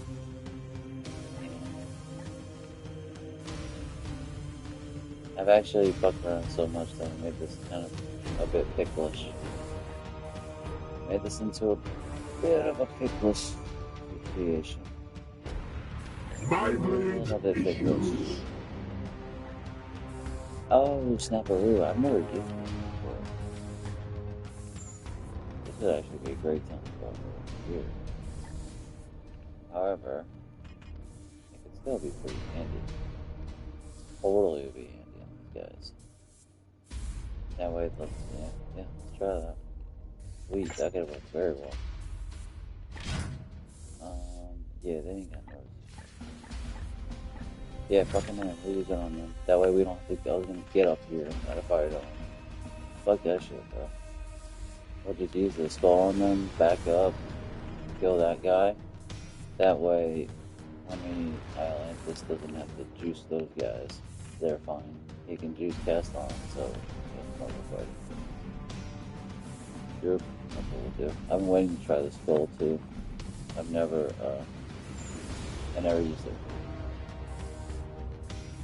It can hit all of them, I guess, but I mean, I guess we'll try. It doesn't really fucking matter.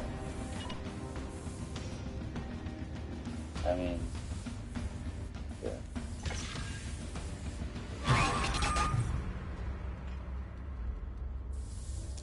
So that means that none of them will range attack. They will all chase after the guy who spawned it and try to melee attack it. So it's a great thing to like set up Overwatch. If you've got guys that can potentially shoot you, hit them with that back up. I've never used it first time, but from what I imagine. Yeah. Unleash me. Praise the Emperor. Here. Cool.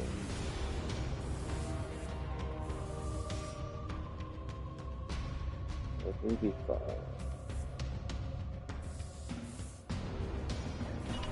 Eyes over. This one will fall.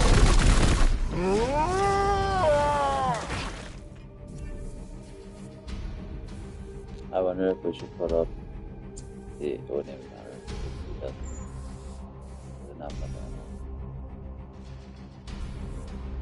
I would say put up an Overwatch, but He doesn't have damage. Oh, no. Yeah, he could. Yeah, never mind. I was thinking he had 2. I don't even think that's worth it. I think I'm just gonna like get as far from him as I can because I don't think they'll be able to get to me and attack me with melee if I go literally as far as I can. And they should not attack me because they're enraged. So it would be cool if I had more juice left. Be to like back up here and shoot this thing so that I can run through it. But yeah, I'm just gonna I think that'll be fun. With me, my brothers!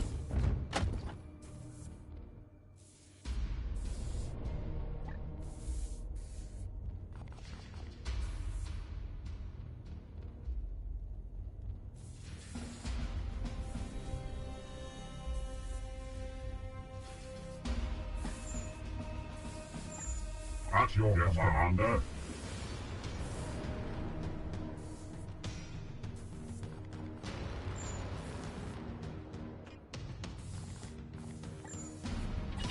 Now, brother, take action! The angels shall fall!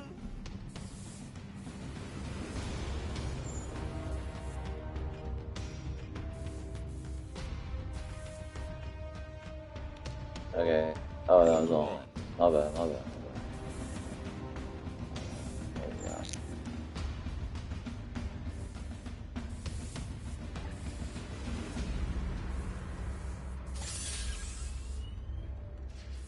Why does it not do any more damage?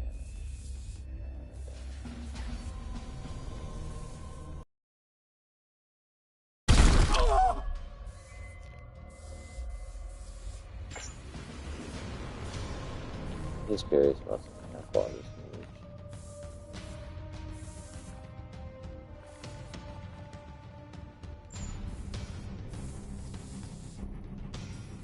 Nope.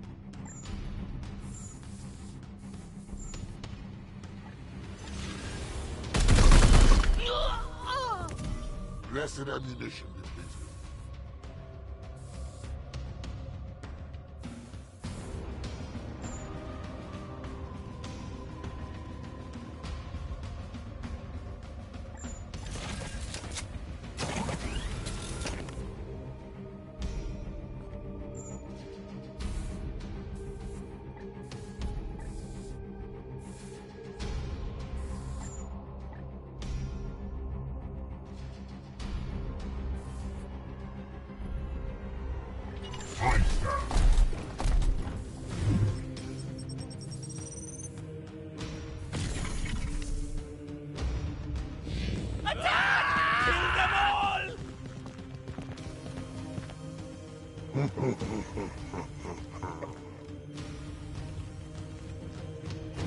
Yeah, I didn't think they could get to him and hit. I think I kind of planned this out perfect.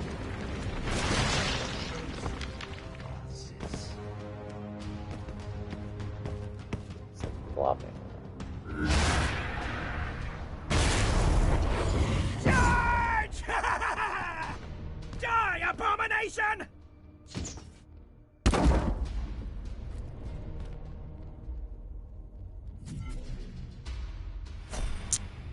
I actually did that perfect. We did not take any damage. Beautiful thing. Beautiful, girl. Beautiful.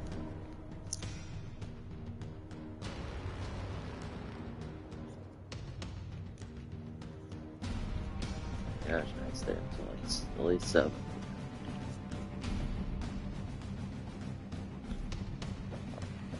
No, I'm gonna get the heck Here.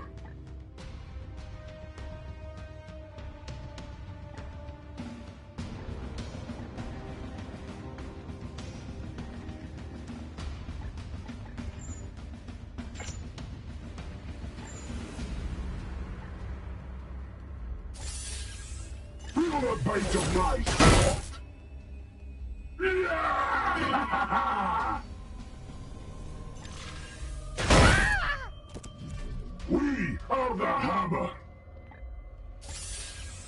with you.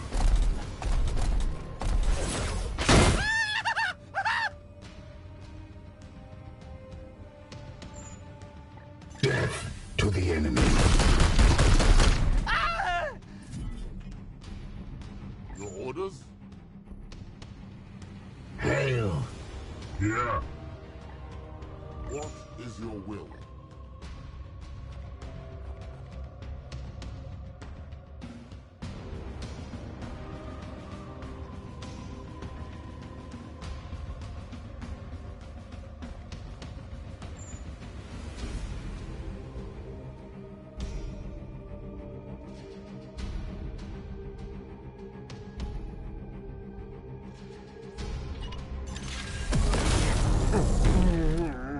I finally got one. Get blown up. Finally got one.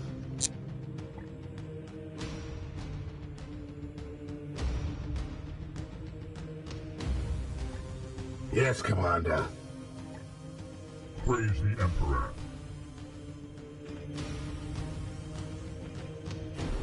I didn't see that.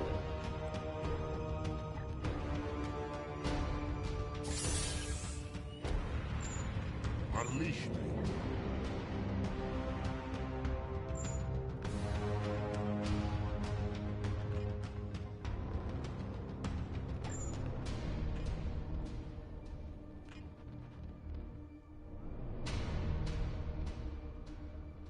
My blade is I love yours. it.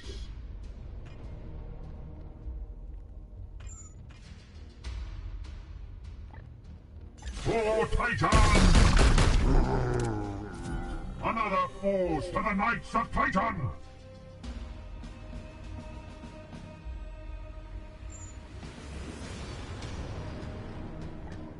Aye, sir. Empty.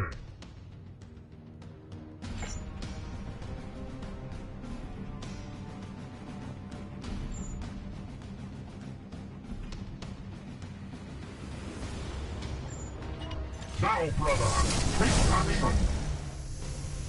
Pain is resisted.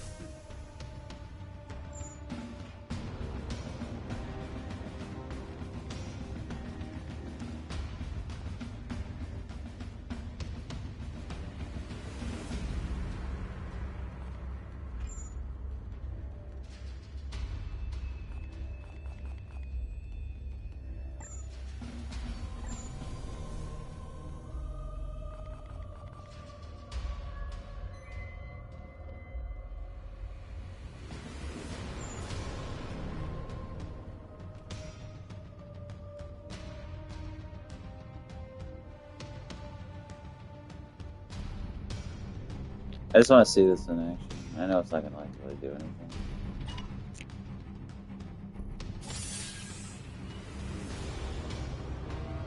I don't know what a work card's supposed to do. I will handle this corruption. The enemy is wounded. Oh, that's dope, man. So if they get burning, it lasts forever. That's actually pretty awesome. Pretty cool. I mean, you don't really want them to last so long, like fighting, but that's pretty cool.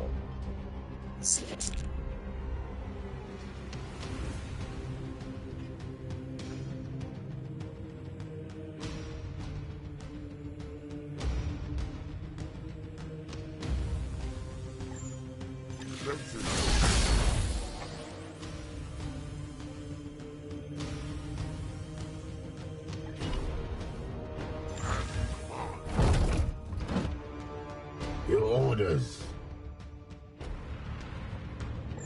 Their fire will be useless.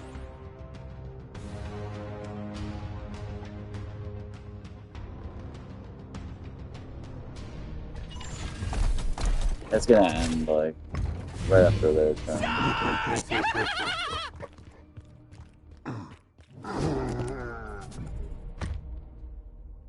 Oh wow, he auto killed them. That's awesome, dude. Yeah, he's a beast if you try to fuck with him. Yeah, that's right. If you try to melee him, he burns I you am the and Emperor's melees you back. fury. He is not one to be meleeed. Recovery sequence initiating.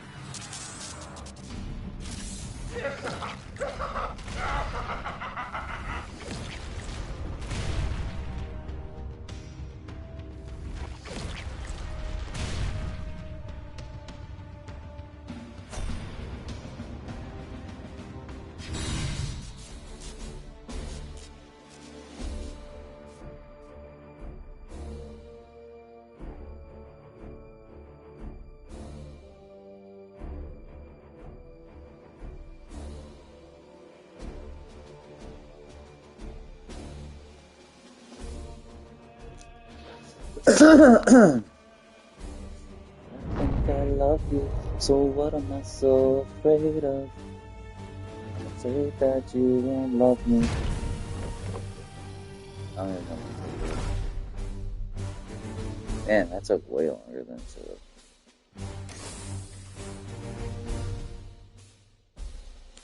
We should have collected a ton of reds. And we did get a ton of reds. Yeah, I'm guessing when you're in good standing when you're in high standing with the high opinion with the Grandmaster, and you get +1 requisitions, I think that might mean for Glorious Deeds. I don't think it means in general. I think the reason why I got 3 instead of 2 is because of my standing with the Grandmaster. That's my guess, because I haven't seen like extra otherwise. Like there's no, when I look at the count, it's like I didn't get 5. I got 4. So and +3 Glorious Deeds, like that seems high. So I think that's what it is. You get +1 requisition for Glorious Deeds. That's my guess.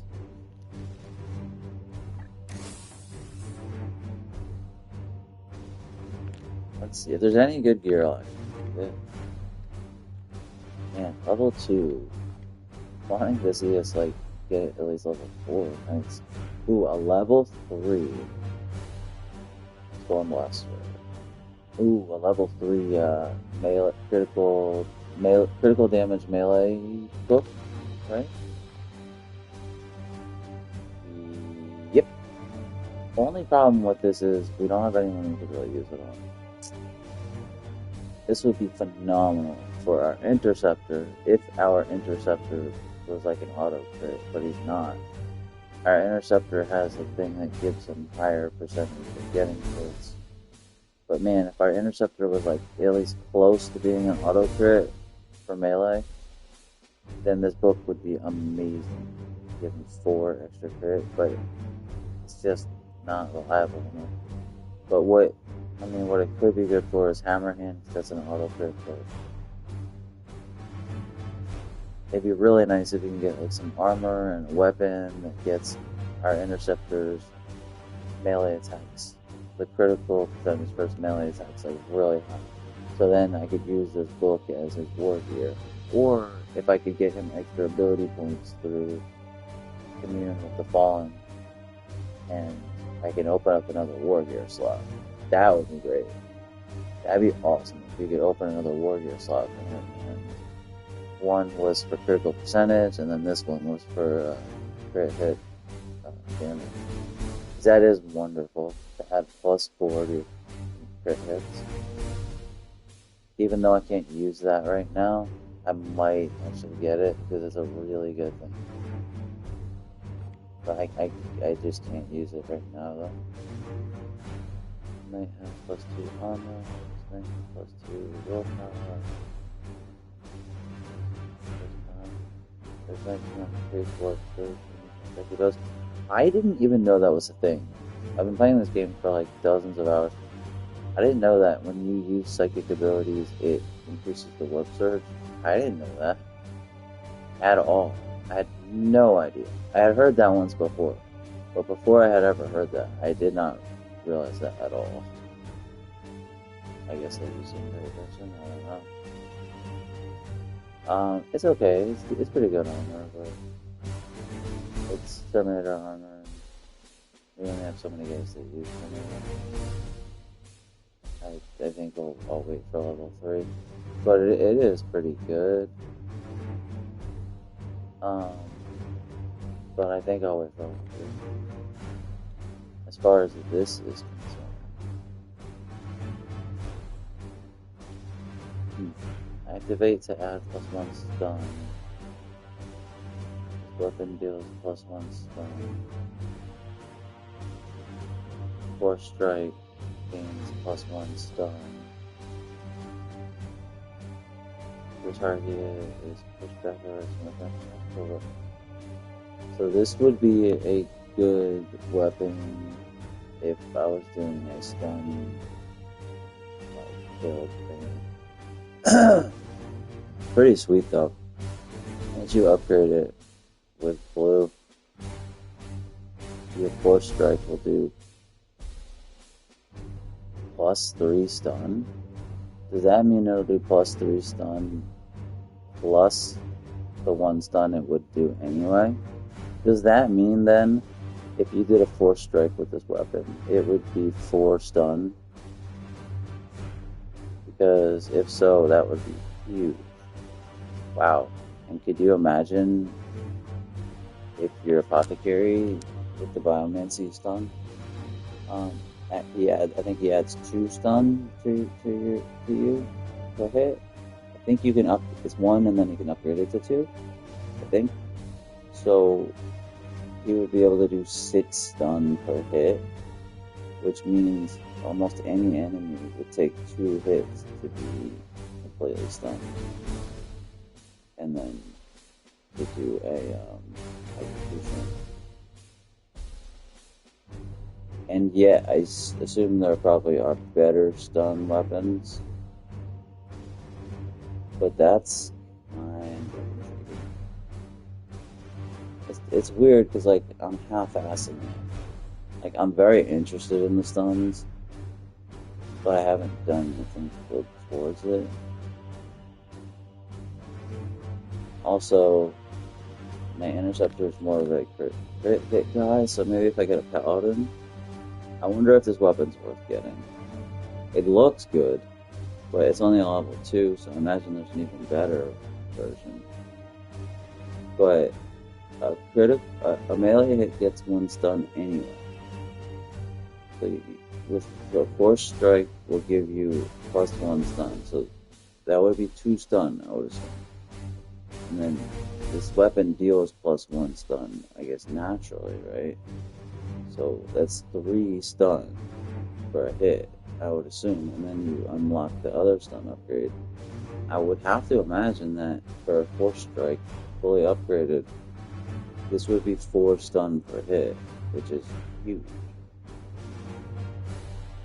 Right? That's what it would have to be, right? That's so fucking tempting. I really want to start getting stuns. I want to start getting execution. Maybe the chaplain would be good then in that case. If you double stage HP. I really would like to start to try to get execution. Because not only is stun theoretically good for execution, but it could also be really good for like very, very strong enemies. Like let's say very, very strong enemies. Let's say they have a stun of like 12. Maybe it's higher, I don't know. But if they have like 5, like let's say they have like 6 armor and like 20 health, you would stun them with this probably before you would actually kill them, like their health. So stun also could theoretically be good to like kill really strong enemies faster, I would assume.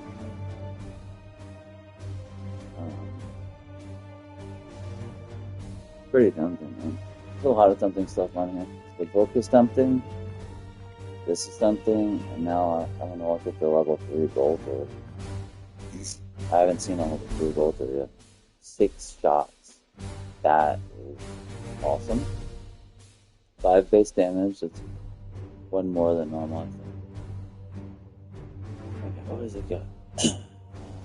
Activate, Overwatch, alright, plus 15% crit natively, that's solid. Nothing great, it's good though. Plus 1 crit damage, that's good. 5 base damage, I think that's one more than that's normal. I think the starting bolters have 4 base damage, so overall good. Let's see the upgrades. I would expect this to be better as a level 3. So you can upgrade it to have plus 1 crit, so it'll do plus 2 crit. You can upgrade it to have plus 10%, so it'll be 25. So it'll be plus 25% crit percentage, plus 2 crit damage, and it would be a whopping 8 fucking ammo, which is a frig ton of ammo. Ooh la la. Okay. Question. Tell me what you think about that. Tell me what you think about the cat and the rat. Also, Castellan Garen Pros. Castellan Pros Stormbolter is awesome. It's better than this. This is a tier 3 bolter. His is better. His bolter, I think, does 6 damage per shot. Yeah, it does 6 damage, I think, and it has the 25% crit percentage. It has plus 2 crit damage, and it does 6 base damage. So it's basically the same exact thing as this. I think it just has less ammo, and it does 1 more base damage. So he has a really good freaking bolter. That's why it's kind of weird. Like, people complain you can't upgrade his gear, and I get that. The sucky part about that is, like, you can't upgrade his gear to, like, go for a build, but his base gear is basically maxed out tier 3 gear anyway.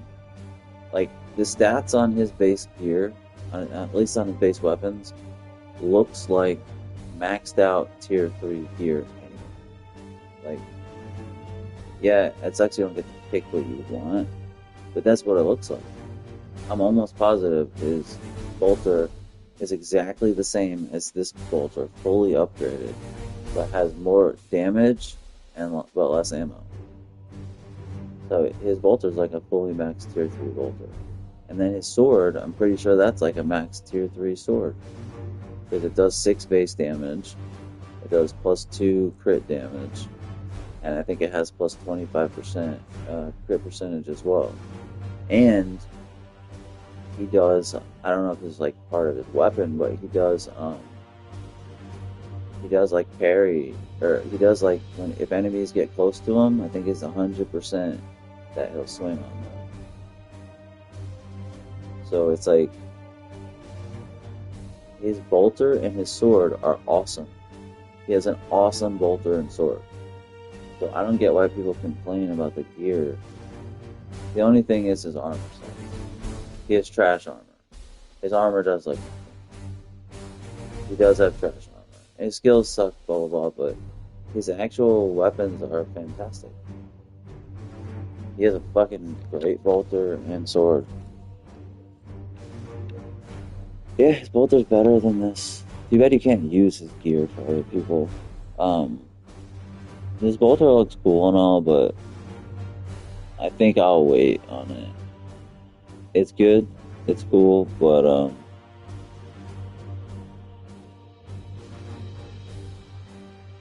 I think I'll wait. It's not like blowing me away. Actually, it does blow me away. It has 6 ammo. I'm wrong. It's actually the ammo. The ammo is the draw on this bolter. If you upgrade this bitch to 8 ammo,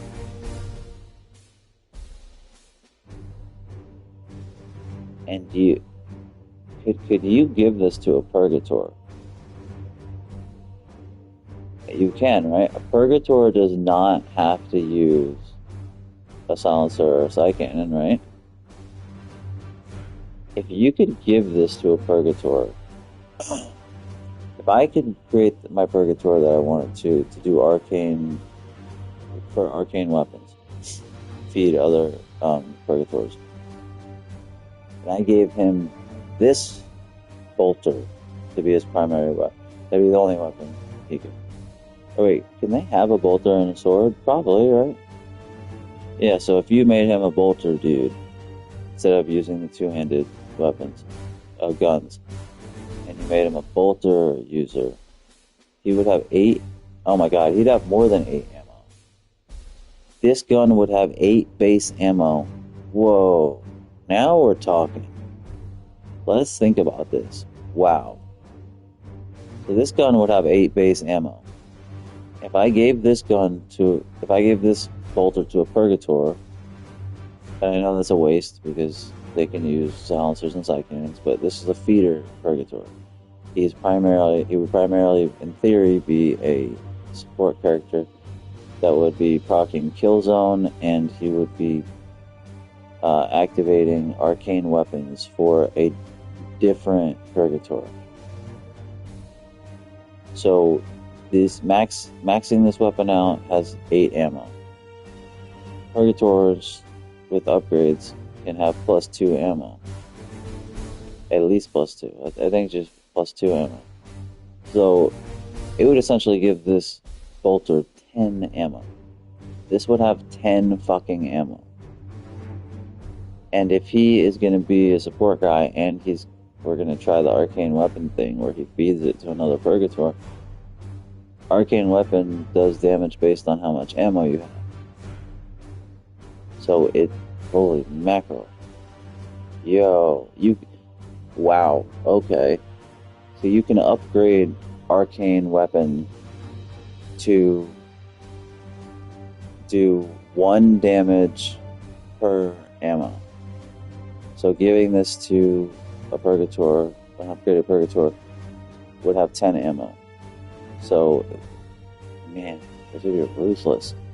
So the arcane weapon would add 10 base damage to another character's shot. And then it does per 2 ammo, it does 1 crit damage per 2 ammo, I'm pretty sure. So it would then do 5 crit damage. So wow. So the arcane weapon would add 10 base damage and 5 crit damage to another character's shot. So if he were to have this fucking gun and he were to do proc arcane weapon and he were to give that to another Purgator who had a silencer or a side cannon, that means every shot or character targeted, if you had a side cannon with onslaught or a silencer with scattershot, every character targeted would at minimum take +10 damage.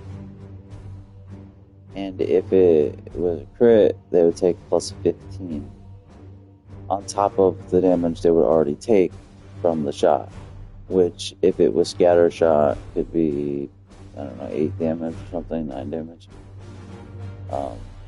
6 damage at least. So, and you can target, you can get like at least like 3 to 8 enemies in a scattershot cone or in a onslaught AoE.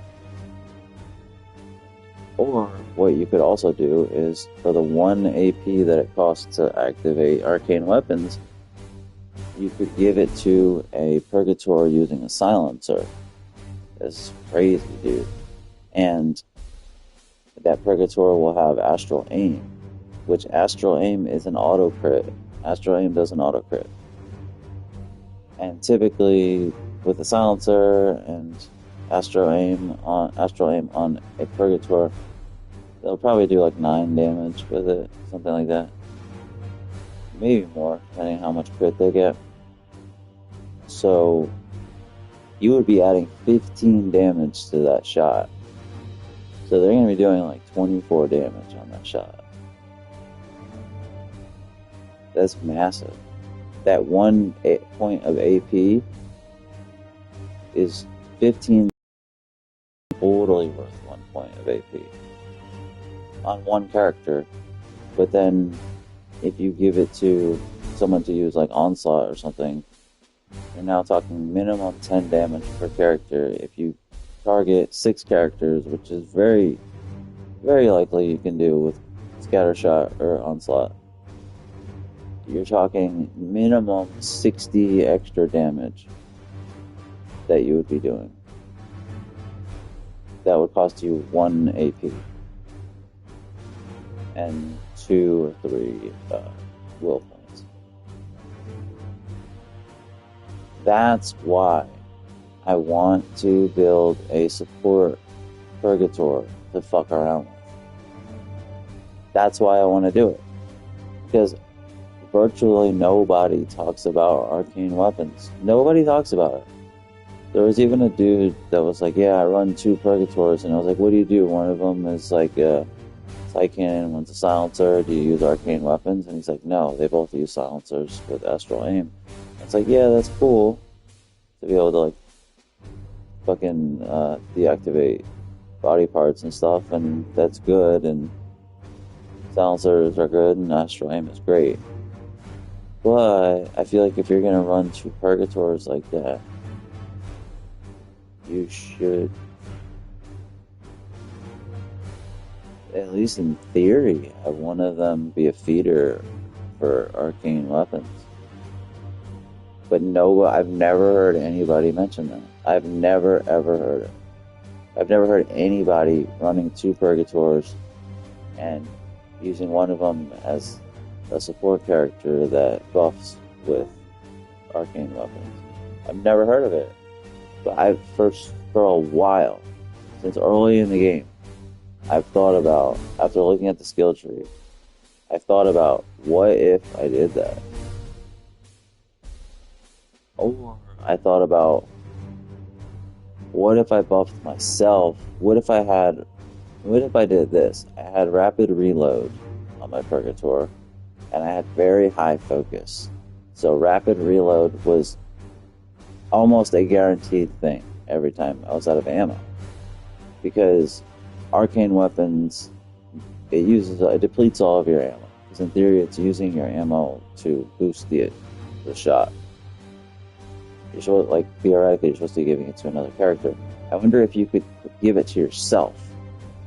If you give arcane weapons to yourself, and then if you had rapid reload, but your focus was so high that your rapid reload was basically automatic every time, then you could hit the arcane weapons, give it to yourself. It would cost you the 1 AP. It would use all your ammo, but you would automatically reload, so you would then be able to take that shot with the arcane weapons. Like, you would be able to buff yourself. And that, whereas previously that wasn't very super great or realistic, is because arcane weapons would deplete all of your ammo. So in theory, it's like if you wanted to give it to yourself, which I don't even know if you can. I'm assuming you can. All of your ammo would be gone. You'd have to reload and then shoot. So basically, you would use all 3 AP just to get that 1 arcane shot off, which means you'd have to already be in position to hit, and assuming you'd want to use it on an area of effect attack, so you'd either want to have them within cone damage range or within the circle range. So you likely wouldn't be close enough, unless you had a librarian to bring them close or whatever. But it's just not super feasible to have to like proc the buff, then all your ammo's gone, then reload, then fucking shoot your entire turn. It would take your entire turn, and you can't move. But if you have rapid reload, it's just buff yourself, rapid reload. Now you still have 2 action points. Now you can run up in perfect position, and use that nasty scatter shot that's going to get plus 10 or plus 15 damage per fucking character. But I don't know if you can give it yourself. Also, there's things about the game I don't know because I'm not experienced with it. It's my first time playing. I heard that rapid reload works with other weapons. Oh shit, you know what the problem is about giving it to yourself? If you give it to yourself, that means you'll have to use, until I could find another weapon, until I could find like a side cannon or a silencer that has 8 ammo or better, you would have to use a storm bolter. So, but if you can find like a silencer or a side cannon that has like 8 or more ammo, in theory, you could get rapid reload and up your focus. I'll never do that though. I'll probably never do that because I don't understand focus yet. I know what it does, but I don't know where my focus stat is. I don't really know how to get it higher other than like I've seen some gear that ups it. But it's just one of those things where I probably wouldn't mess with it because I don't really know how to like fuck with focus. But for other people who are more knowledgeable, that's a really cool thing for someone to try out who like has played the game multiple times if they haven't done it, to try to get rapid reload and try to buff yourself with arcane weapons and have your focus super duper high so you always reload and become like a one-man killing crew. That'd be a cool thing for someone to try. And like get your fucking crit damage up and get your crit percentage up.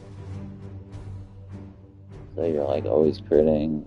So then you'd be adding like 15 damage to like an AoE shot. But my question is, do those AoE attacks have crit damage? Because I've never noticed it. I have a lot of good theories, but there's a lot of things I'll probably always just theorize and never try. But I swear, man, arcane weapons can fucking be deadly. I swear, it seems like it can't. Nobody uses it though. Because it's not an easy thing to do. You have to like really invest in it. It's not easy to do. But damn, now I'm tempted to fucking get this just to play around with it. But I don't think I'm gonna get it just now because nobody has arcane weapons yet. I don't have anyone even close to being able to like do that build. So I think I'm gonna wait. But damn, dude, that is so fucking tempting. I'd really like to get as a reward, as a character reward, for mission reward. I don't know how high the character levels can be, but like I'd really like to get at least like a level 4 Purgator from a mission reward, and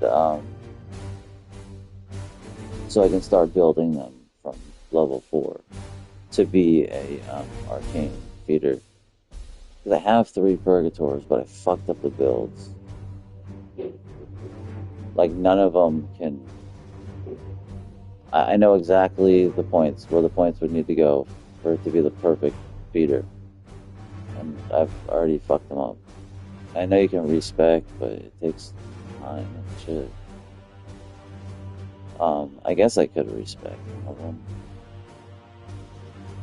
But I really, really, really want to try that. Like, just go to a fucking pod that's like all bunched together that just spawned of like high level enemies and fucking have them all within the cone have somebody have kill zoned them all before that, and then give arcane weapon and just like fucking blast all of them. Kill like 9 like Plague Marines or Terminators like fucking in one shot. That'd be so fly. I think it's a good theory for people to try, personally. I think more people should try it. I feel like most people ignore arcane weapons. But in theory, it's based on how much ammo you have. And honestly, there's probably guns that you can get even more ammo on. My guess is that 8 is not the limit. There's probably a gun out there that you can get 10. Because silencers come with 5 ammo, I think, as base. Maybe. So a high level one could easily come with like 6 or 7 maybe as base, maybe even 8. And then if that had extra ammo, like I could see you being able to find a silencer that had like 8 base ammo maybe, and then with a 2 ammo upgrade, and then you give it to a Purgator who has +2 ammo, and then you're talking now you have 12 ammo. Now you're talking that you can do 12 extra base damage and 6 plus 6 crit damage. So now you're talking a potential +18 damage per shot, or per enemy targeted on fucking scatter shot or onslaught. You're literally talking +18 potential damage on, and like being able to hit potentially 6, 7, 8 enemies. Like you're talking almost like 100 extra damage points you could potentially get with arcane weapon in the right scenario. If you add up all the extra, each character you're hitting with it. It's a fucking intriguing thing, man, and nobody seems to fuck with it. It's very interesting to me. I feel like you could probably run a 2 Purgator team. Like maybe 2 Purgators, a Justicar, and an Interceptor, and have the Purgators be doing the arcane weapons shit, have the Justicar feeding the Interceptor AP, and have the Interceptor just be like super high crit, super high melee crit, and maybe have the Interceptor be a support fire beast as well or something. And I feel like that team could probably wreck.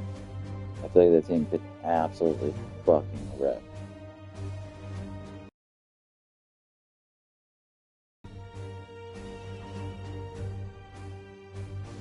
I feel like that can be like an absolute kill team. And then your Justicar obviously would be a support character and a feeder, but he also can be your tank. And then the Interceptor would be a melee monster, a teleport and melee monster who would be getting fed from the Justicar, be getting fed AP with another chapter, and then the 2 Purgators would feed off each other by the one feeding the other one arcane weapons, and the one that's feeding the arcane weapons would also be kill zoning for everybody. And then also you'd have astral aim, preferably on both of the Purgators, so you could remove like body parts and stuff from enemies, and I feel like it would give you some enough flexibility. Interesting. And then I would probably put a really high level staff with passive will points on my Justicar because it'd be very unlikely that he'd be doing melee damage. So the Aegis shield that it would give him automatically would be really helpful. And then giving him passive will points would be great. He needs will points to be feeding the Interceptor. So giving him like a weapon like that, he's not going to be doing much damage with the stab. So I feel like a stab with passive that gives passive like points is a great thing for a Justicar. Or you give him like a sword or something so he doesn't get meleeed, but I think like a stab or something. Be really interesting. Very interesting. I really, really want to try my arcane weapons thing, but I just don't have a purgatory that's close. But it's a long game, so we'll hopefully get there. I also really, really want to try the stun thing. It's crazy that this fucking weapon fully upgraded will give each force strike will be 4 stun. It seems like that's crazy. That's awesome. It's only a level 2, so there's probably better weapons still for that. I'm trying to figure out what I should get. There's a lot. All this stuff seems good. Like I almost want to get this fucking Bolter and stash it, you know, for when or if I have a build like that. But I don't know if I can really afford it. Also, I really want this book because +4 crit melee crit damage is great. But the problem about getting it now, we're not going to really use it because my Interceptor he only has 1 war gear slot, and I'm using it for melee crit percentage right now because he's nowhere close to like being an automatic crit. But man, it's such an awesome thing, so tempting to want. +4 crit is huge. But I think it'll show up again. So I'm debating if I should get anything at all, honestly. There's 3 things that I really would like to get, but I might just end up not getting anything, which is kind of insane when you think about it. I'm like, man, this shit's awesome, but I might not get it. If I were to get one thing, I'm not sure. It would be fun. I could maybe get this hammer and start experimenting with stun stuff a little bit. Even not upgraded, this bitch will give me 4 strikes, will still be 3 stun. So like, it will still let me kind of just start to like experiment with stunning and stuff. But it's a level 2, so I feel like maybe I should wait until there's probably better level 3s. It's tough, man. It's tough to decide what to get, when to save your Rex. It's honestly tough. It's tough to decide. Also, with this one, it's like, if you get this one, though, you kind of have to go full stun because it does less damage. Normally, a 4 strike adds 2, like, +2 crit. This doesn't. This adds stun. So, if you're not going to be executing, it's worthless. So it's kind of hard to go, like, halfway. So, I don't know. This is tough, man. Tough.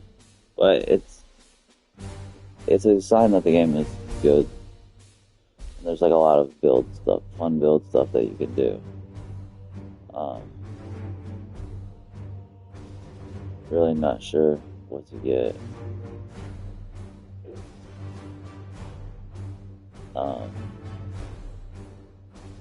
I think I'm just gonna wait. Either that or grab the hammer.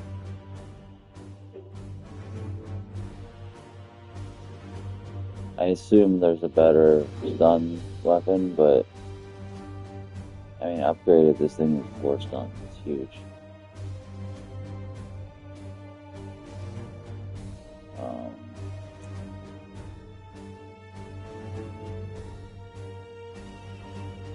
I think I'll wait.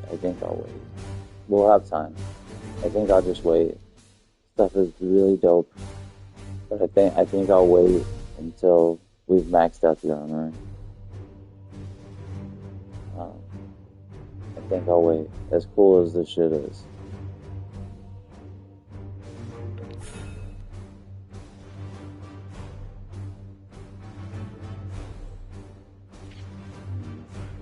That gun though. I'll wait. Unless maybe I should get this bolter.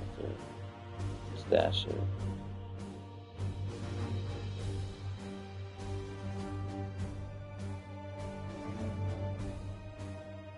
Because if we get arcane weapon for one of our characters, we can immediately upgrade this to be +2 mana. So it would immediately be 10 mana. Or at least 8 if we haven't upgraded the Purgatory yet. And you could pretty quickly upgrade to at least the first slot of arcane weapons. I might grab this. Though I would really rather have... You know what, I'm not going to grab it actually. Because I'm assuming that there's a side cannon out there that has the same type of thing. So I'll wait and see if I can find a side cannon that has like hella ammo. We'll just wait. We'll wait and see. There's a lot of game left to be played. A ton of game left. Nobody leveled up. Castle on XP for that. Do we get like any XP? I'm gonna save the replay. I won't look at it now, but that was weird. Man, I went on a tirade.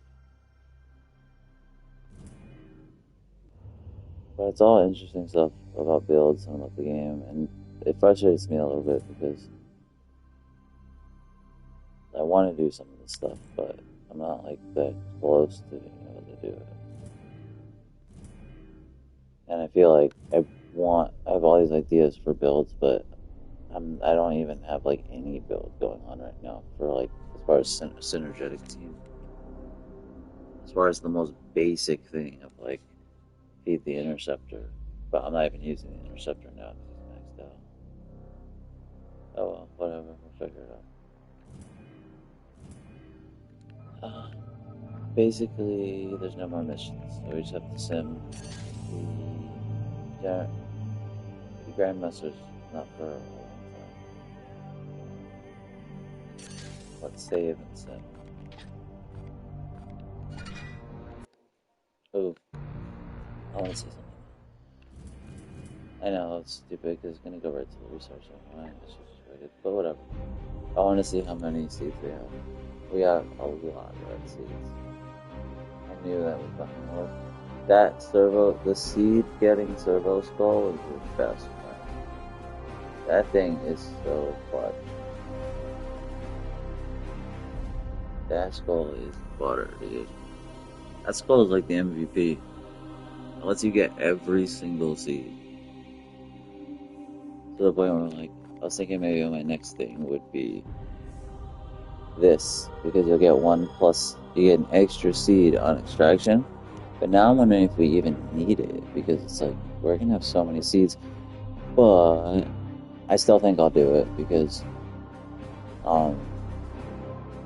you need seeds to upgrade your stuff. So it's like, if you want to just be able to upgrade everything all the time, always, and when you get new gear, be able to upgrade it and not care, you're gonna need like a fuck ton of seeds, so being able to get extra seeds on extraction would be kind of good. And then getting the purity seal thing to cost one less seed is kind of nice. But I wonder if it's going to be necessary, because I wonder if I'm going to get to a point where every single... Honestly, I think I'm going to bring the extractor skull on every single mission. So anytime there's a seed, I'm going to extract it. So I wonder if I will get to a point where like I just have so many fucking seeds that it doesn't matter. Like I wonder if this will be like kind of a waste, or if like certain planets won't spawn that often. Like if for example like purple seeds might be like hard to come by. So when I get them, getting the extras would be helpful. I don't know. I'm really not sure. We'll see. I'm definitely starting to make progress in the game. Oh, very, very soon we're going to get advanced classes. Ooh, I'm excited. I think he does a special call, the Grandmaster, and I think that's going to come like any day. I don't think we have to wait the 43 days. I think that special call comes like real soon. What the hell is the Codex Toxicus? And also, like, where should we put our ship? Should we just sim from here? I have no idea where stuff is gonna pop up. I have no idea where, like, the advantageous spot is gonna be. We'll just sim it. Alright, we finally got our third freaking strategy. I think we have 3 strategy slots. Maybe it's only on prognosticator. Where's she at? 360%? We gotta crank that shit up even more.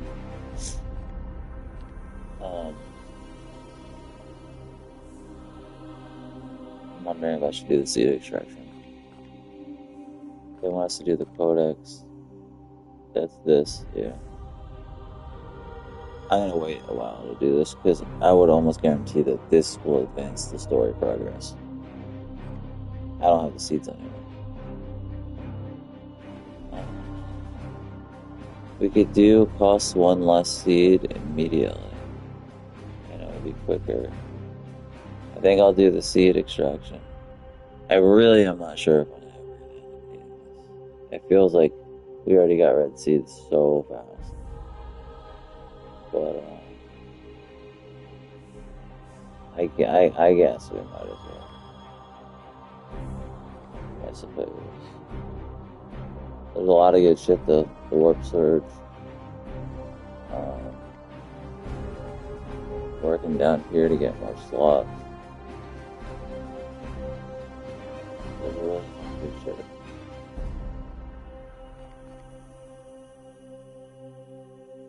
I think we'll take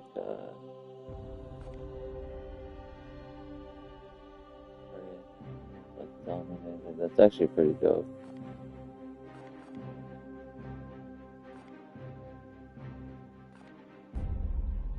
Just want to get more slots. They take fucking forever. Yeah, getting more strategy use. That is a good one.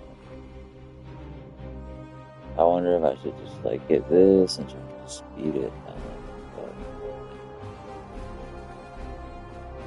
They go fucking alive, dude. I gotta get our research up way faster. I think I'll just do the seeds. I don't know if I'm gonna need it or not, but just in case, if I'm ever gonna get it now, because it'll gain the most seeds. If I wait to get it, it's good. Other thing. If it turns out being something that was a waste, then so be it. But I think I need to do it. and then maybe like warp surge, which that's a really good thing. But yeah, I'm gonna do it. Get those extra seeds. Fuck it.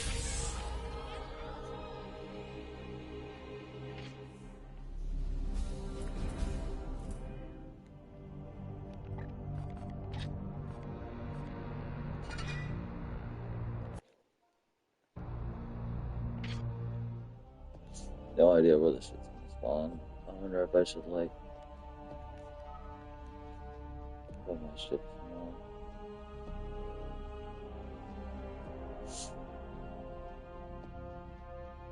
Go here. Hoping one spawns like low, so we can hit it and scoop up. I'll try to.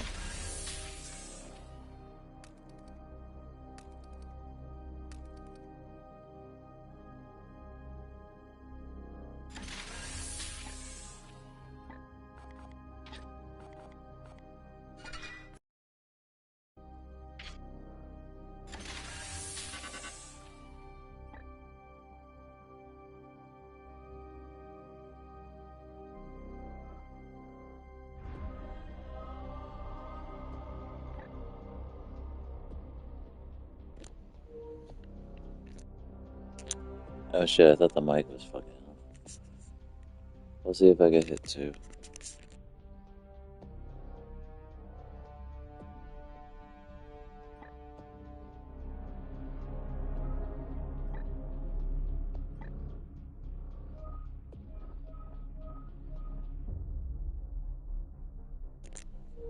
I don't think I can.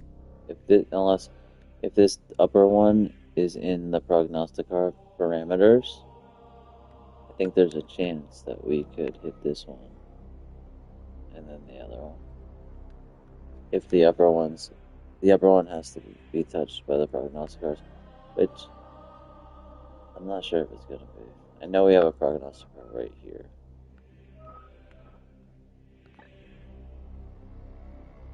I don't think we're gonna hit that. I don't think we're gonna be able to reach that one. I gotta get the last speed upgrade, man.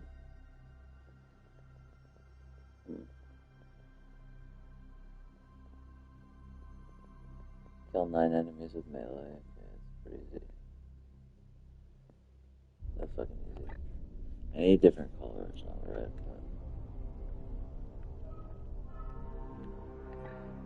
But I can't even hit it straight up. And it's not within the prognosticars. And okay, I don't understand when it has this like colors coming off of it like that. To me that looks ominous and like it's spreading. I don't know what that means.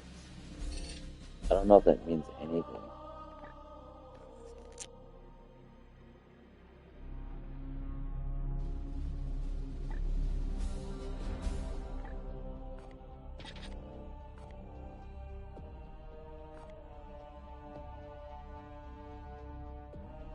I gotta reload it, bro. If I can only hit one, then I don't want the one that I can't hit to like throw a three bloom down.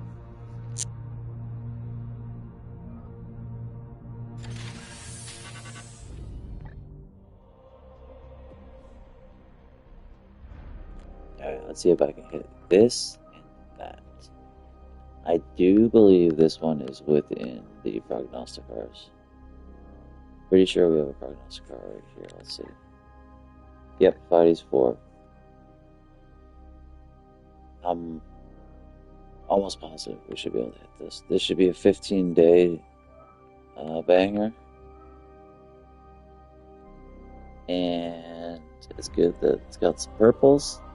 It's nice. It's got more red, which we don't need, but it does have purples, which is good. It sucks. Oh, yeah, wait. Why is this flashing if this isn't a planet? Is that what this means? That this is gonna add stuff to other planets? That is what it means. That's what it freaking means. It means that this is a really gnarly fucking bloom plague. And it means that if you don't stop it, it's going to actually add a bloom level to other nearby planets. That's filthy, bro. What filthy animals? This plague. This plague is a bunch of filthy animals. This seems like a very favorable setup. I mean, that's all on the assumption I can get to that prognosticator, which I'm pretty sure I can.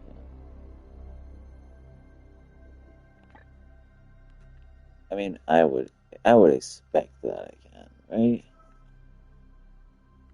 I know this is not the ideal route, but to me, it looks like it's only one increment off. Like, the ideal route would be probably this. But it doesn't look like it's that much farther to just hit this up. And this, if this one's on a prognosticator, this should be 15 days. If I can't get to this from that one, I'd be pissed. Yeah, I'm pretty sure I can get it. 14 days on it. I don't know why it's 14, not 15. Usually it's 15. But it's 14, and then, I don't know, what is that, like 3 days left?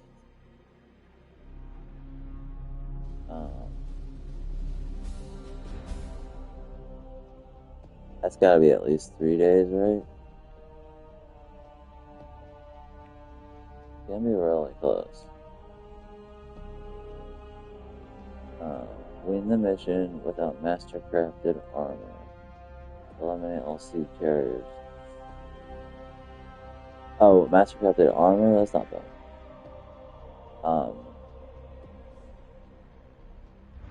Yeah, that's not too bad. That's fine. We get a grimoire. We really need servitors. Servies.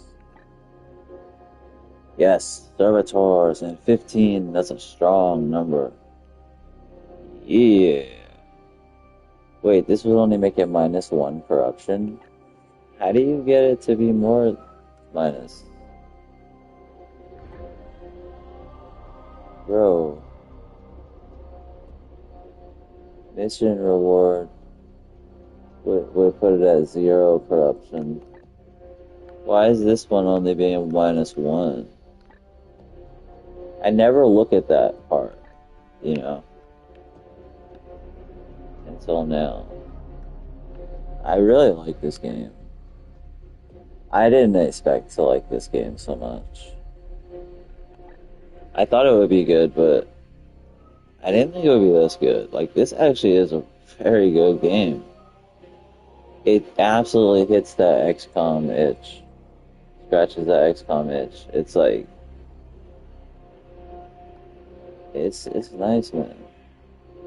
Yeah, certainly we should be able to hit that.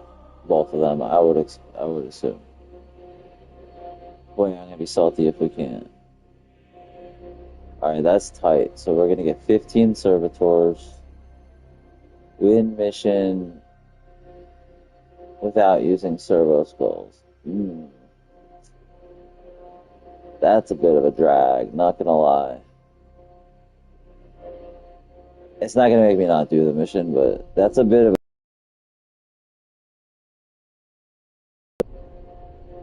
I'm not sure if we have any yellow skulls, any yellow seeds, so we really need them.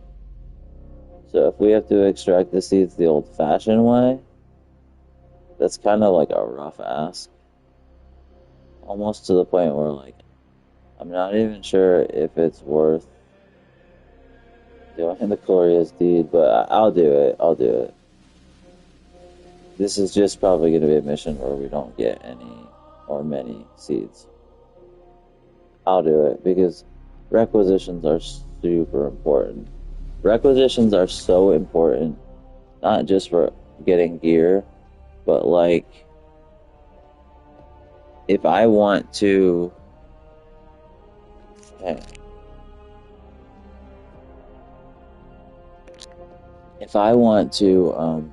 min-max and get extra ability points for my dudes, I'll have to unlock the ship upgrades, commune with the Fallen, and then I'm going to have to kill off knights, right?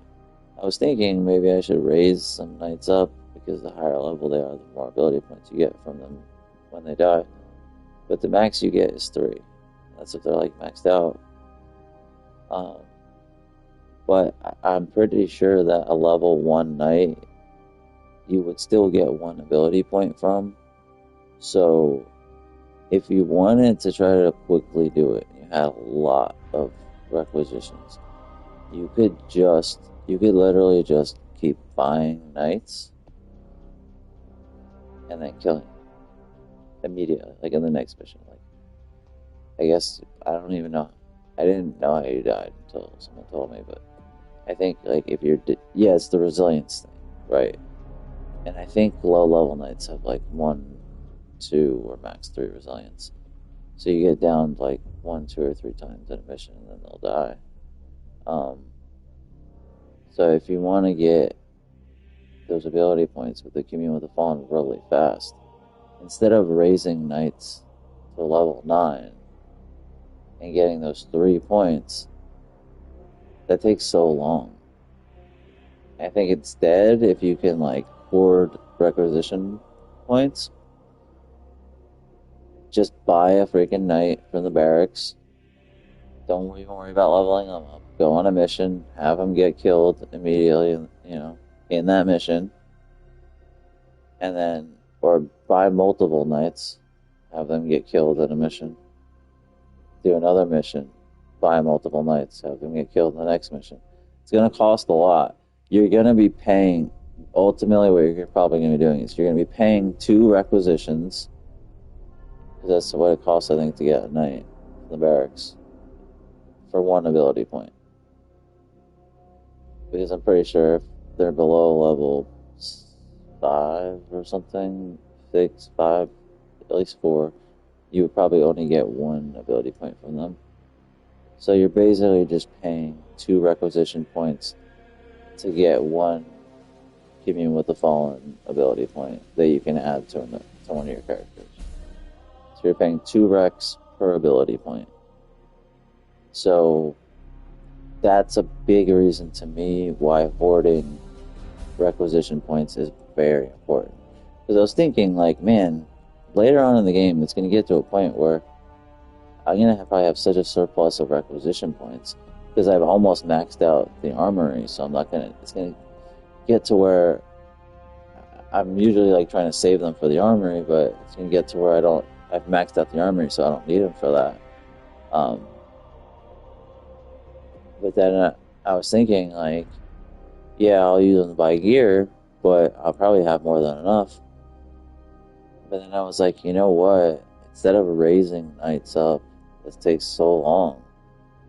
I could just buy knights, kill them, buy knights, kill them, buy knights, kill them. Yeah, I might only get 1 ability point per killed knight, but every single mission, I could kill 1 or 2 knights that I just bought. So I could get 1 or 2 extra ability points per mission.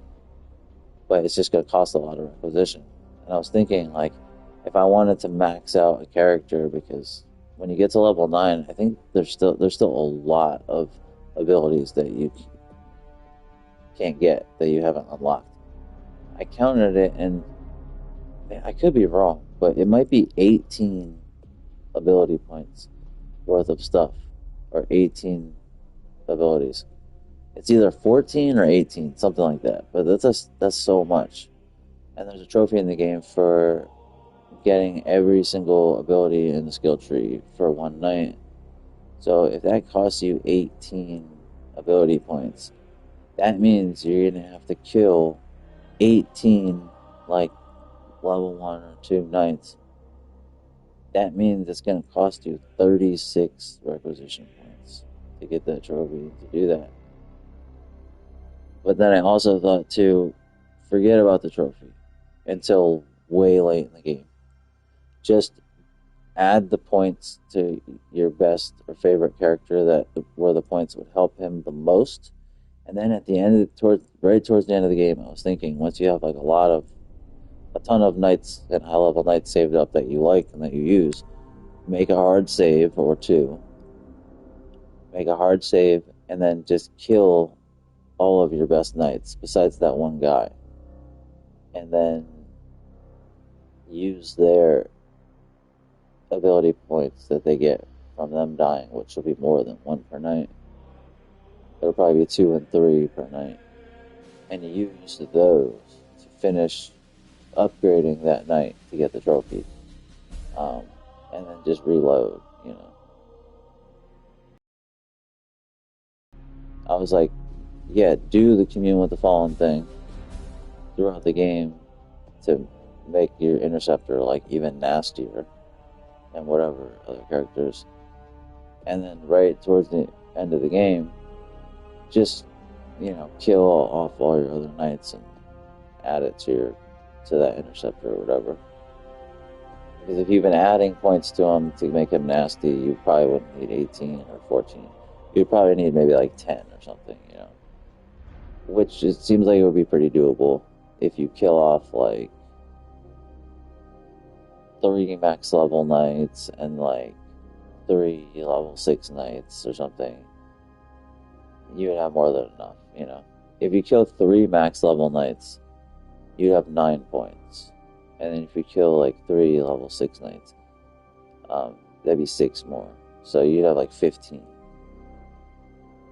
So assuming that, so you probably will have enough from just your whole crew of knights by the end of the game to literally just save, do that, and then go back, because you don't want to kill all your knights permanently. If you just want the trophy. But I do want to be adding ability points to some of my favorite characters to make them even more powerful.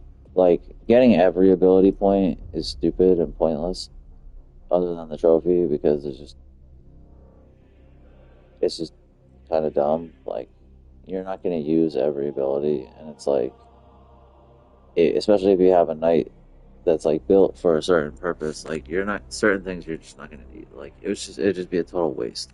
It would be smarter to add like 4 more points to like certain knights that you really like, to like give them that one more thing that they weren't able to get. Like, for example, on my interceptor, everything he has is perfectly what I want, and there's nothing else that I really want from him except his support fire. I think that's the only other thing that I want the support fire tree. So I need 4 more ability points to make him what I think truly like beast. And then all of the other skills I think are just kind of stupid and pointless. But 4 more ability points on him I think would make him a fucking juggernaut. Like, to give him or 5, maybe 5, to max out the support fire tree. And then I think there's a thing that like, and then get the upgrade that doubles his support fire, or that doubles his like auto abilities. So like 5 points would make him an absolute beast. He would then be everything I desire. Because the interceptors can become, in my opinion, the most deadly auto fire support guys. Because the other characters will only do like 2 damage in the support fire per shot. So like the best you could do is support fire, and they'll double it, so they do 2 shots. That'll be 4 damage. But the interceptor, if you max out his support fire tree, he can do 5 damage per support fire shot, and then you can get him to double it, so he'll always do 2. So his support fire will essentially be 10. He'll do 10 damage, which that's a lot. Like, if you shoot an enemy within his range, that means he will then do 10 more damage to that enemy, which is huge. Like, that's massive. And the only problem with support fire in general is it uses up ammo. That's where having like one of those super high ammo bolters comes in handy because they can only use bolters. So if you have like a 8 ammo bolter, you're golden. It's like you don't even have to worry about that. Like you will never have to worry about it. Even if you have like a 6 ammo bolter or like 5, you'll be absolutely fine. It'd be unlikely that your interceptor would use, even if you do the 2 shots, it'd be unlikely that you'd use ranged combat like more than 3 times in an encounter. Though, if other enemies shoot and he's in range, then he could keep doing it. So I don't know, but yeah, 5 points on your interceptor, I feel like will make him 5 extra points will make him an absolute fucking juggernaut. Ooh, that was a lot to say. All true though. Alright, let's do this. I think we can do it. I know I saved already, but let's just be redundant. Just in case. Justin's case. Alright. Justin's case. I wasn't sure if I would get there in time or if the research project would be finished. I don't think I've ever been to this planet. It looks icy almost, which is kind of cool and exciting a little bit. Even though the planets don't look that much different, still. We only have high support for 2 days. Is that it? Oh, that sucks. I better be able to get there. Yeah, I can get there with ease. With ease. I knew it. It turned out the spot we sat in was the perfect spot. Really good spot. That's exactly how I ended. How I had anticipated. I mean, most of the time it doesn't work good. That's exactly how I anticipated it. It was like, I was thinking if one spawns like low, I'll be able to hit that one, and then if there's another one like up or whatever, I can get to it and then probably hit the other one. Whereas if you're in the middle and then there's a low one and a high one, like you gotta go down and then retread and go back up. Whereas if you hedge your bets and you're already either way up high or way up low, then you can hit that one and then straight shot to the other one. That's the problem with being in the middle sometimes, is like, if there's a low and a high, you gotta go back. You gotta go down and then retread that much further up. It then doubles it. So with this, it's like basically almost the same exact route it would have been to get here anyway. So that's why I try to center myself, but then I try to hedge my bets. So. Kind of sort of thing.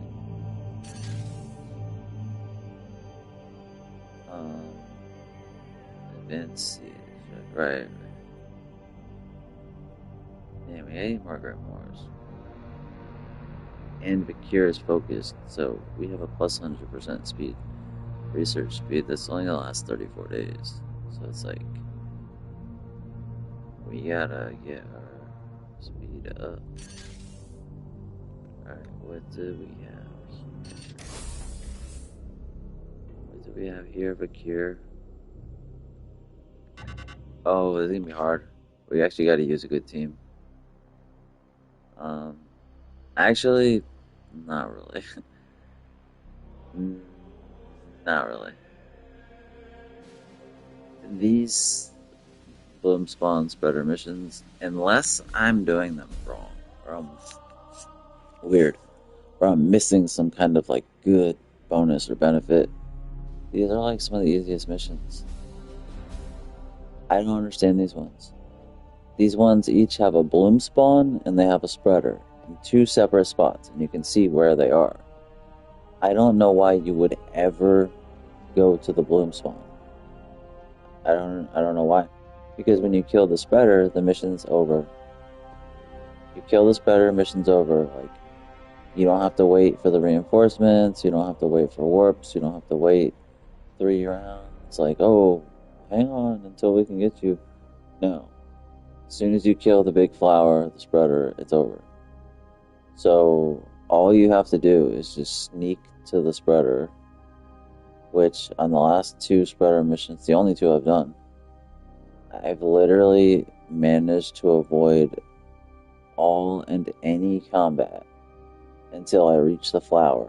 And then both times what I do is I teleport. I use the teleport stratagem to teleport all of us like right near or on the flower. And then we just full force hammer the flower. And usually we can kill it in 1 turn. Last time I couldn't because the glorious deed was to get 4 grenade kills. Since we hadn't had any combat encounters before the flower, I had to get them all there. So it made it like a little bit tricky to get the 4 grenade kills, then kill the flower. But normally it's like super easy. You just sneak to the flower, teleport onto the flower, and then just chop it up. Just melee the fuck out of it. Or shoot it or whatever. But really force strike the fuck out of it. And the good thing about that is you should have like virtually all of your will points still. So you can literally just have your interceptor like chop, force strike chop, force strike chop, force strike chop. Feed him with the Justicar if you don't have the Justicar. Feed him with the stratagem that gives 2 more AP. Force strike chop, force strike chop. Like, you can chop the shit out of that flower. And of course, I was actually going to say, of course, give it a kill zone. That worked on one of the flowers, but the last flower didn't work. But unless I'm understanding, like, unless I should be hitting the bloom spawn before the spreader, because killing the bloom spawn, maybe that, like, is good. Like, I don't know, maybe you get, like, a bunch of seeds, or it causes something good. It doesn't, though. I don't understand. I don't understand why they have the bloom spawn and the spreader. Yet you don't ever have to go to the bloom spawn.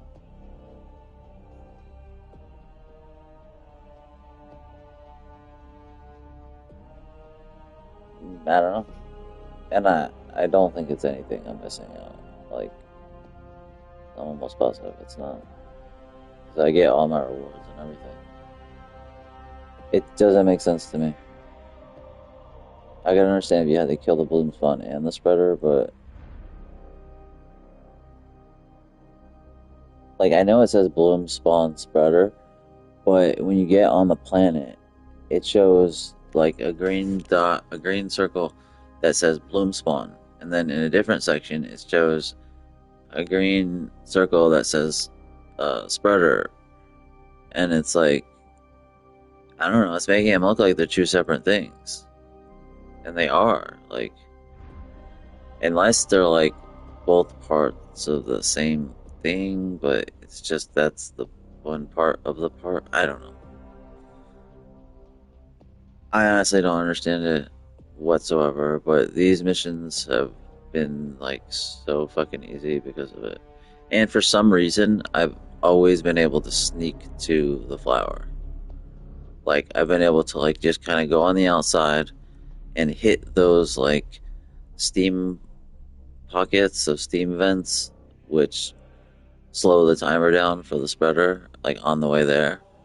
And I've been able to just go away on the outside and avoid the enemy spawns locations. And then if you avoid them enough, they go away.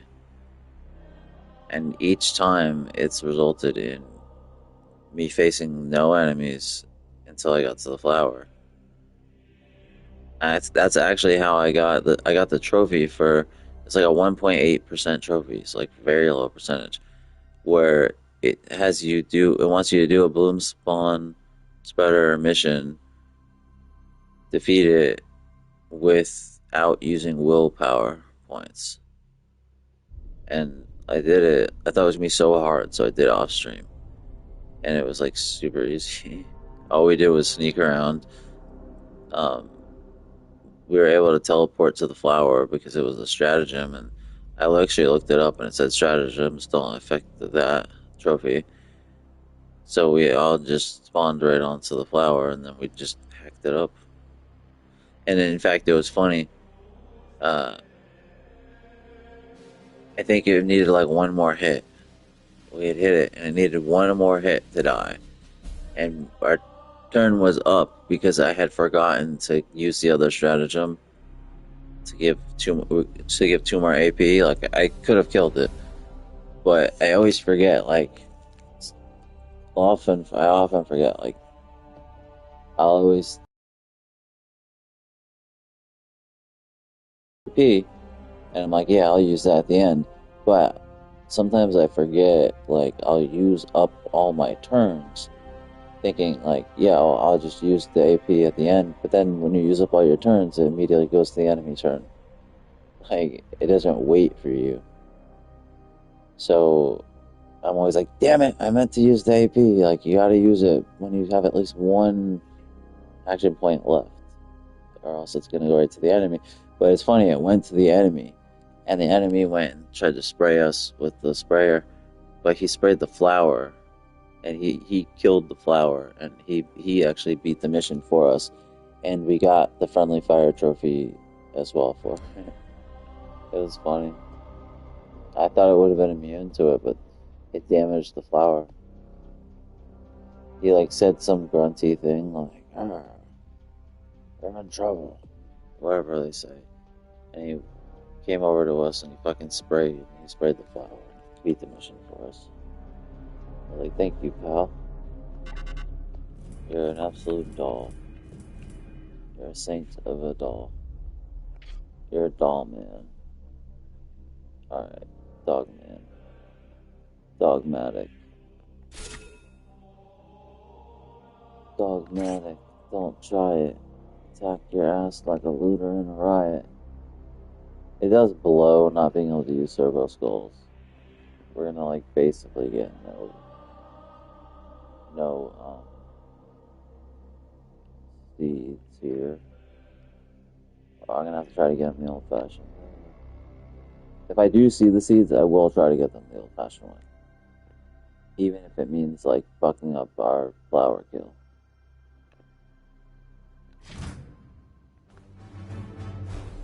But this is like an automatic get. All you have to do is just not use the servo skulls.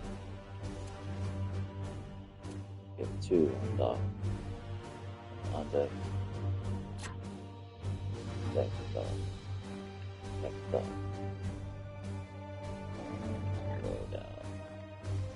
Low down. I'm feeling like such a low down dirty shame right now. Something needs to help me with that. Yeah, I was telling psychiatrist, but I've really been feeling like a low down dirty shame.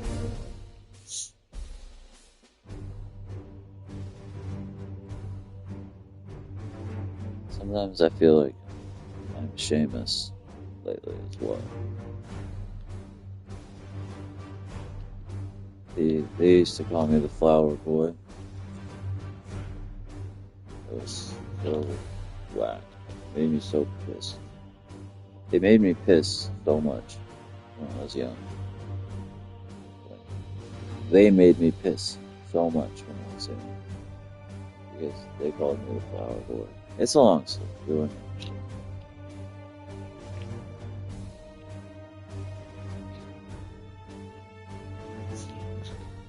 Flowers have feelings too. Flowers are alive.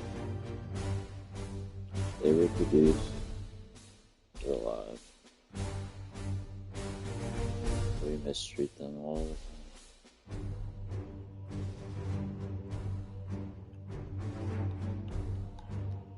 time. Actually getting punchy. I'm actually getting slurpy. Sleepy doo. I'm trying to decide if I should like force myself to stay up until like 8 o'clock tonight, or if I should like take a quickie nap at some point. I also really the dreaded device. Peanut butter pretzels. Oh, I got a mean peanut butter pretzels. Oh boy. Oh my god. You know how I feel about those pretzels. Me and peanut butter pretzels are like peas in a paisan. You know what I'm saying? They're like Machiavellian almost. I feel like Nostradamus when I eat them. I feel like I'm from the Inclown Sane Posse. I feel like I'm in the Insane Clown Posse when I eat them. I feel like I'm insane in the membrane. My membranes are insane. I'm so stuffy. But it's actually true. It's stuffed up. Sick.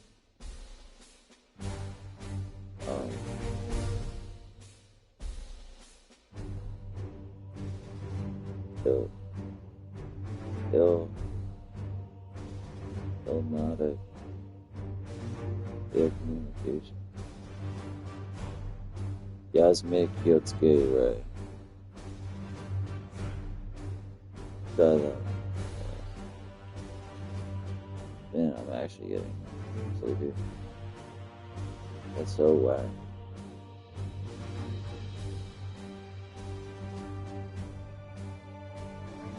Super whack. Super ultra whack. I'm feeling like, all of a sudden, I'm feeling like the Il Nona, you know?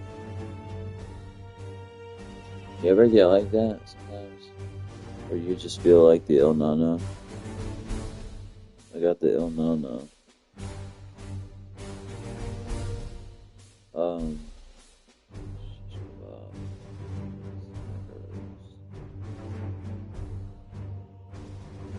I met Tony Smackaroos the other day.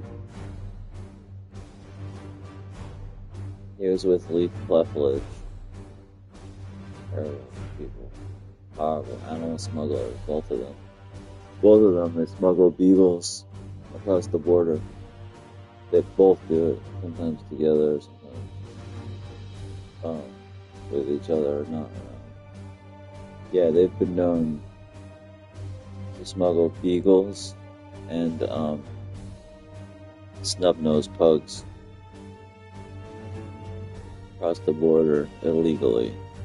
Illegal Mexican beagles and snub-nosed pugs from Antarctica. Yep, they smuggle them across the border. No long-haired goose, though. Nobody wants it. The market for long-haired goose has been over since the 70s. Seriously. Nobody wants a long-haired goose anymore. That market dried up in the late 70s, actually. Once the disco era was starting to fade. Discoteca. For some reason, the long-haired goose was sought after in like the disco scene. Many times they would get a long-haired goose and put it in the middle of a discotheque dance floor, and they wouldn't expect the goose to dance per se or necessarily, but they would watch in anticipation to see if it did anything dance-like, or just to see what it would do, if it would squabble or squawk or flap its wings or snap its beak. Most often what it would do was snap its beak. It would snap its beak towards the patrons, because supposedly a long-haired goose is very ornery and honoring. They have a great honor, but yeah, they're cranky. They can get real cranky, so they snap their beaks at people. But for some reason, it was a ritualistic event, often in discotheques on the East Coast primarily, for them to acquire an illegal often Mexican or Bohemian long-haired goose and put it in the middle of the dance floor. And everyone would gather and watch the goose react. This long-haired goose, long wavy hair, typically the geese have. If you've ever seen a long-haired goose, they have long, luscious, wavy hair. Like beautiful, long hair that's like goes in waves, like a mane, but in waves. It's gorgeous. It's like wavy, beautiful, shiny hair. And they'll like often like kind of flip their necks and their backs and like have the hair flip to the other side. They've been known to be the most beautiful goose. Many have claimed, and rightfully so, said that the long-haired goose is the most beautiful of the goose partridge. Now, if you've ever seen a partridge of goose, you're unlikely to see a long-haired goose. They're very rare. That's why they're so sought after. Nobody really knows where they originated from. Some say the south of France. They were experimenting with geese and trying to selectively breed and crossbreed them in order to gain a goose with the most naturally elegant head of hair known to man. Others say that it was more nefarious deeds that led to this creation of the long-haired goose. And then others yet say that the long-haired goose is a hideous creation of evil and science. And it's been doomed by man. So we really don't know the origins of the long-haired goose, but I do know that it's been smuggled for years. But the market for them has dried up, consequentially, and inconsequentially. Apparently, the long-haired goose used to fetch a very party price. Nowadays, people are giving away long-haired gooses, and nobody wants them. That's why in the early 1990s and mid to late 1980s, all across the streets of New Hampshire and Rhode Island and Vermont even, and sometimes even Saskatchewan, just north of that, you would see all on the streets like homely long-haired gooses preening each other, trying to keep beautiful, but they could not maintain their beauty because they would be filthy, filthy geese. Filthy. So they all basically became filthy, ugly geese. So this beautiful long-haired goose that everyone knew now became a filthy long-haired goose. A filthy, putrid long-haired goose. And everyone used to call them the handsome long-haired goose. Now they call them the putrid long-haired goose. And throughout the 80s and early 90s, these gooses would roam the streets of these states and counties, aimlessly wandering for crackers and spare bread. And they would have scabs on their faces. They would peck the ground so hard, the concrete, in fact, that some of them would actually peck their beaks off. So the great thing, now this is very important. I'm surprised more people aren't paying attention. This is very important. That it's insight that a lot of people don't know. The great mystery of the long-haired goose, specifically the Canadian long-haired goose. Now, apparently, the long-haired goose, out of frustration and morbid stupidity, the long-haired goose would would peck at the hardest surfaces and objects that it could find. Supposedly, the long-haired goose would specifically seek out specifically the hardest and most dense, unbreakable surfaces and objects that it could possibly find. And it would choose those objects to peck at and to attempt to destroy. They would never peck at soft things. It would not even peck at wood, too soft. It would not peck at cotton. It wouldn't peck at, dirt or grass. No, they would only peck at the hardest things. If you gave a goose a giant diamond, it would be perfect for pecking. In their minds, their goose minds, dumb, small-minded birds, very small-minded birds, very small birds. Figuratively, I mean, like when someone says you're a small man, they typically don't mean the height or size of the man. They're trying to say figuratively. And so same with these gooses. They're very small geese, figuratively, because they have no integrity, really. But anyway, these long-haired gooses, they would try to find the hardest possible surface. No, they wouldn't peck at the grass or at the dirt or at clouds. They would try to find or at water, They would try to find the hardest surface possible, or they wouldn't peck.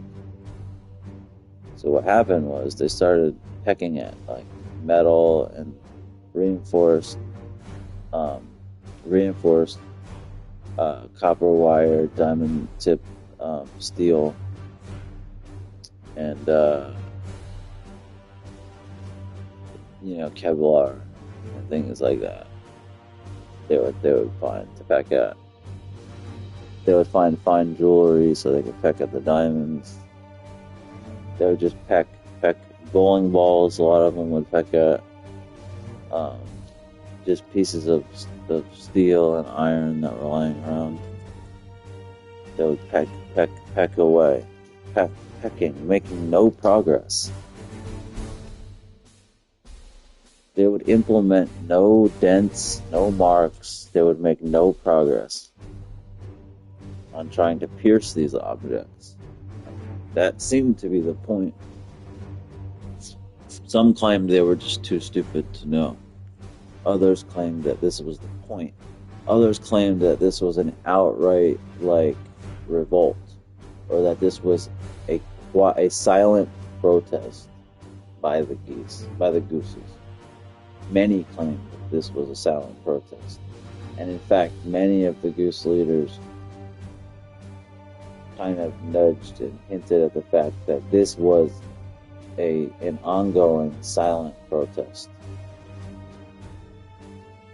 towards the world about their mistreatment.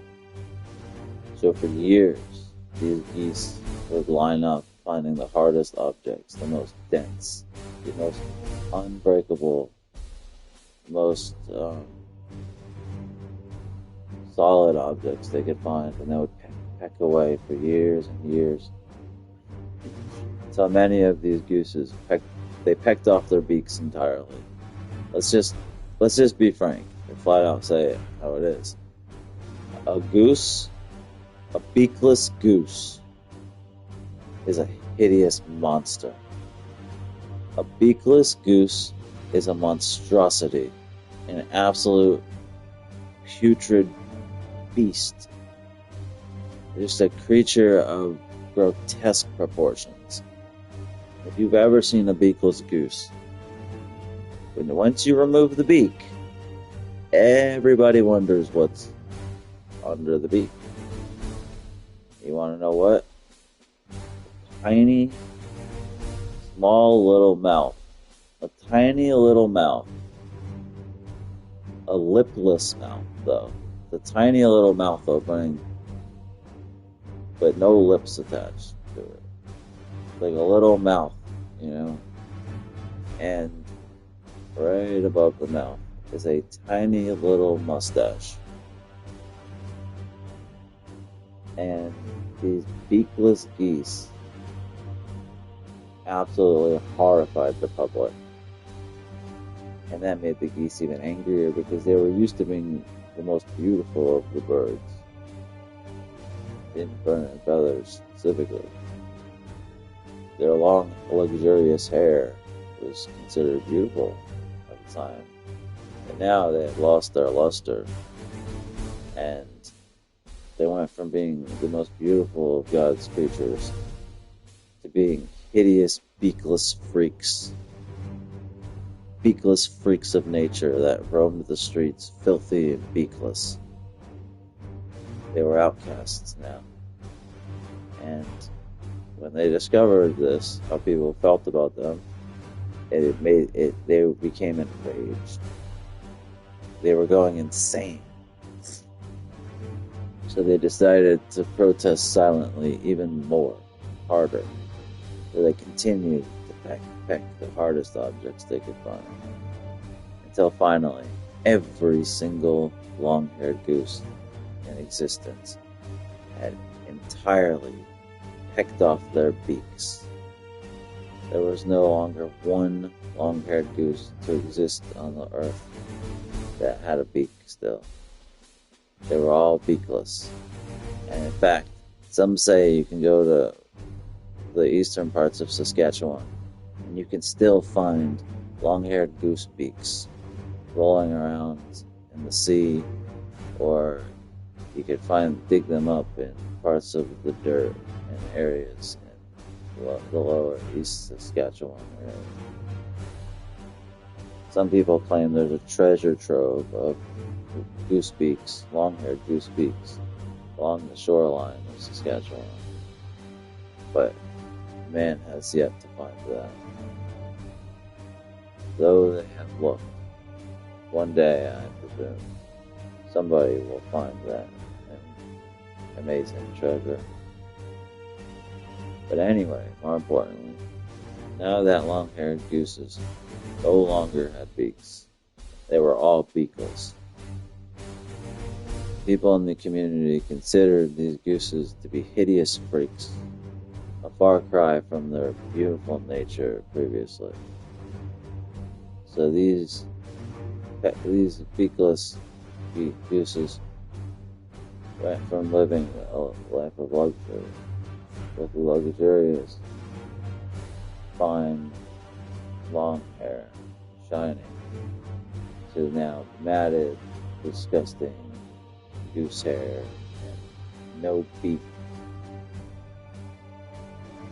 They would wear shawls, and they would cover their faces, cover their beakless mouths. Many of them began to cover their beakless mouths with their feathers if they couldn't afford a shawl. Some of the geese were wearing bandanas over their face. And in fact, it became such a popular thing for these gooses to do, to cover their beakless mouths from people's mockery, that so many gooses started to wear bandanas around their face that a certain sect of goose started to become, they called them the long-banded geese, or the long-banded goose, if you will, as you were, if it were. So a certain clan of these geese were known as the long-banded goose, because they looked like bandits. So these geese, when they started to be categorized as such, they took on the tradition of being bandits. They never had any intention of being bandits. They just wanted to hide their hideous, beakless mouths from public mockery and public vomiting. Apparently, the first beakless goose that was seen in public caused mass hysteria and mass vomiting. Children were vomiting in the streets when they got a look at the first goose without a beak. When they got a look at that beakless goose mouth, that disgusting, hideous, lipless goose mouth, children started vomiting in the streets because they had never seen such a vile sight before. They were innocent, these children. They didn't deserve this. No, nobody deserved this. People became physically ill, projectile vomiting. Vomit lined the streets. It was terrible. Caused disease. And the disease was known as the Great Goose Disease. That was blamed on the geese as well. The Great Goose Disease of 1922. Not to be confused with the Gray Goose Disease, which is alcoholism, as it were. But, yeah, these geese, man, they were in a bad way. So basically, bandana wearing geese wore the bandanas just to cover their hideous, beakless mouths. You gotta be careful when you categorize someone as something they just might be. Gooses have had enough of the tomfoolery, of the horseplay, of the teasing and torturing. The young children would come by and torture them. They would take torturous measures to torture them. The young children tortured these gooses. So basically, society forced these bandana-wearing gooses to assume the role. People were going to call them the long-banded goose. They were going to take up the mantle as the long-banded goose. And so they did. They went on a rampage. These gooses went on an absolute spree of terror. They absolutely rained terror on Upper Saskatchewan and parts of Lower and Eastern Saskatchewan. It was a rain of beakless goose terror. And the gooses would, upon the exact moment that they would cause this larceny and all of these terrible things, at the exact moment that they had done these awful deeds, they would all remove their masks or flip their bandanas up, revealing their hideous, beakless mouths. And they would do something that no one ever expected. No one had ever seen before, nor have they seen since. But in unison, every goose that existed within the region raised their bandanas, revealing their disgusting, hideous, beakless mouths.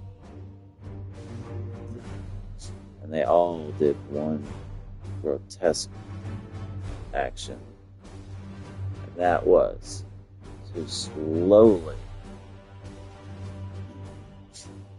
slither their slimy, wrinkled tongues that were never expected to be seen out of their beakless mouths. Because you gotta remember, these geese were used to having a beak. So the tongue was of the proper length to basically go across, the bottom of the beak. So you gotta figure, if you remove the beak, the length of this tongue would be quite enormous because there's no beak to encase it. So it would just be this hanging piece of stretched bubblegum looking thing that just was hanging down grotesquely, lifelessly. And that's what happened. They slithered these disgusting, wrinkled, beat up, dried out, glossy tongues. They slithered them out of their mouth. because they could barely control these tongues anymore after they had lost their beaks. So they slowly slithered them out of their disgustingly grotesque beakless mouths. And once these tongues protruded through the beakless mouth entrance, people saw the beginning of these putrid little tongues. Gravity took over, and then the entire tongue flopped out, and they saw the great length. Floppy, wrinkled, hideous goose tongues lay, swinging aimlessly, uncontrollably from the geese's mouth, literally just looking like overly stretched pieces of bubble gum that were just dangling there. Like you take a piece of bubble gum, you stretch it like a foot long or something, and it's a very thin, just dangling piece of gross. That's what they all looked like, hanging out of their beakless mouths, amplifying the disgusting nature of their beakless mouths, amplifying the disgustingness exponentially. Again, children would vomit, this time even more. This time, the children weren't just vomiting, but the children were also defecating. They were vomiting and defecating at the same time. They couldn't control their bowels. In fact, the adults were all pissing on each other. Not because they wanted to. They just couldn't help it. Nobody could control their faculties because of the hideous sight that was in front of them. It virtually drove everyone insane. They never thought they could witness such a grotesque, freakish sight as a long-haired goose, a beakless long-haired goose,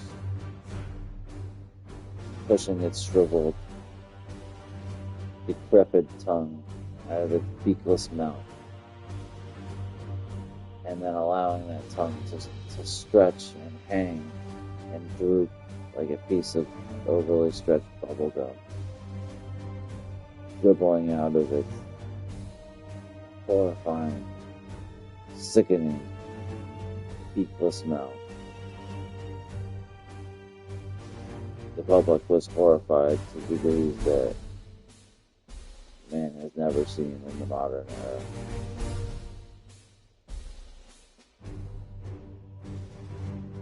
It basically turned all of Saskatchewan into a ghost town. People went crazy, people vomited, defecated. The streets were littered with human waste and goose tongues, because these beasts no longer had beaks to hold the tongues. Once they allowed the shriveled tongues to exit their mouths, they began to hang and stretch and dry out because they had no recourse to get them back in their mouth. And these tongues, these long stretched bubblegum-like tongues, there was no more saliva because they weren't in their mouths anymore. And they were exposed to the wind and the sun. So these tongues began to dry and burn in the sun. And they were long and hanging. And geese had no control over these tongues anymore. And they had dribbled out these disgusting tongues in mass protest toward the people, because they knew how much the people would despise this. They were sacrificing their tongues in order to protest. This was a mass protest by the geese. And basically what happened is,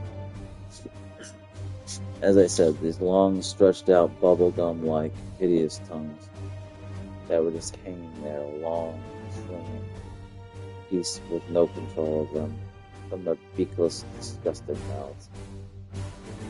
These tongues began to dry, burn some of them in the sun. They would dry and burn wrinkle, crinkle, and people could smell the scent of the drying, burning geese tongues all throughout the city of Saskatchewan. They could smell it. People said it was the most putrid smell they'd ever smelled. Babies were vomiting on their parents. Parents were defecating on their babies. Nobody could control their faculties. Everybody felt ill. The scent permeated the streets of Saskatchewan. The scent of drying, burning, stretched out, lifeless goose tongues from beakless goose mouths. The geese would walk around, and these dried out, stretched, lifeless, crinkled goose tongues would swing and sway as they walked. And the geese had no control to get them back in their mouths. And they would dry out so bad and become so hideously infected and so rife with bacteria. They were almost like the mouth of those dragons, Komodo dragons, with a bull eye and stuff in the mouth. That's what these tongues were like. They were toxic. They were dangerous. Eventually, these tongues would dry out so much that they simply began to fall off. And the streets were now littered with dried out, stretched, lifeless, prickled goose tongues. And it began to give off a horrible odor and scent that was worse than before. It drove the animals away. It destroyed the ecosystem. And these tongues littered the streets. Children couldn't go outside and play. It was like basically similar to Chernobyl. The area became infected, toxified. The toxicity of their city.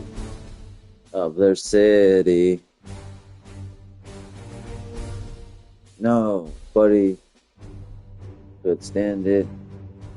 There was disorder, but somewhere between the sacred silence and thing, there was disorder between the sacred silence of geese.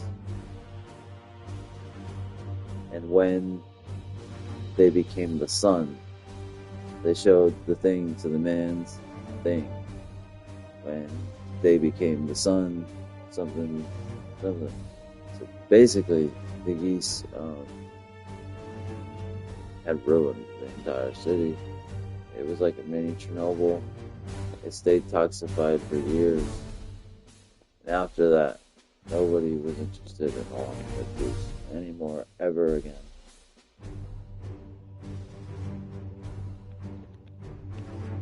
One day, about 27 years later, long-haired geese are known to live for 100 years, some 1,000 years. Unusual, but in history it's been reported.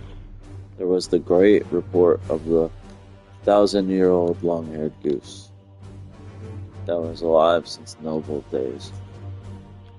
He was actually crowned and knighted. There was only one, though. The other ones, they would live 40 years, 60 years, 70, 80 years, something like that. 27 years later, every single long-haired goose of the beakless variety, now tongueless variety, these hideous freaks, 27 years later, almost like 28 days later, but with geese, they vanished. And no one had ever seen them again. There, of course, have been rumors. There have been pictures in the National Enquirer, flocks of old beakless geese with removed tongues roaming the woods of Saskatchewan. But not one of these reports has ever since been corroborated by a reliable source. So the Inquirer continues to run with this story. It basically became the new Bigfoot. I'm sure you've all heard.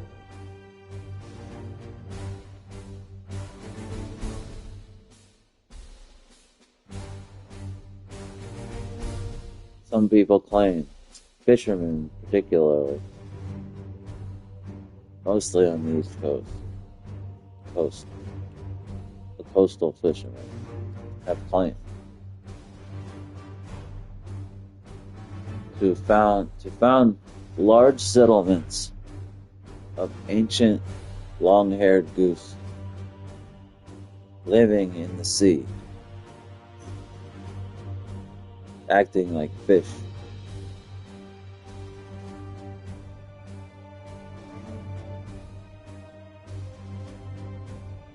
Eating rocks as their nutrients. Supposedly, these long-haired goose that would live in the sea, they would eat rocks as their diet. Their diet consisted of large rocks, primarily.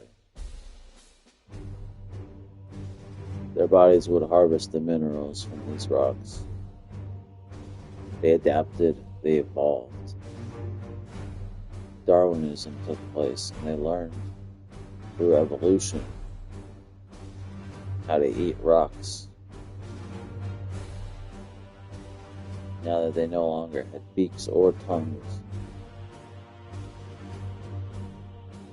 it was difficult to eat regular food, but rocks were of relative ease. All they had to do was take a rock to their two feathers and shove it up into their beakless hole of a mouth, and squeeze and press until that rock was forced into that tiny, disgusting, beakless mouth. And they would swallow that rock, and they would absorb all the nutrients from it. They never used to do this, but when they moved to the sea, once they were disgraced, the geese felt like this was their last stand. The geese felt like this was the only thing that they could do now. Without beaks, without tongues, no beaks, they couldn't peck at hard objects anymore. So they lost their beaks in the first place. With no tongues, they could not stick their tongues out and protest anymore. So they were only left with one obvious solution, obvious to anybody who has seen these geese. Anybody who had knew that the disgraced, beakless, long-haired goose with no tongues, any of them, only had one choice left. And everybody knew this. Who knew anything about the long-haired goose, which is beakless and tongueless now. You knew they only had one last stand. And that last stand was to eat rocks. That was the final straw. That was the last move. That was the last brilliant move in their game of chess. It all came down to this. All the planning for years, the protests, the beaklessness, the tongue was sticking out, and the tonguelessness. All of these quietly, brilliantly engineered moves. It all come down to this. This was the final setup, the final countdown. It's the final countdown. Dun, dun, dun, dun. Mastermind Goose, the head of all the geese, he had planned this for a millennia. More than a fortnight had passed, and it was finally time for the geese to play their final card.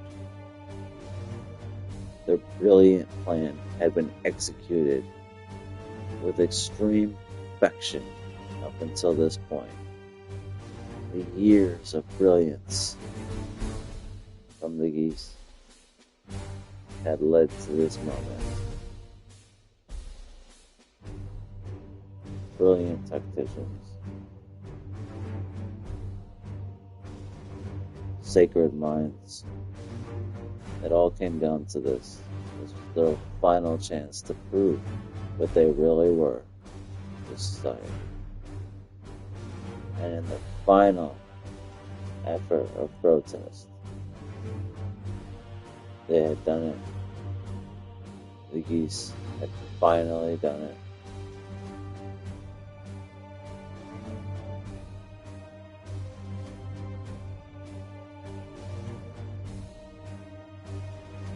In unison, each goose, without a beak, picked up a large rock and its two feathers, raised it up in the air as to show the public that wasn't actually there. If there was, they were almost like Simba holding up the lion baby, or the monkey holding up the Simba baby. And they held these large rocks in the air as long as their weak little feathers could withstand it. Because the geese, they don't actually have any structure under the feathers. There's no ligaments or bone or feet or hands or claws or anything. In fact, they can't fly. There's no muscle, there's no fibers, there's nothing. It's just feather. It's just flopping feather. In fact, if you defeathered the goose entirely, you would see no structure of wing or anything. Their wings are purely just feathers. There's no actual structure under them. So for them to hold these rocks up with such frail feathers was in of itself a miracle. Near a miracle. And a show of strength, unity, synergy. Synergetically, they lifted these rocks, showing their incredible strength, holding them for as long as their feathers would allow. This process went on for a shockingly long time, and the geese felt as though they had proved to everyone their physical strength and dominance. For how long they had been able to hold these large rocks, which was, when counted in human time, it was approximately 3 seconds they had held these large rocks for. And then, one by one, in practical unison, these geese would shove these large rocks into their hideous beakless mouths. Because the mouths are so small, basically just tiny holes with dead, broken off tongues and tiny, disgusting, thin goose lips. The rocks didn't fit, so they would shove harder and harder until the rocks would stretch these disgusting beak mouths. Hours would go by. Beaks would not be present for this exercise. Beaks were excluded entirely. But you would find rocks half protruding out of the mouths. They couldn't fit the rest. They would push for days, weeks, months went on, not years, but literally months. which led to years. Slowly, they would be pushing these rocks into the mouth. Slowly, their goose bodies would evolve and learn to suck the nutrients out of these rocks while they were only in their mouth. Eventually, called the Great Goose Push of 83. The geese in one decided to push as hard as they could. They were able to push these rocks into the tiny, disgusting, beakless mouth. These rocks engorged their throats, but eventually they settled into their stomachs. And now, every long-haired, beakless, tongueless goose has a huge boulder of rock sitting in their stomach. To this day. And exactly 0.1% of that rock dissipates per year because the goose body is breaking it down and absorbing the nutrients from it. And they no longer need to eat. They no longer need sustenance because they sustain themselves on these rocks. They're sitting in their stomachs.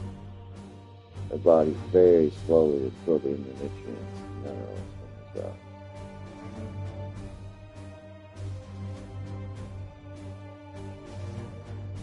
These geese essentially figured out a new way of evolution. They basically tricked the evolutionary ladder. They evolved past anything that we could ever fathom.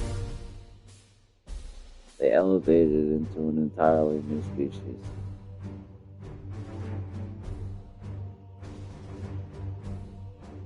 Rumor has it, these long-haired geese were beakless and tongueless, with giant rocks in their stomach.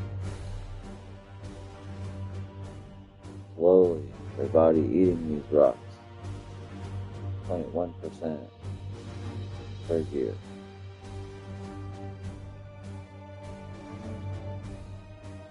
They say these geese are rapidly repopulating in lands that are rarely seen by man. They've found the perfect spot to hide on Google Maps, on the radars. And they continue to procreate and to raise their numbers, raise their armies. Those close to the source say they're waiting for their moment to strike back on those who bequeath these beautiful birds and trick them into losing their beaks. One day, the beakless, tongueless, long-haired goose will return to the mainlands, and when they do, all bets are off.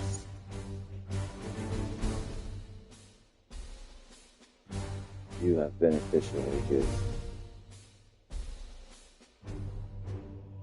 This is the true story of the beakless goose. Beware, for their return is imminent. It will be of the likes of something we have never seen in the history of the world.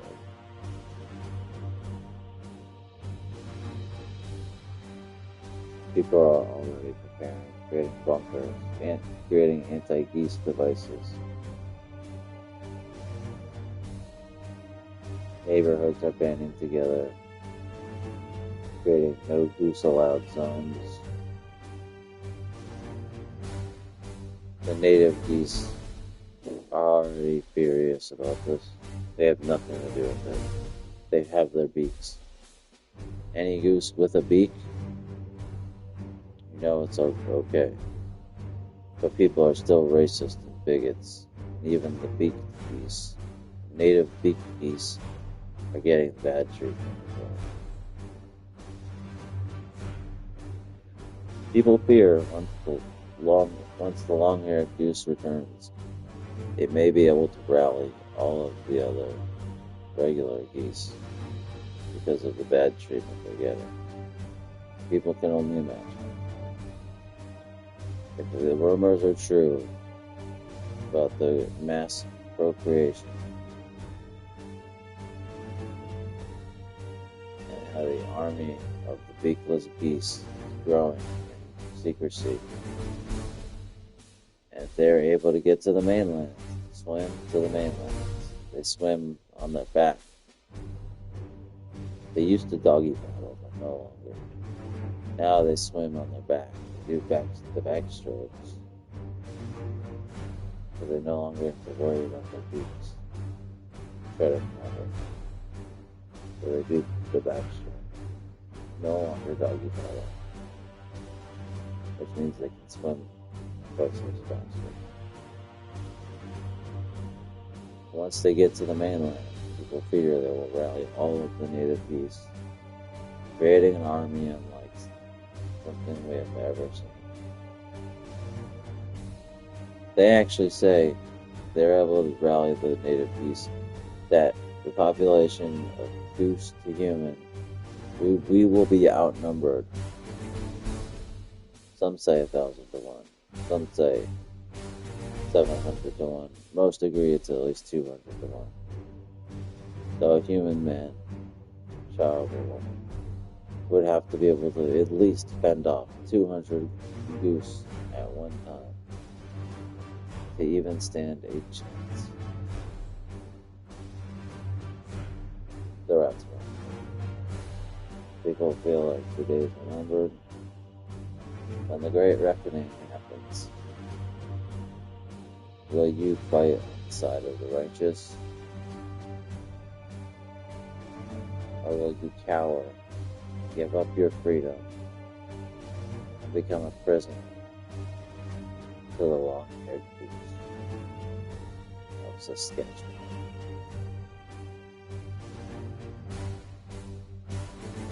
Arguably the largest threat that scientists and world leaders have ignored for years. While we know the former long-haired goose is in the wings, growing stronger, no pun intended, by the way. Some claim that the geese are now wingless because they cut their wings off in protest. We don't know if that's true, but it might be true. They might be wingless, beakless, tongueless geese. Hideous freaks of nature. What a death wish. Their only wish to die in glory in the battle against those who are wrong.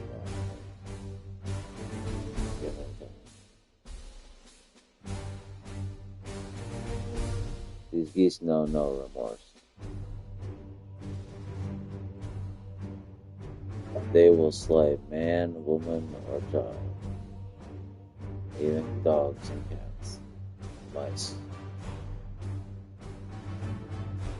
Some claim a small troop of beakless geese returned to Lower Saskatchewan and dominated the locals, destroyed them, knocked out all the pets of laughing gas, some say. I doubt they had the technology, but they knocked out the local pets and they ate them. They were eating the dogs. They were eating the dogs, the cats and dogs of the people who lived there. These geese, they were eating the dogs. They were eating the cats of the people who lived there. These geese, they were eating the dogs. Eating the dogs. They were eating the pets of the people who lived there.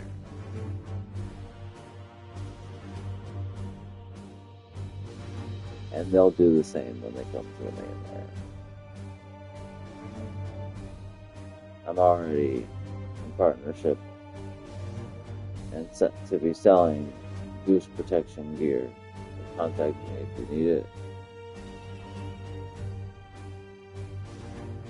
Or if you have a beehive roast mask, use that.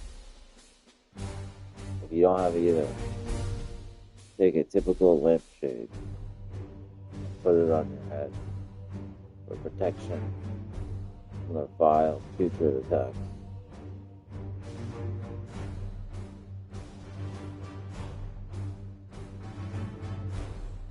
Amy Labashki, gathering folks up. Amy's army. Find her in the meadow fields. The lost meadow fields of Sant'Angelo,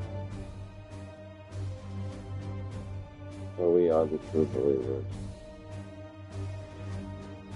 And when the geese come, we will be prepared.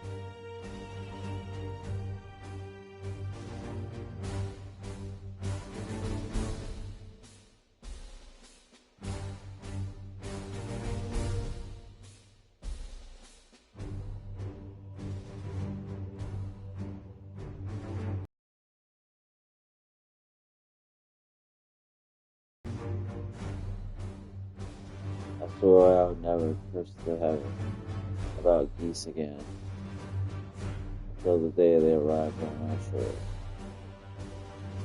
But it really cuts my mustard.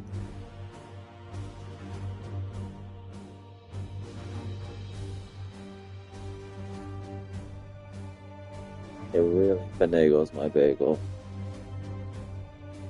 It really crinkles my pickle. It twists my niblets. It really does.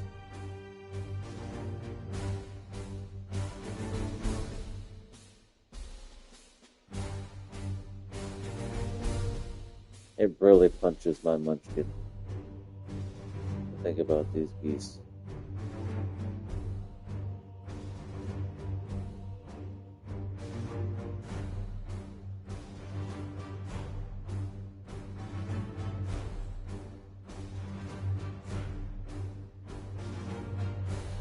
It really massages my midget negatively, thinking about these geese.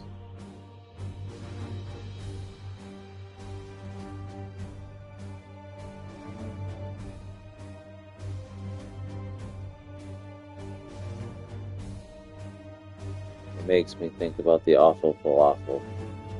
Quite honestly, that's how bad it is. I once thought about the awful falafel. That's how bad this geese attack could be.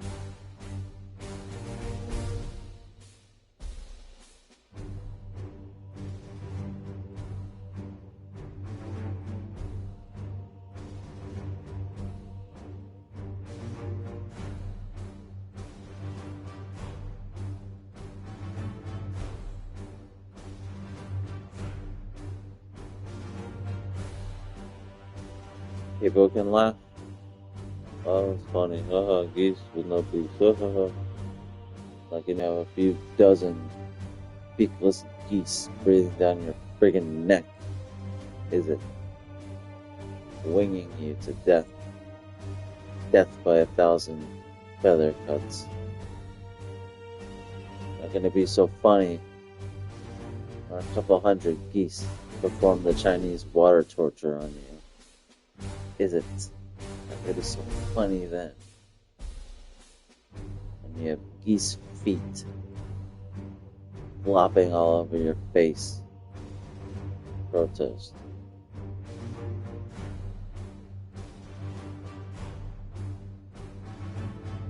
Not gonna be so funny when the last remnants of their disgusting goose tongues, tiny little stubs that some have left in their mouths.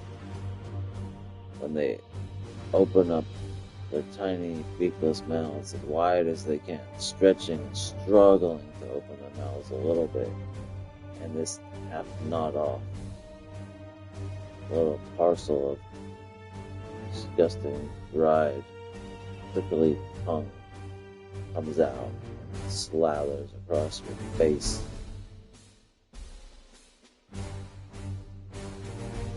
Slightly emasculating you. That's not going to be funny. Just wait. They laugh. They mock. You know, the same mockery is what caused the geese to become the dominant freaks that they are. The absolute juggernauts. All they do is lower leg workouts all day with geese. Some say their legs are tree trunks. They're strong as steel. That's the word on the street. Stronger even.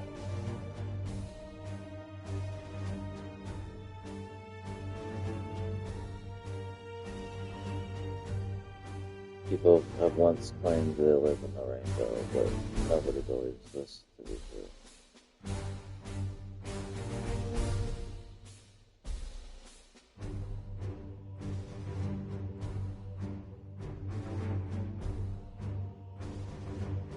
These geese are slick practitioners.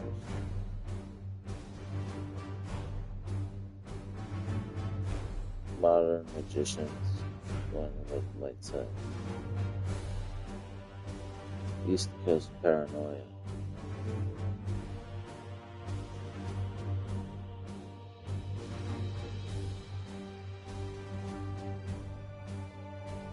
Some might say they will perform a master class on us. A dominant master class of epic proportion.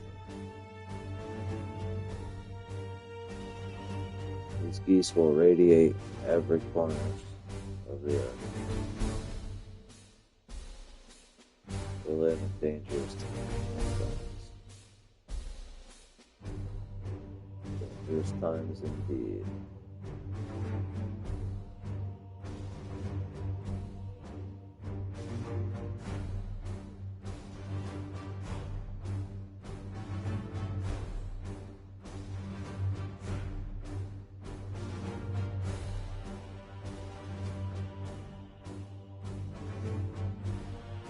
Just ain't no reason to care. We're super serious. Super silent.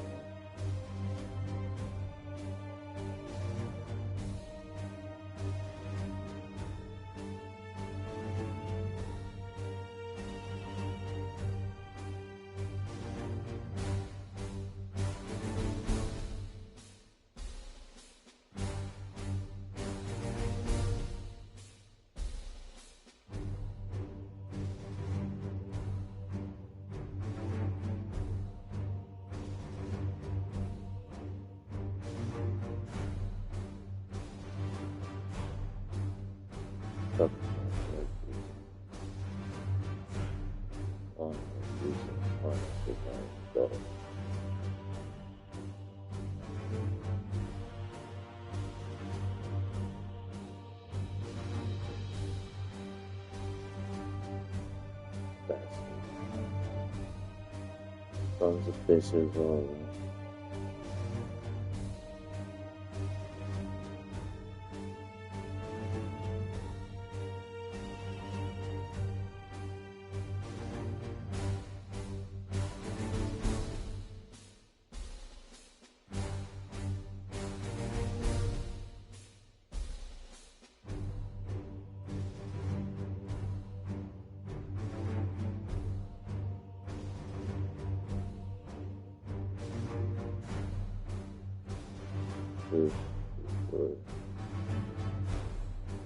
Believe it. Very fun. Very cool. Importante. No pico. Eso muy importante.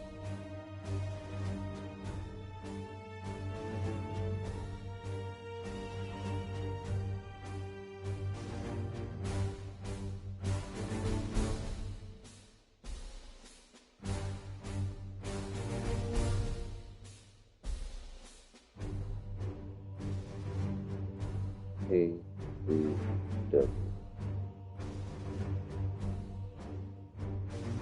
Pete Weber is one of the only guys with the sweatsuit.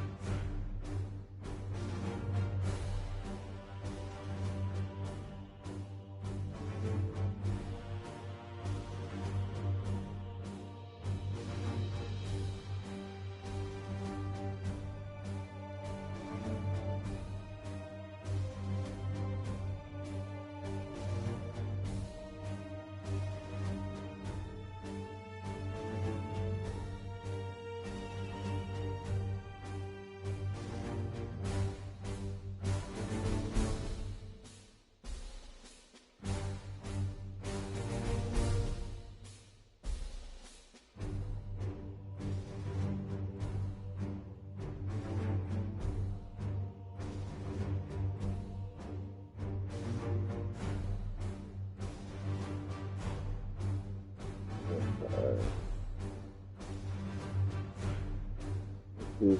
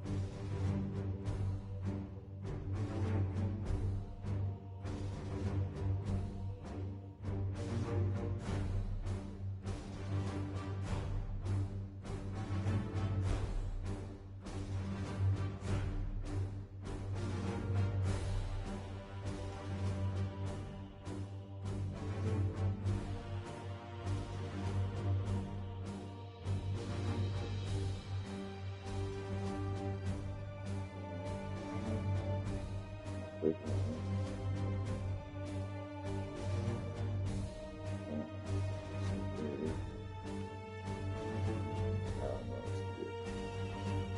just keep showing it. I don't know what to do.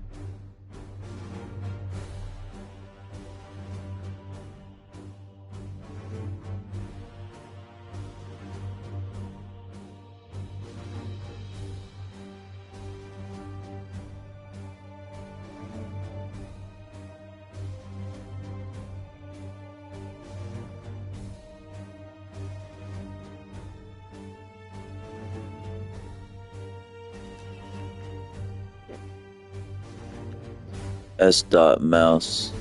You got him in a bad mood. Bad move. That's bad news, dude. He's that mouse dude. S. Dot Mouse. Smouse.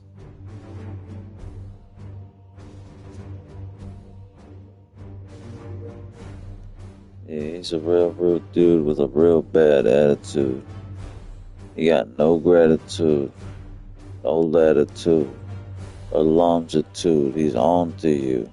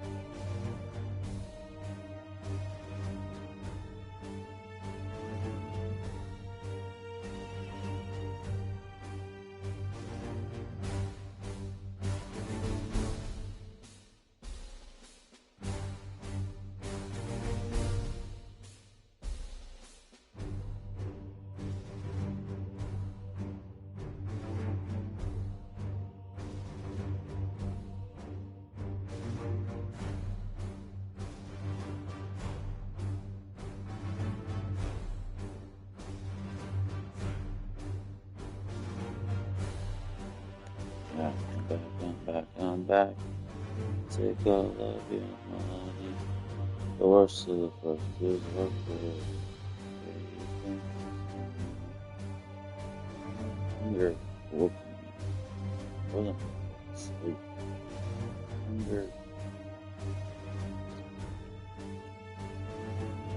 called me from my slumber.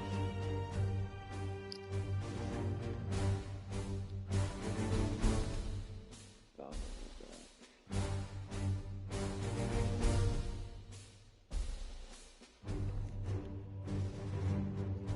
yeah, it's terrible.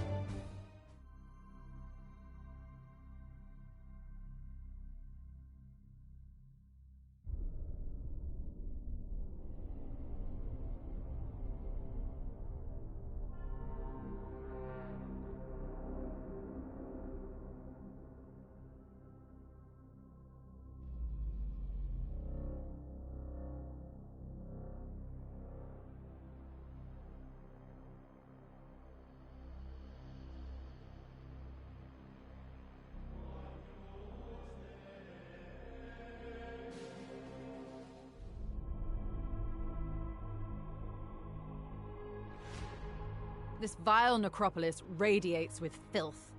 I can hardly bear to scry it from here. Pollination event imminent. Squad to engage Greater Bloom Spawn immediately.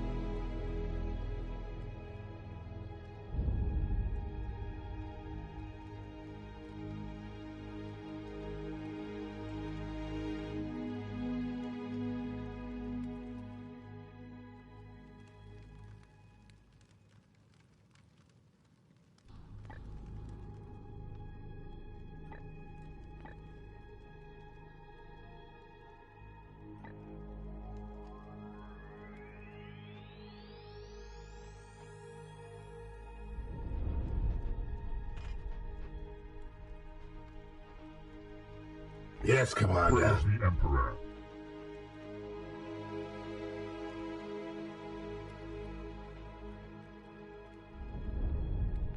On the way.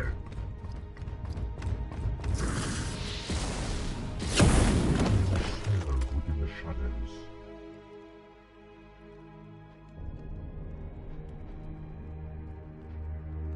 Moving now. Hail! Here! I was you!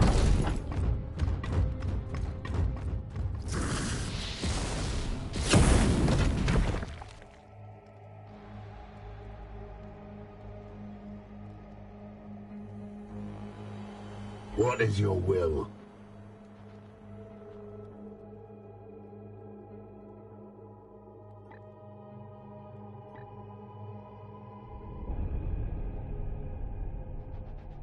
At once.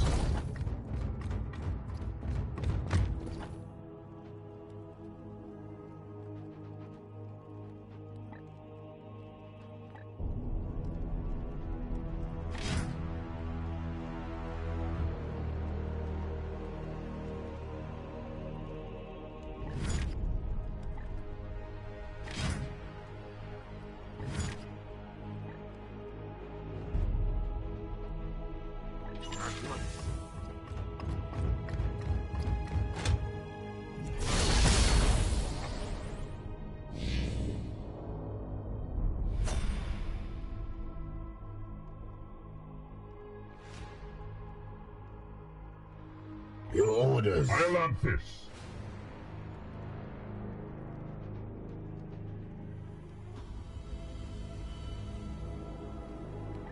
Yes, sir.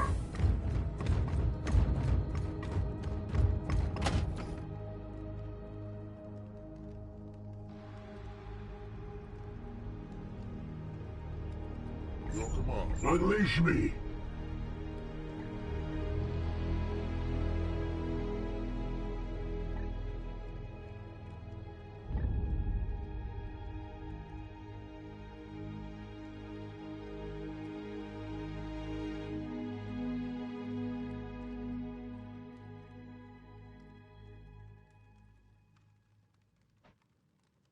With haste.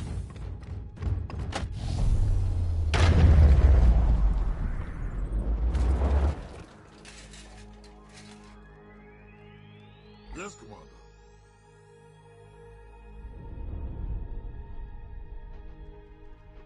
Yes, sir. My blade is yours. Yes, sir. Herodotus, here. I am here to serve. On the way. Rejoice. We bring Nurgle's gifts. Securing position.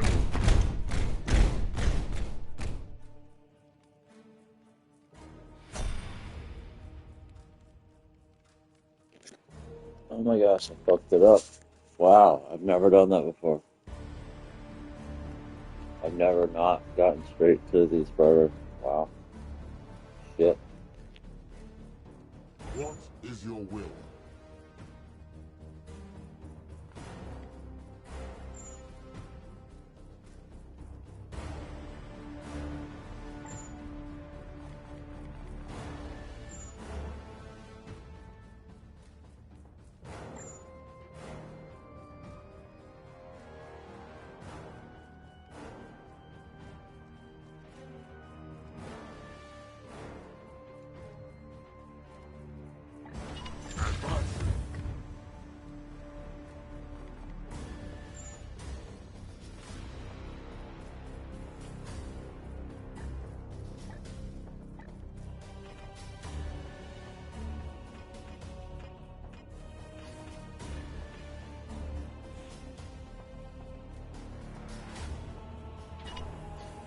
Destroyed.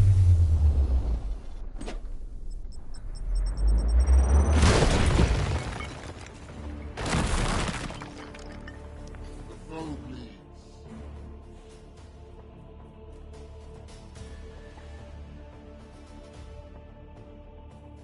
Standing ready.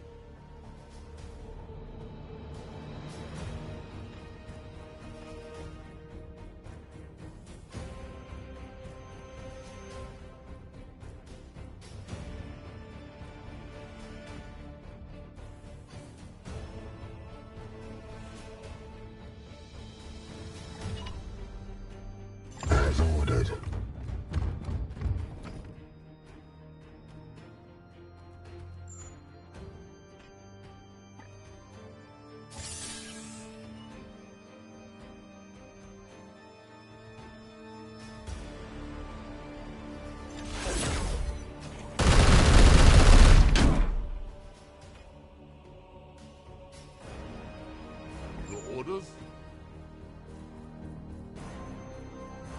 to serve. Vortimer.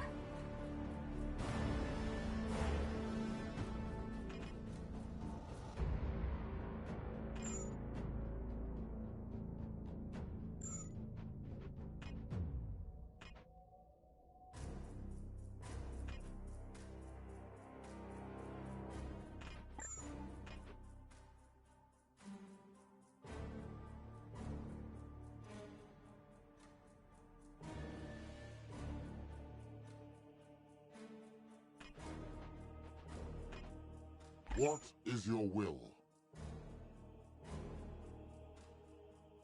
At your command.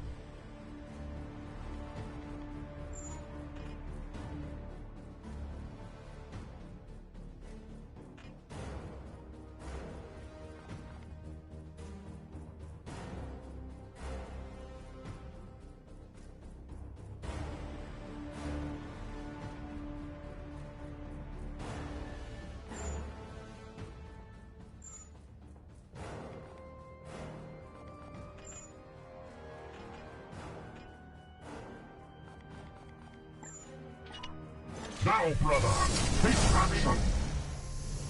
Yes! Again! Standing ready. Again!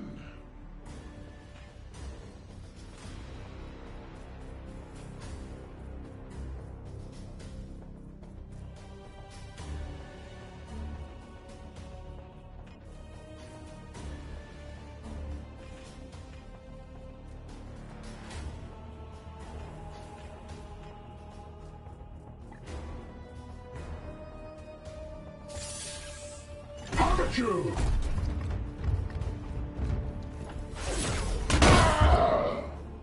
Who's next, brothers?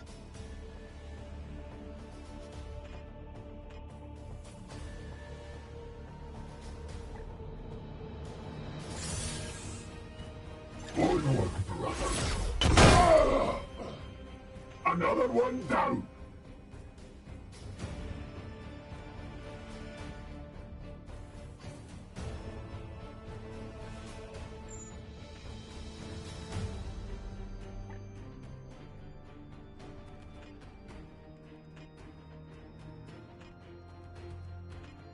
Your orders? I am here to serve. What is your will? Yes, Commander.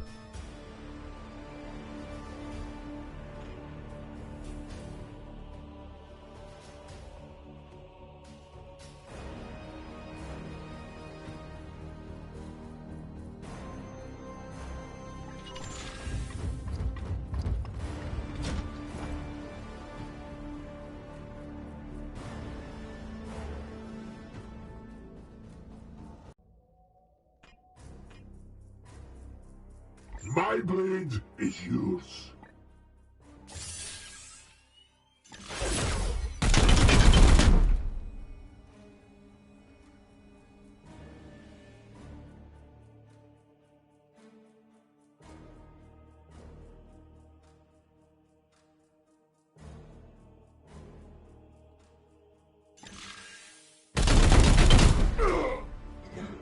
Who's next, brothers?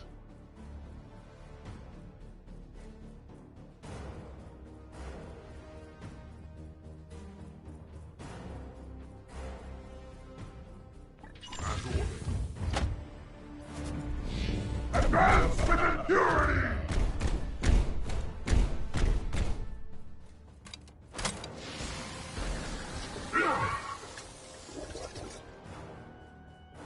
Barely a scratch.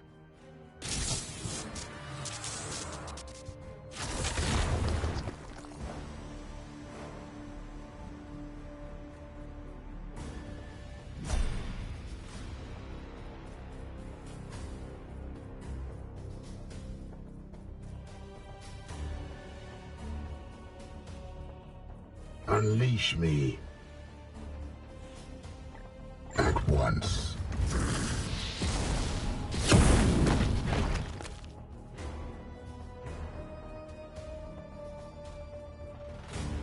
Yeah.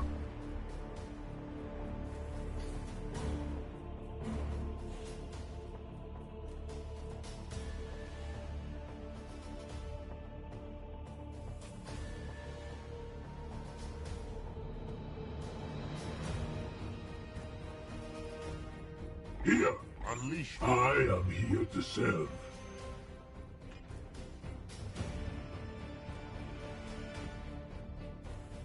What is your will? Standing ready. Feel the bite of my sword!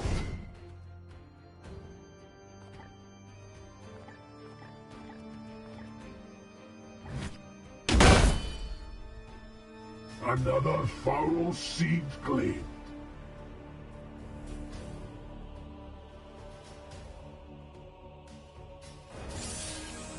Foul! Vengeance! They will rot no more.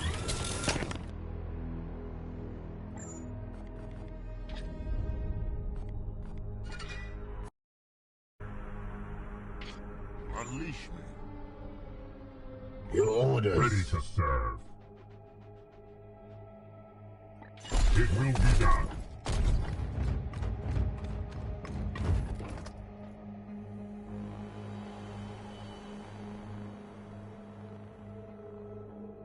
Vortimer. What is your will?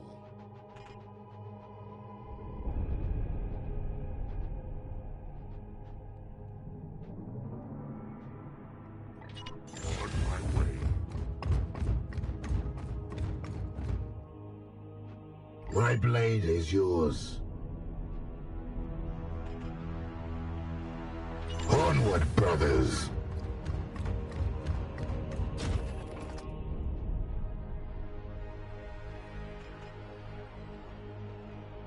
As ordered.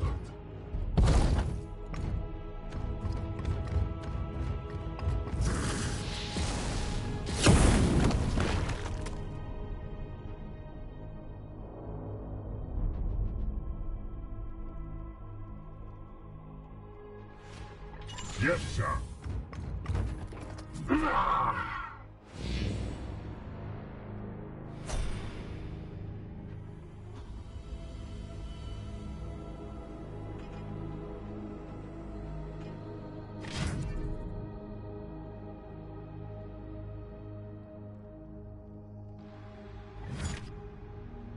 My blade Orders? is yours.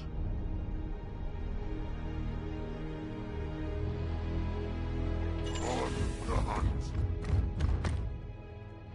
Yes, Commander. As you will.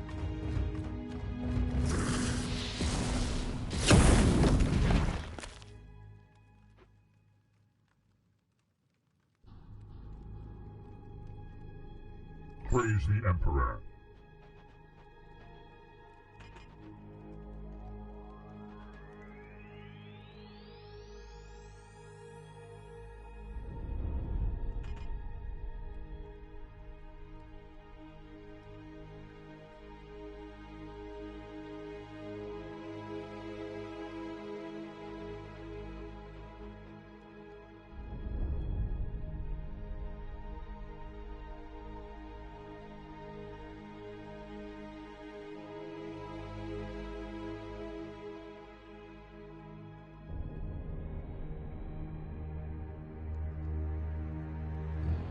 Here.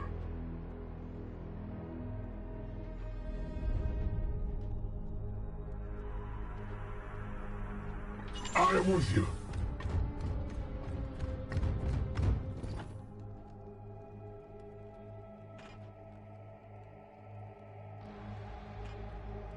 At your command. I stand.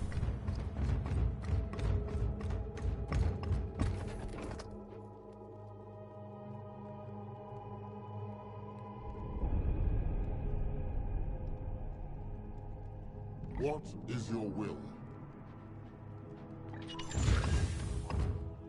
Yeah!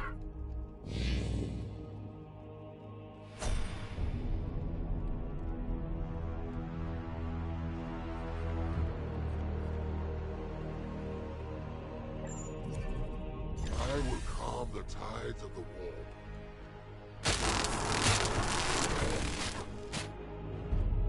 Standing ready. It will be done. I'll have this. Yes, sir.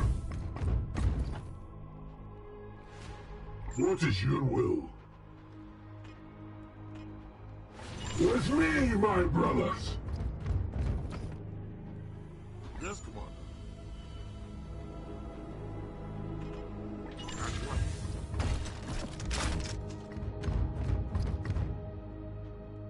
What is your will? Yes, sir. Yeah. Your orders. Onward, brothers. I am here to serve. Defense is active. Yes, Commander, ready to serve.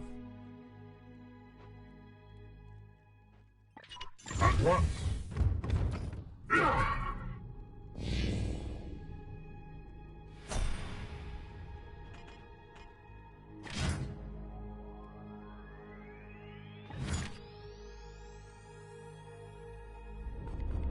Shield activated.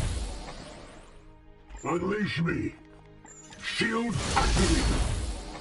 Try harder. Hail.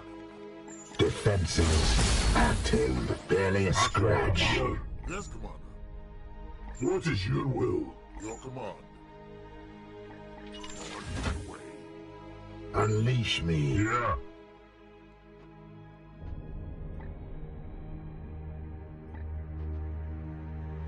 Yes, sir.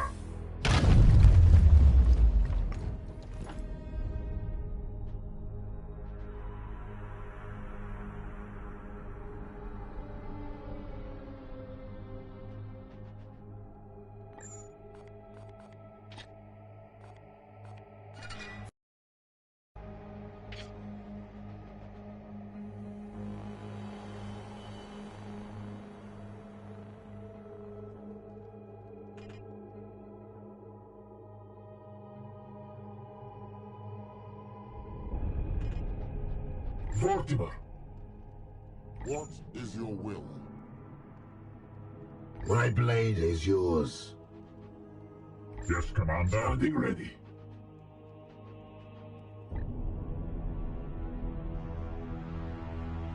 Your orders? Your orders. I'll have this. I am here to serve.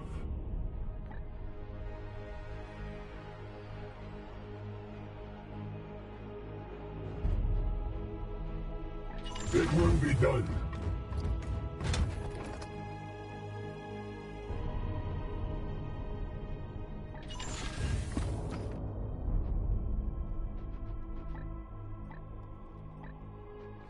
With haste.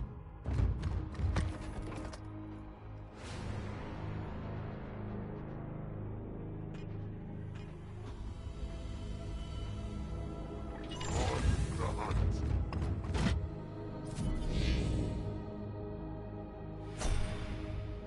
What is your will? Onward, brothers!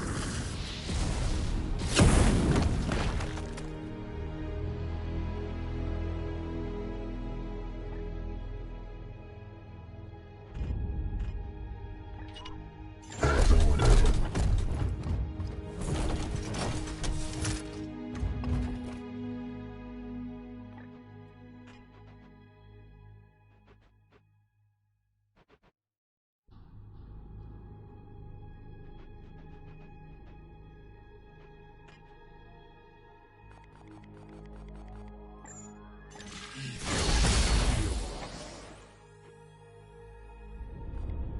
My blade is you. Defensive item. Praise the Emperor. The aegis shields us. What is your will? I am here to serve. Here. At your command.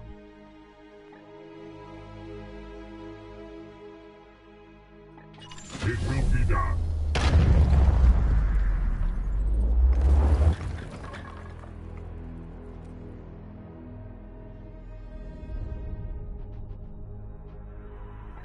Moving now.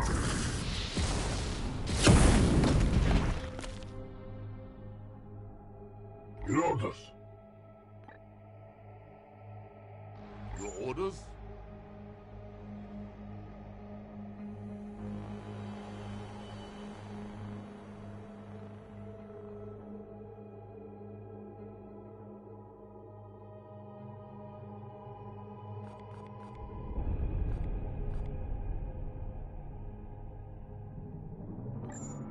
I will calm the tides of the warp.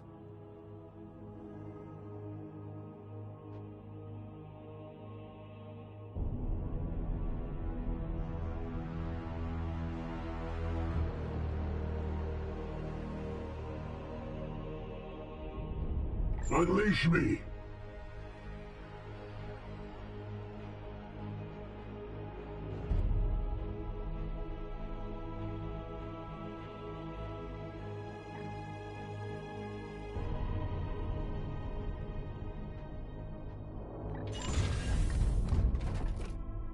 Yes, Commander.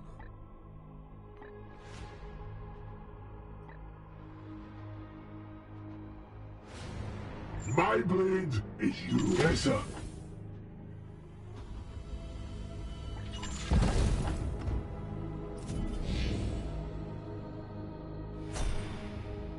Yes, Commander.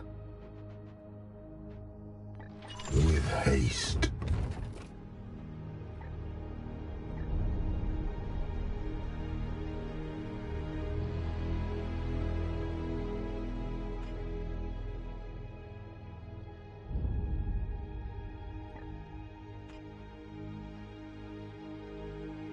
Yes, Commander.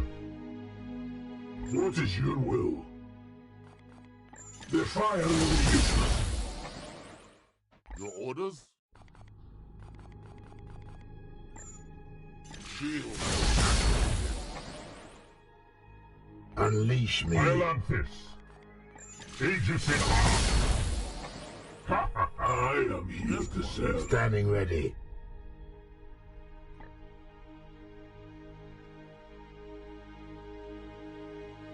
Here.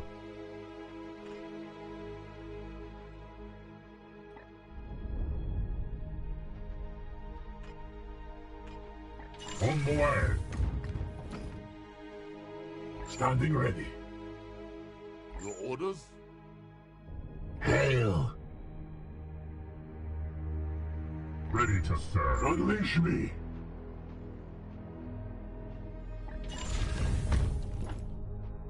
What is your will?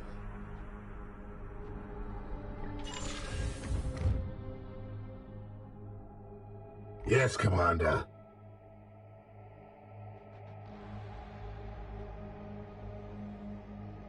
At once. Vortimer. I am here to serve.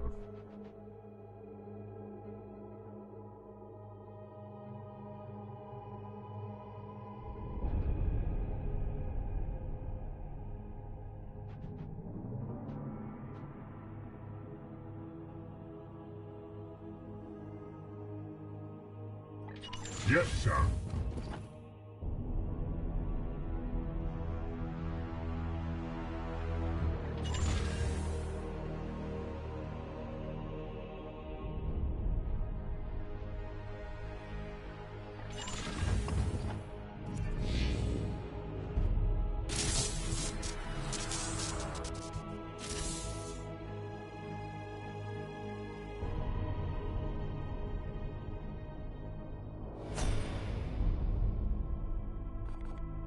Shield activated. Yes, Commander. Defenses. What is your will? Their fire will be useless. Praise the Emperor. The Aegis shields us.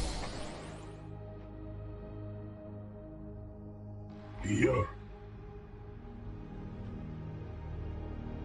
I am with you. Your command. My blade is yours. With haste.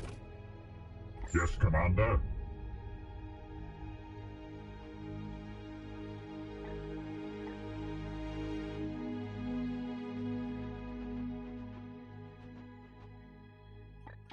Leaving now. Lotus. What is your will?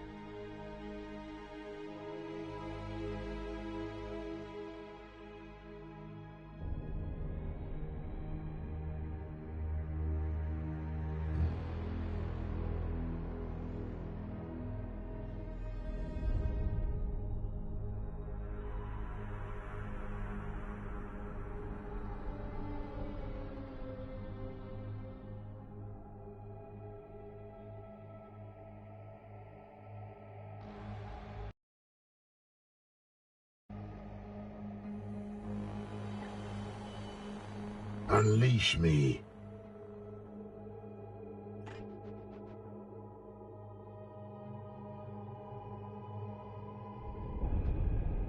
At your command. Here. Your orders? Standing ready.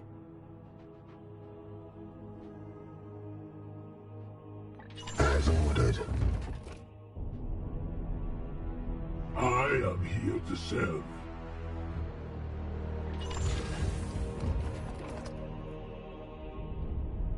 Your command.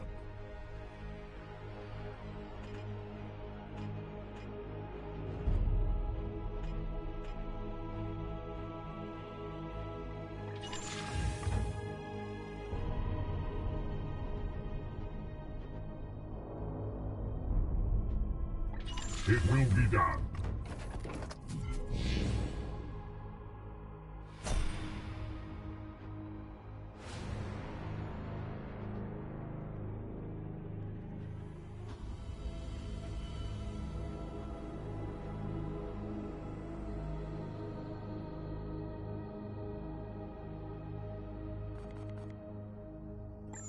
Aegis in arms.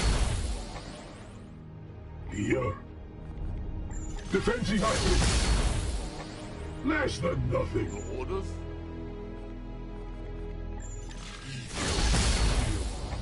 Minor wounds sustained. Your orders. Defenses active.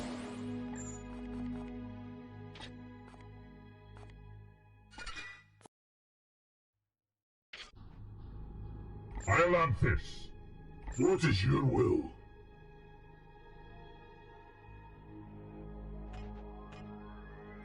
Onward, brothers. What is your will? Hail.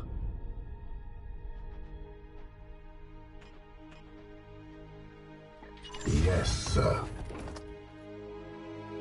Yeah, Lotus. Yes, Commander.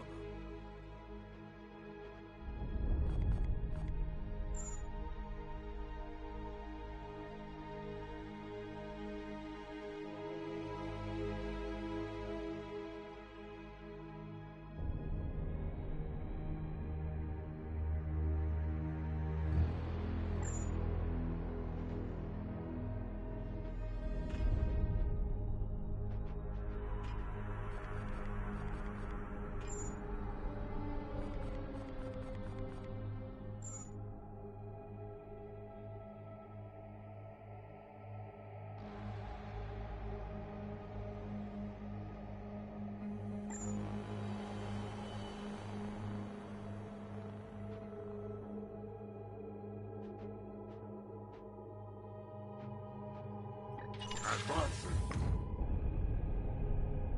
We are discovered! Securing position!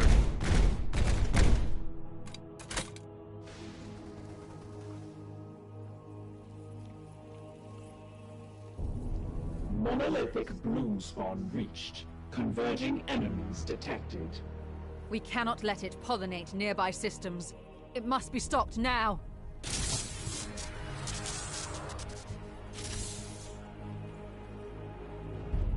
Get down!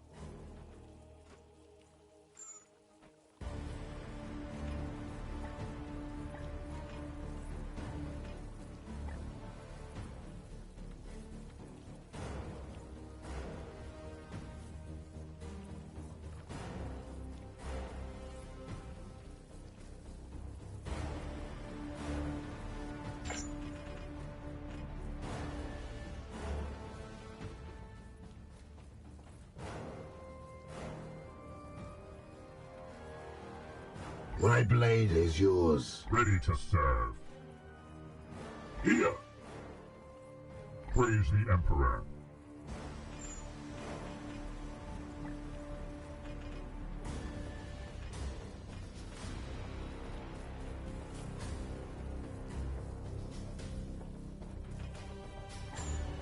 My blade is yours. Unleash me.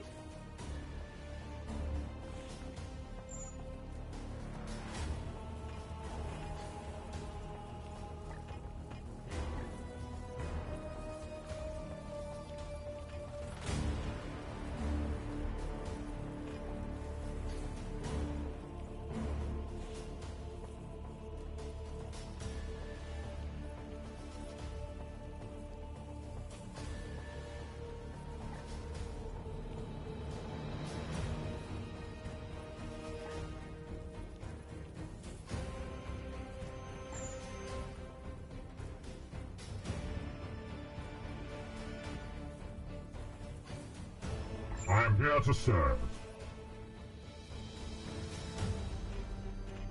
Unleash me!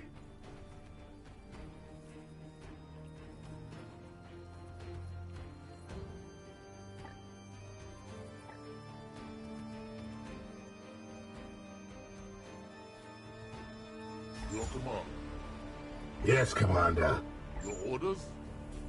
Standing ready.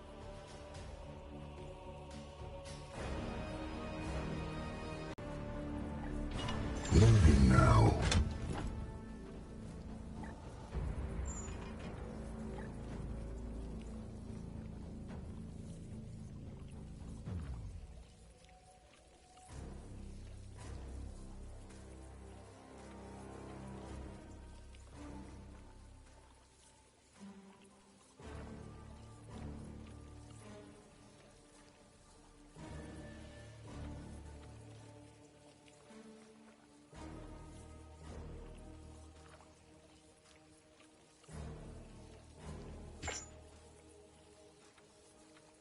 Here! Your orders.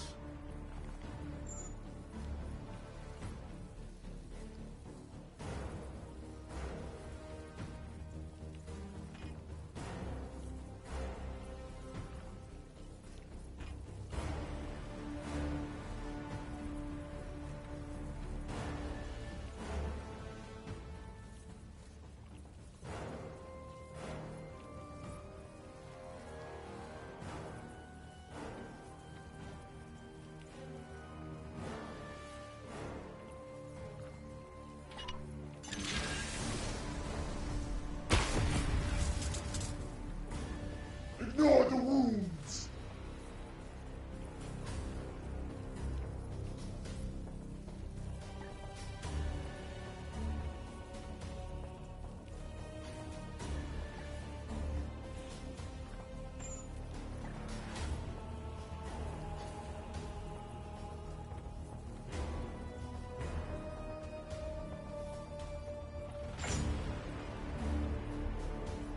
At your command. Mortimer!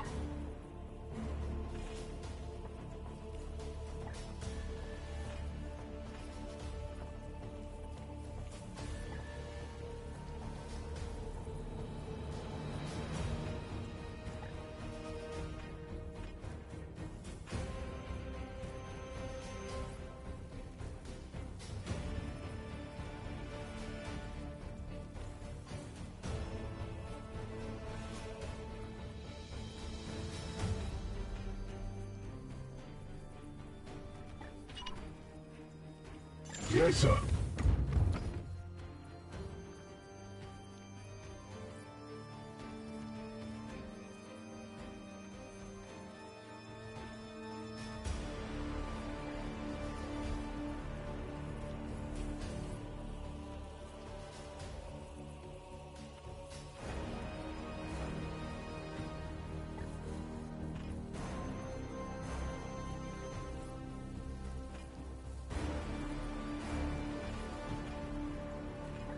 What is your will?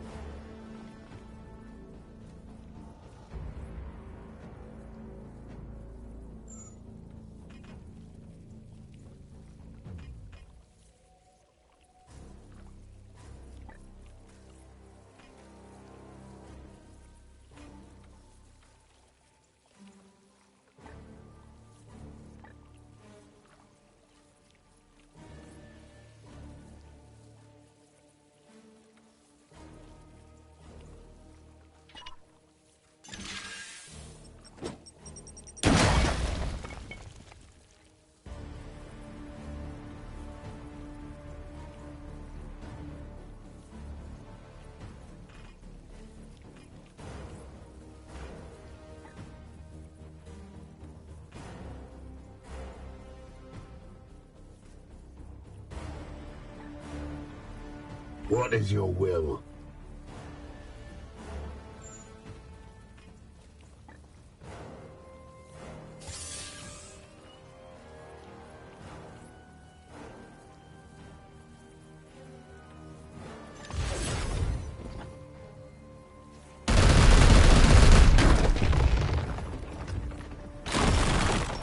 Feel my wrath.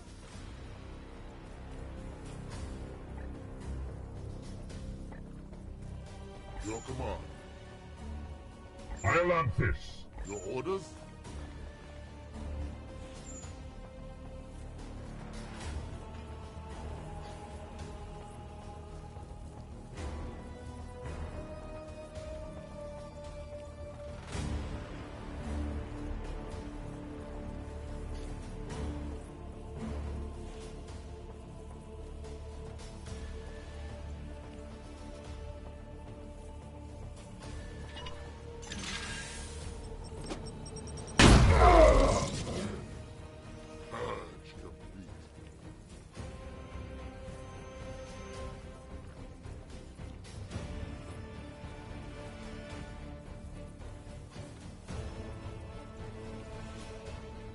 Yes, Commander. Standing ready.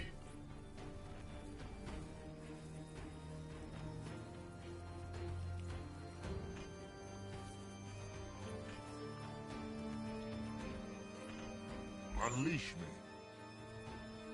I am here to serve. My blade is yours. What is your will?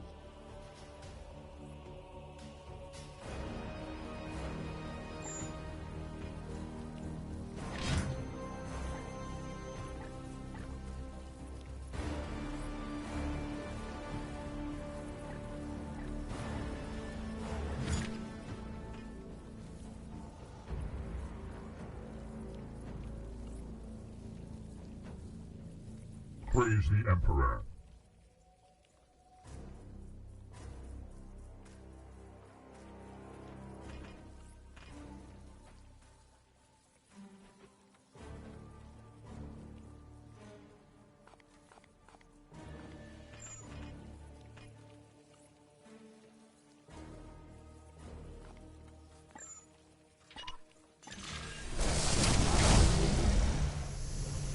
Merely a scratch. What is your will?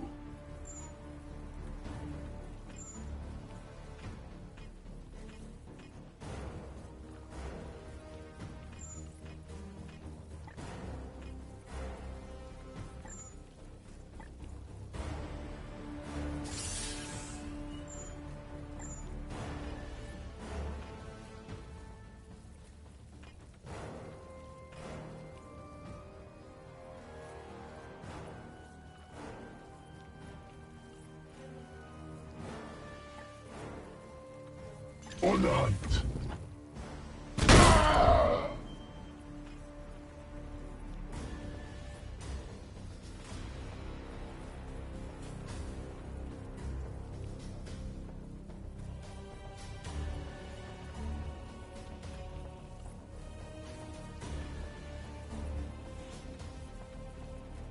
Yes, Commander.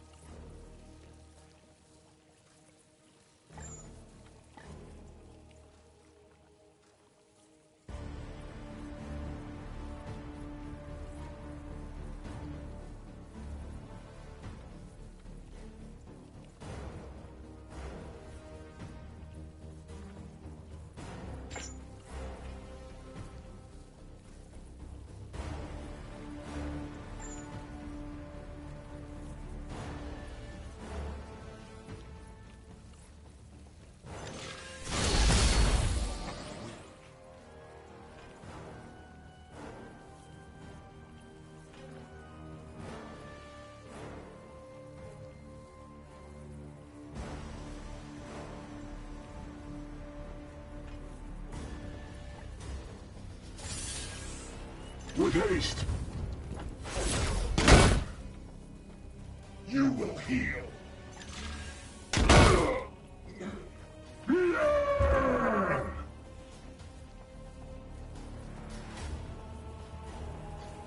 Ready to serve.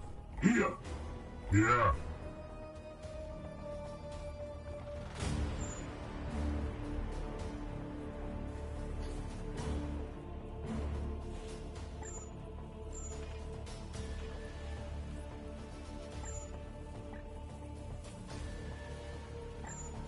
Here.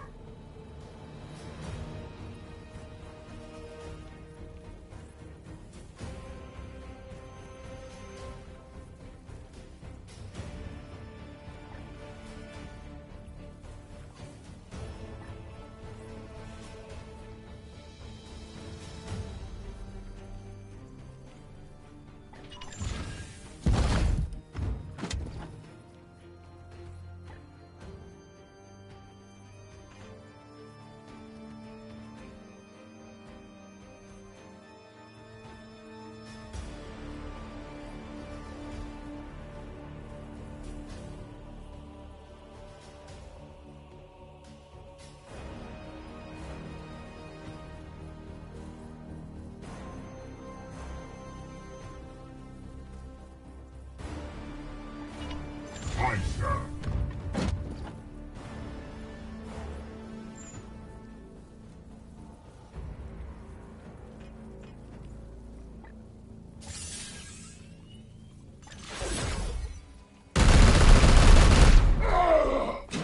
I must rearm.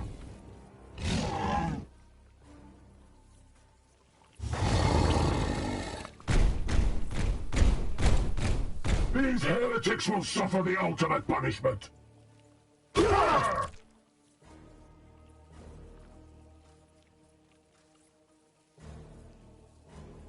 Noble protects. Glory.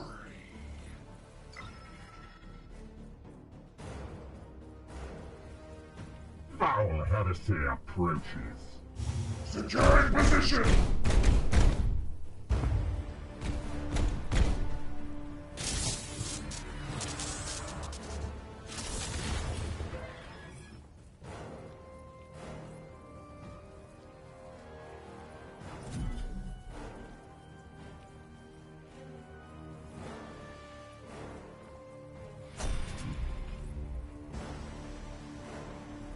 Hail!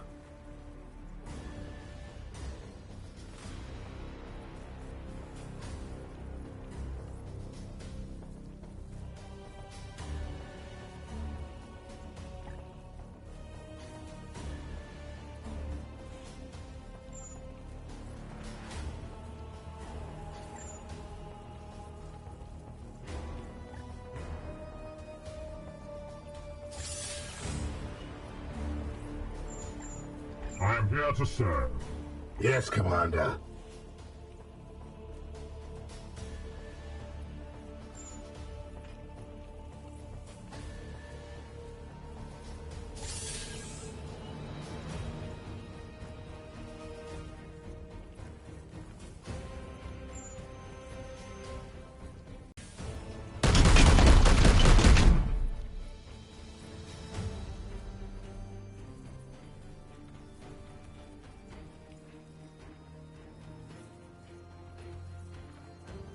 I take all comers.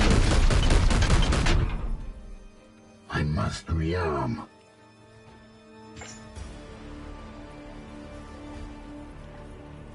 At your command. Mortimer, your command.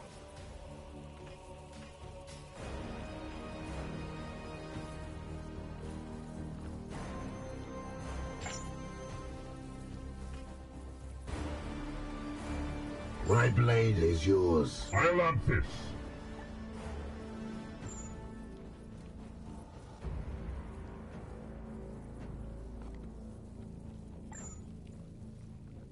Armed and ready.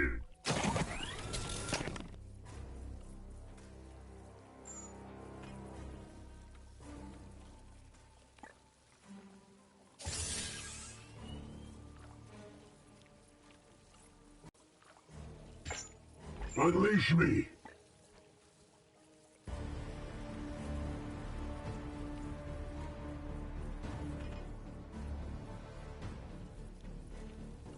What is your I am here to serve.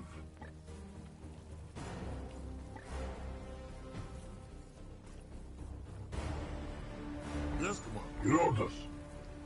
What is Standing your ready. Praise the Emperor. Mortimer.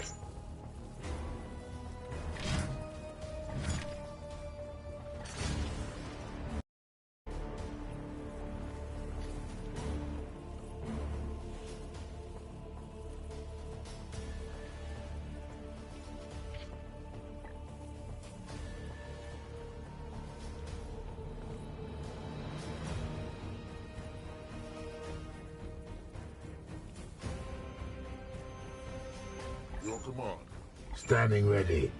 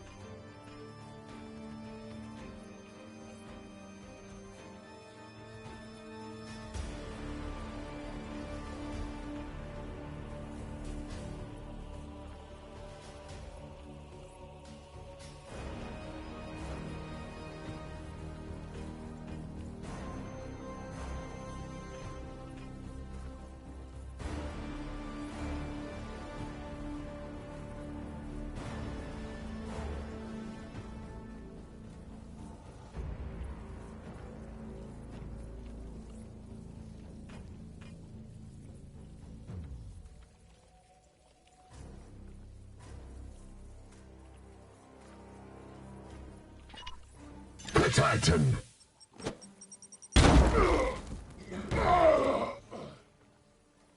We are the hammer!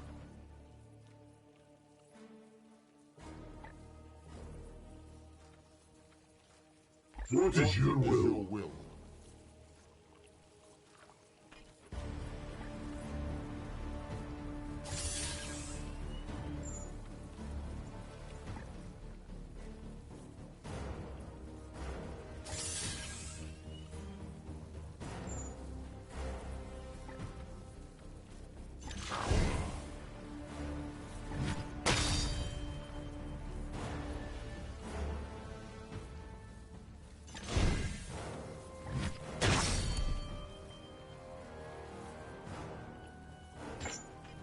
Ready to serve.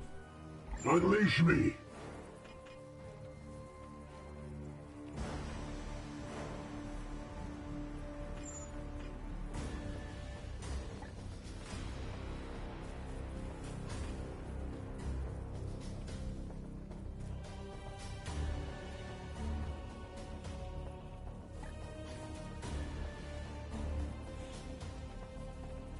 For Titan!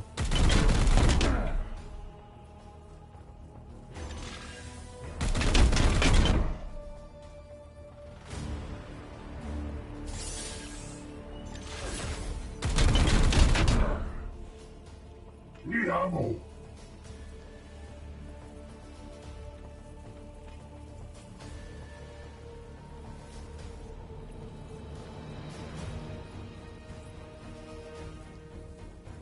Yes, Commander. Unleash me. I'll have this.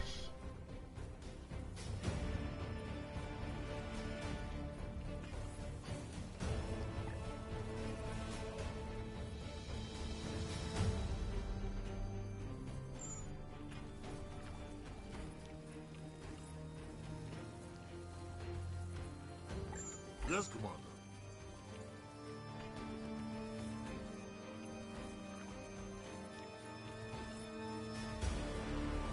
I am here to serve.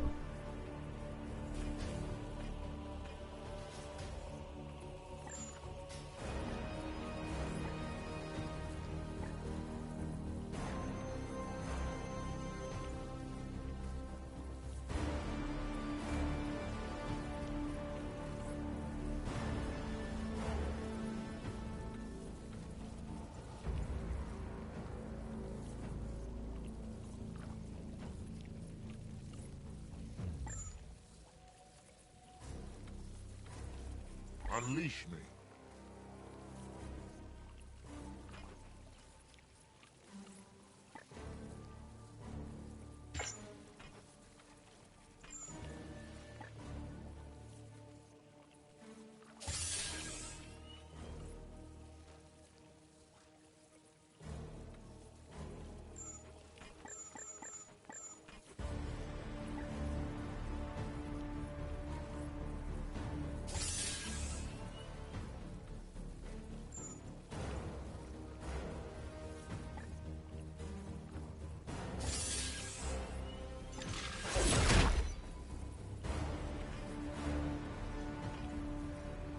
Ready to serve.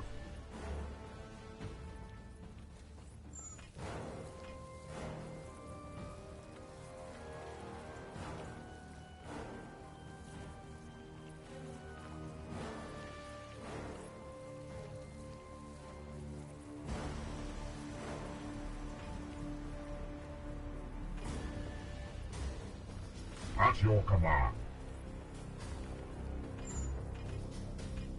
Here.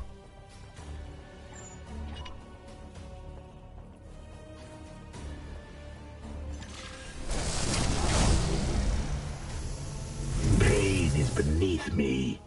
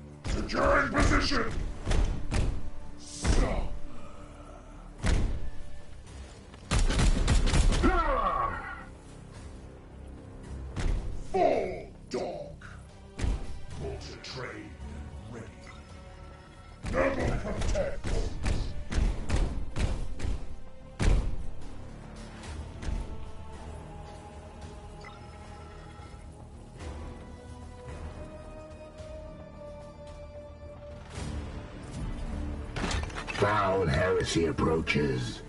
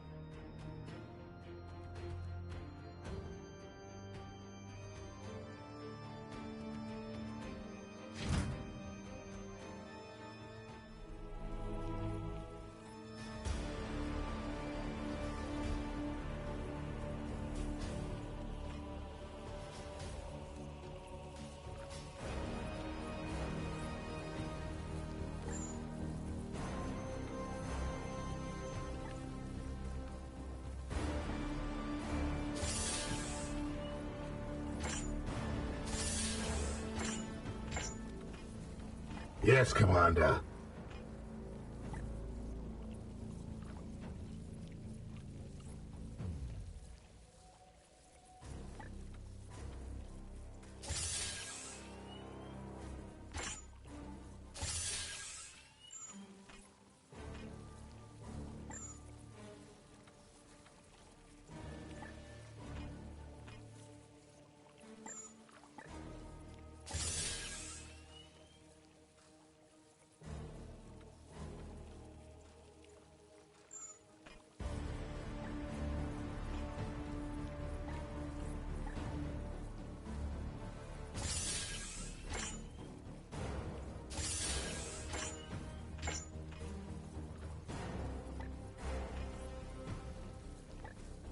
For the Emperor. Moon spawn destroyed, Commander. Warp disturbances have abated. Initiating teleport. See them fall, brothers.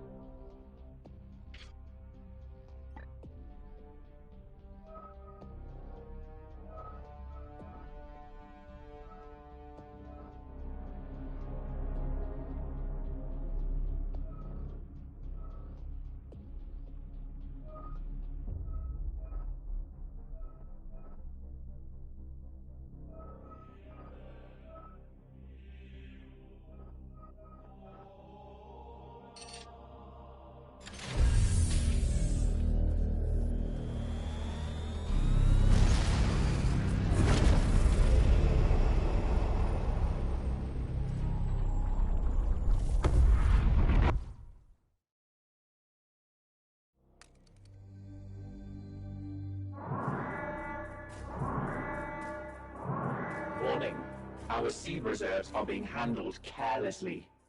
Proper containment protocols are not being followed. We are in a race against time, Commander. Minor contamination is of little threat to the Grey Knights.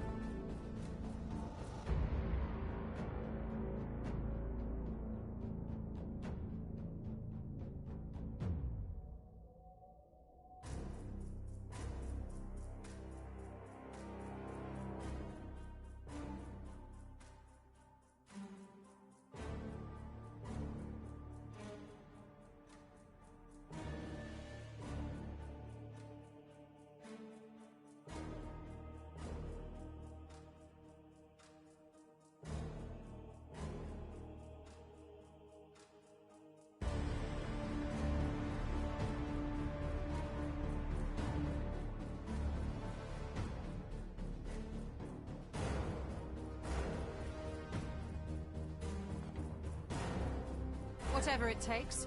Just ensure they do not disturb me.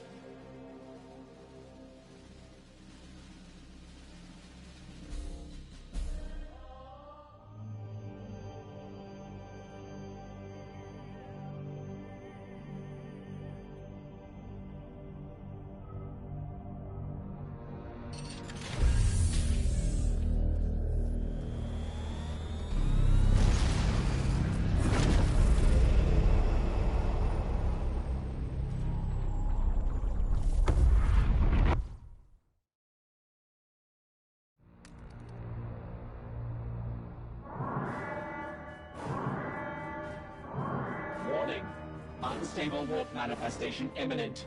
Plotting alternative course. That route will delay us substantially, Commander. Driving directly through this storm would be folly, even if the ship were fully repaired. We need not strike forward blindly. There are null pockets even within the warp. There is an ancient text in the Libris that could help guide us through. Commander, this is a hazardous path, the Inquisitor suggests. Even our Grand Masters do not tread carelessly in the warp.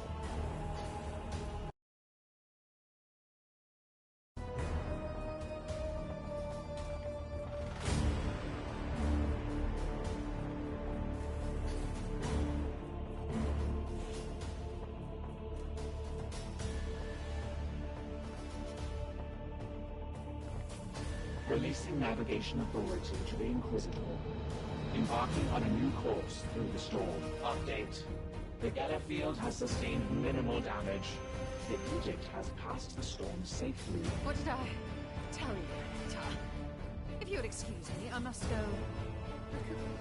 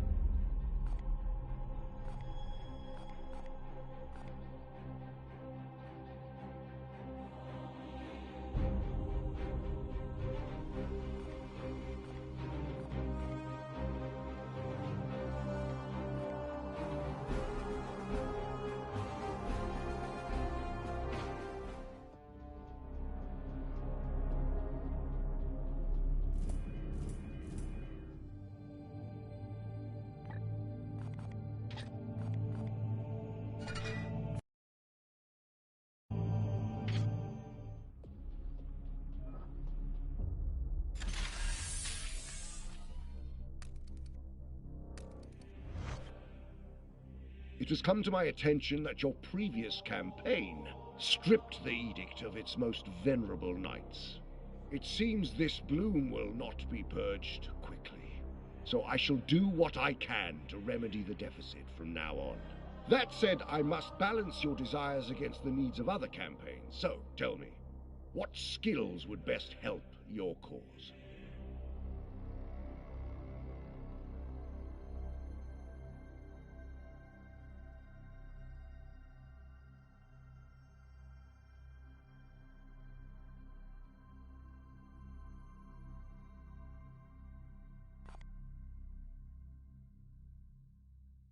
The most psychically adept. Yes, we will have a use for him.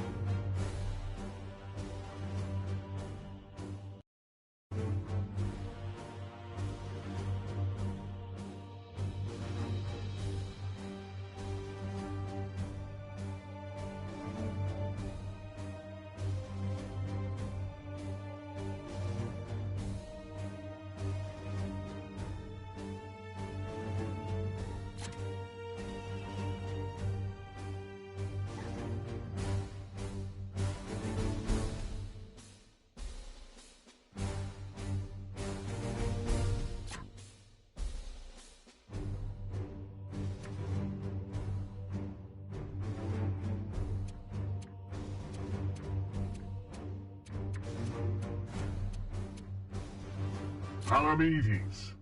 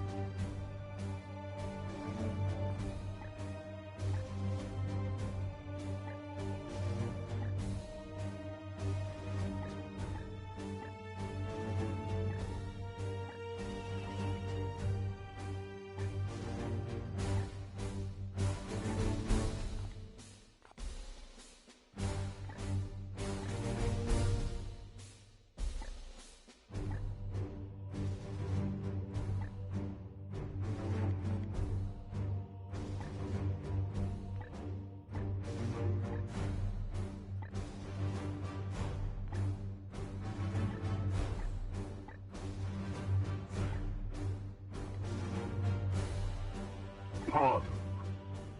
Palamedes. Neoden. Palamedes. Pardon. Palamedes. Pardon. Thoros. Rao. Rugen. Rifebane. Santor. Rifebane. Santor. Solor. Sorak. Storm. Tarn. Techios.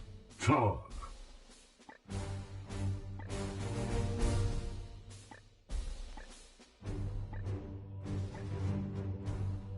Techios. Thorn. Thul. Tor. Travan. Tides. Valdar. Van. Valen. Thul. Techios. Storm. Soran. Rifebane. Palamedes.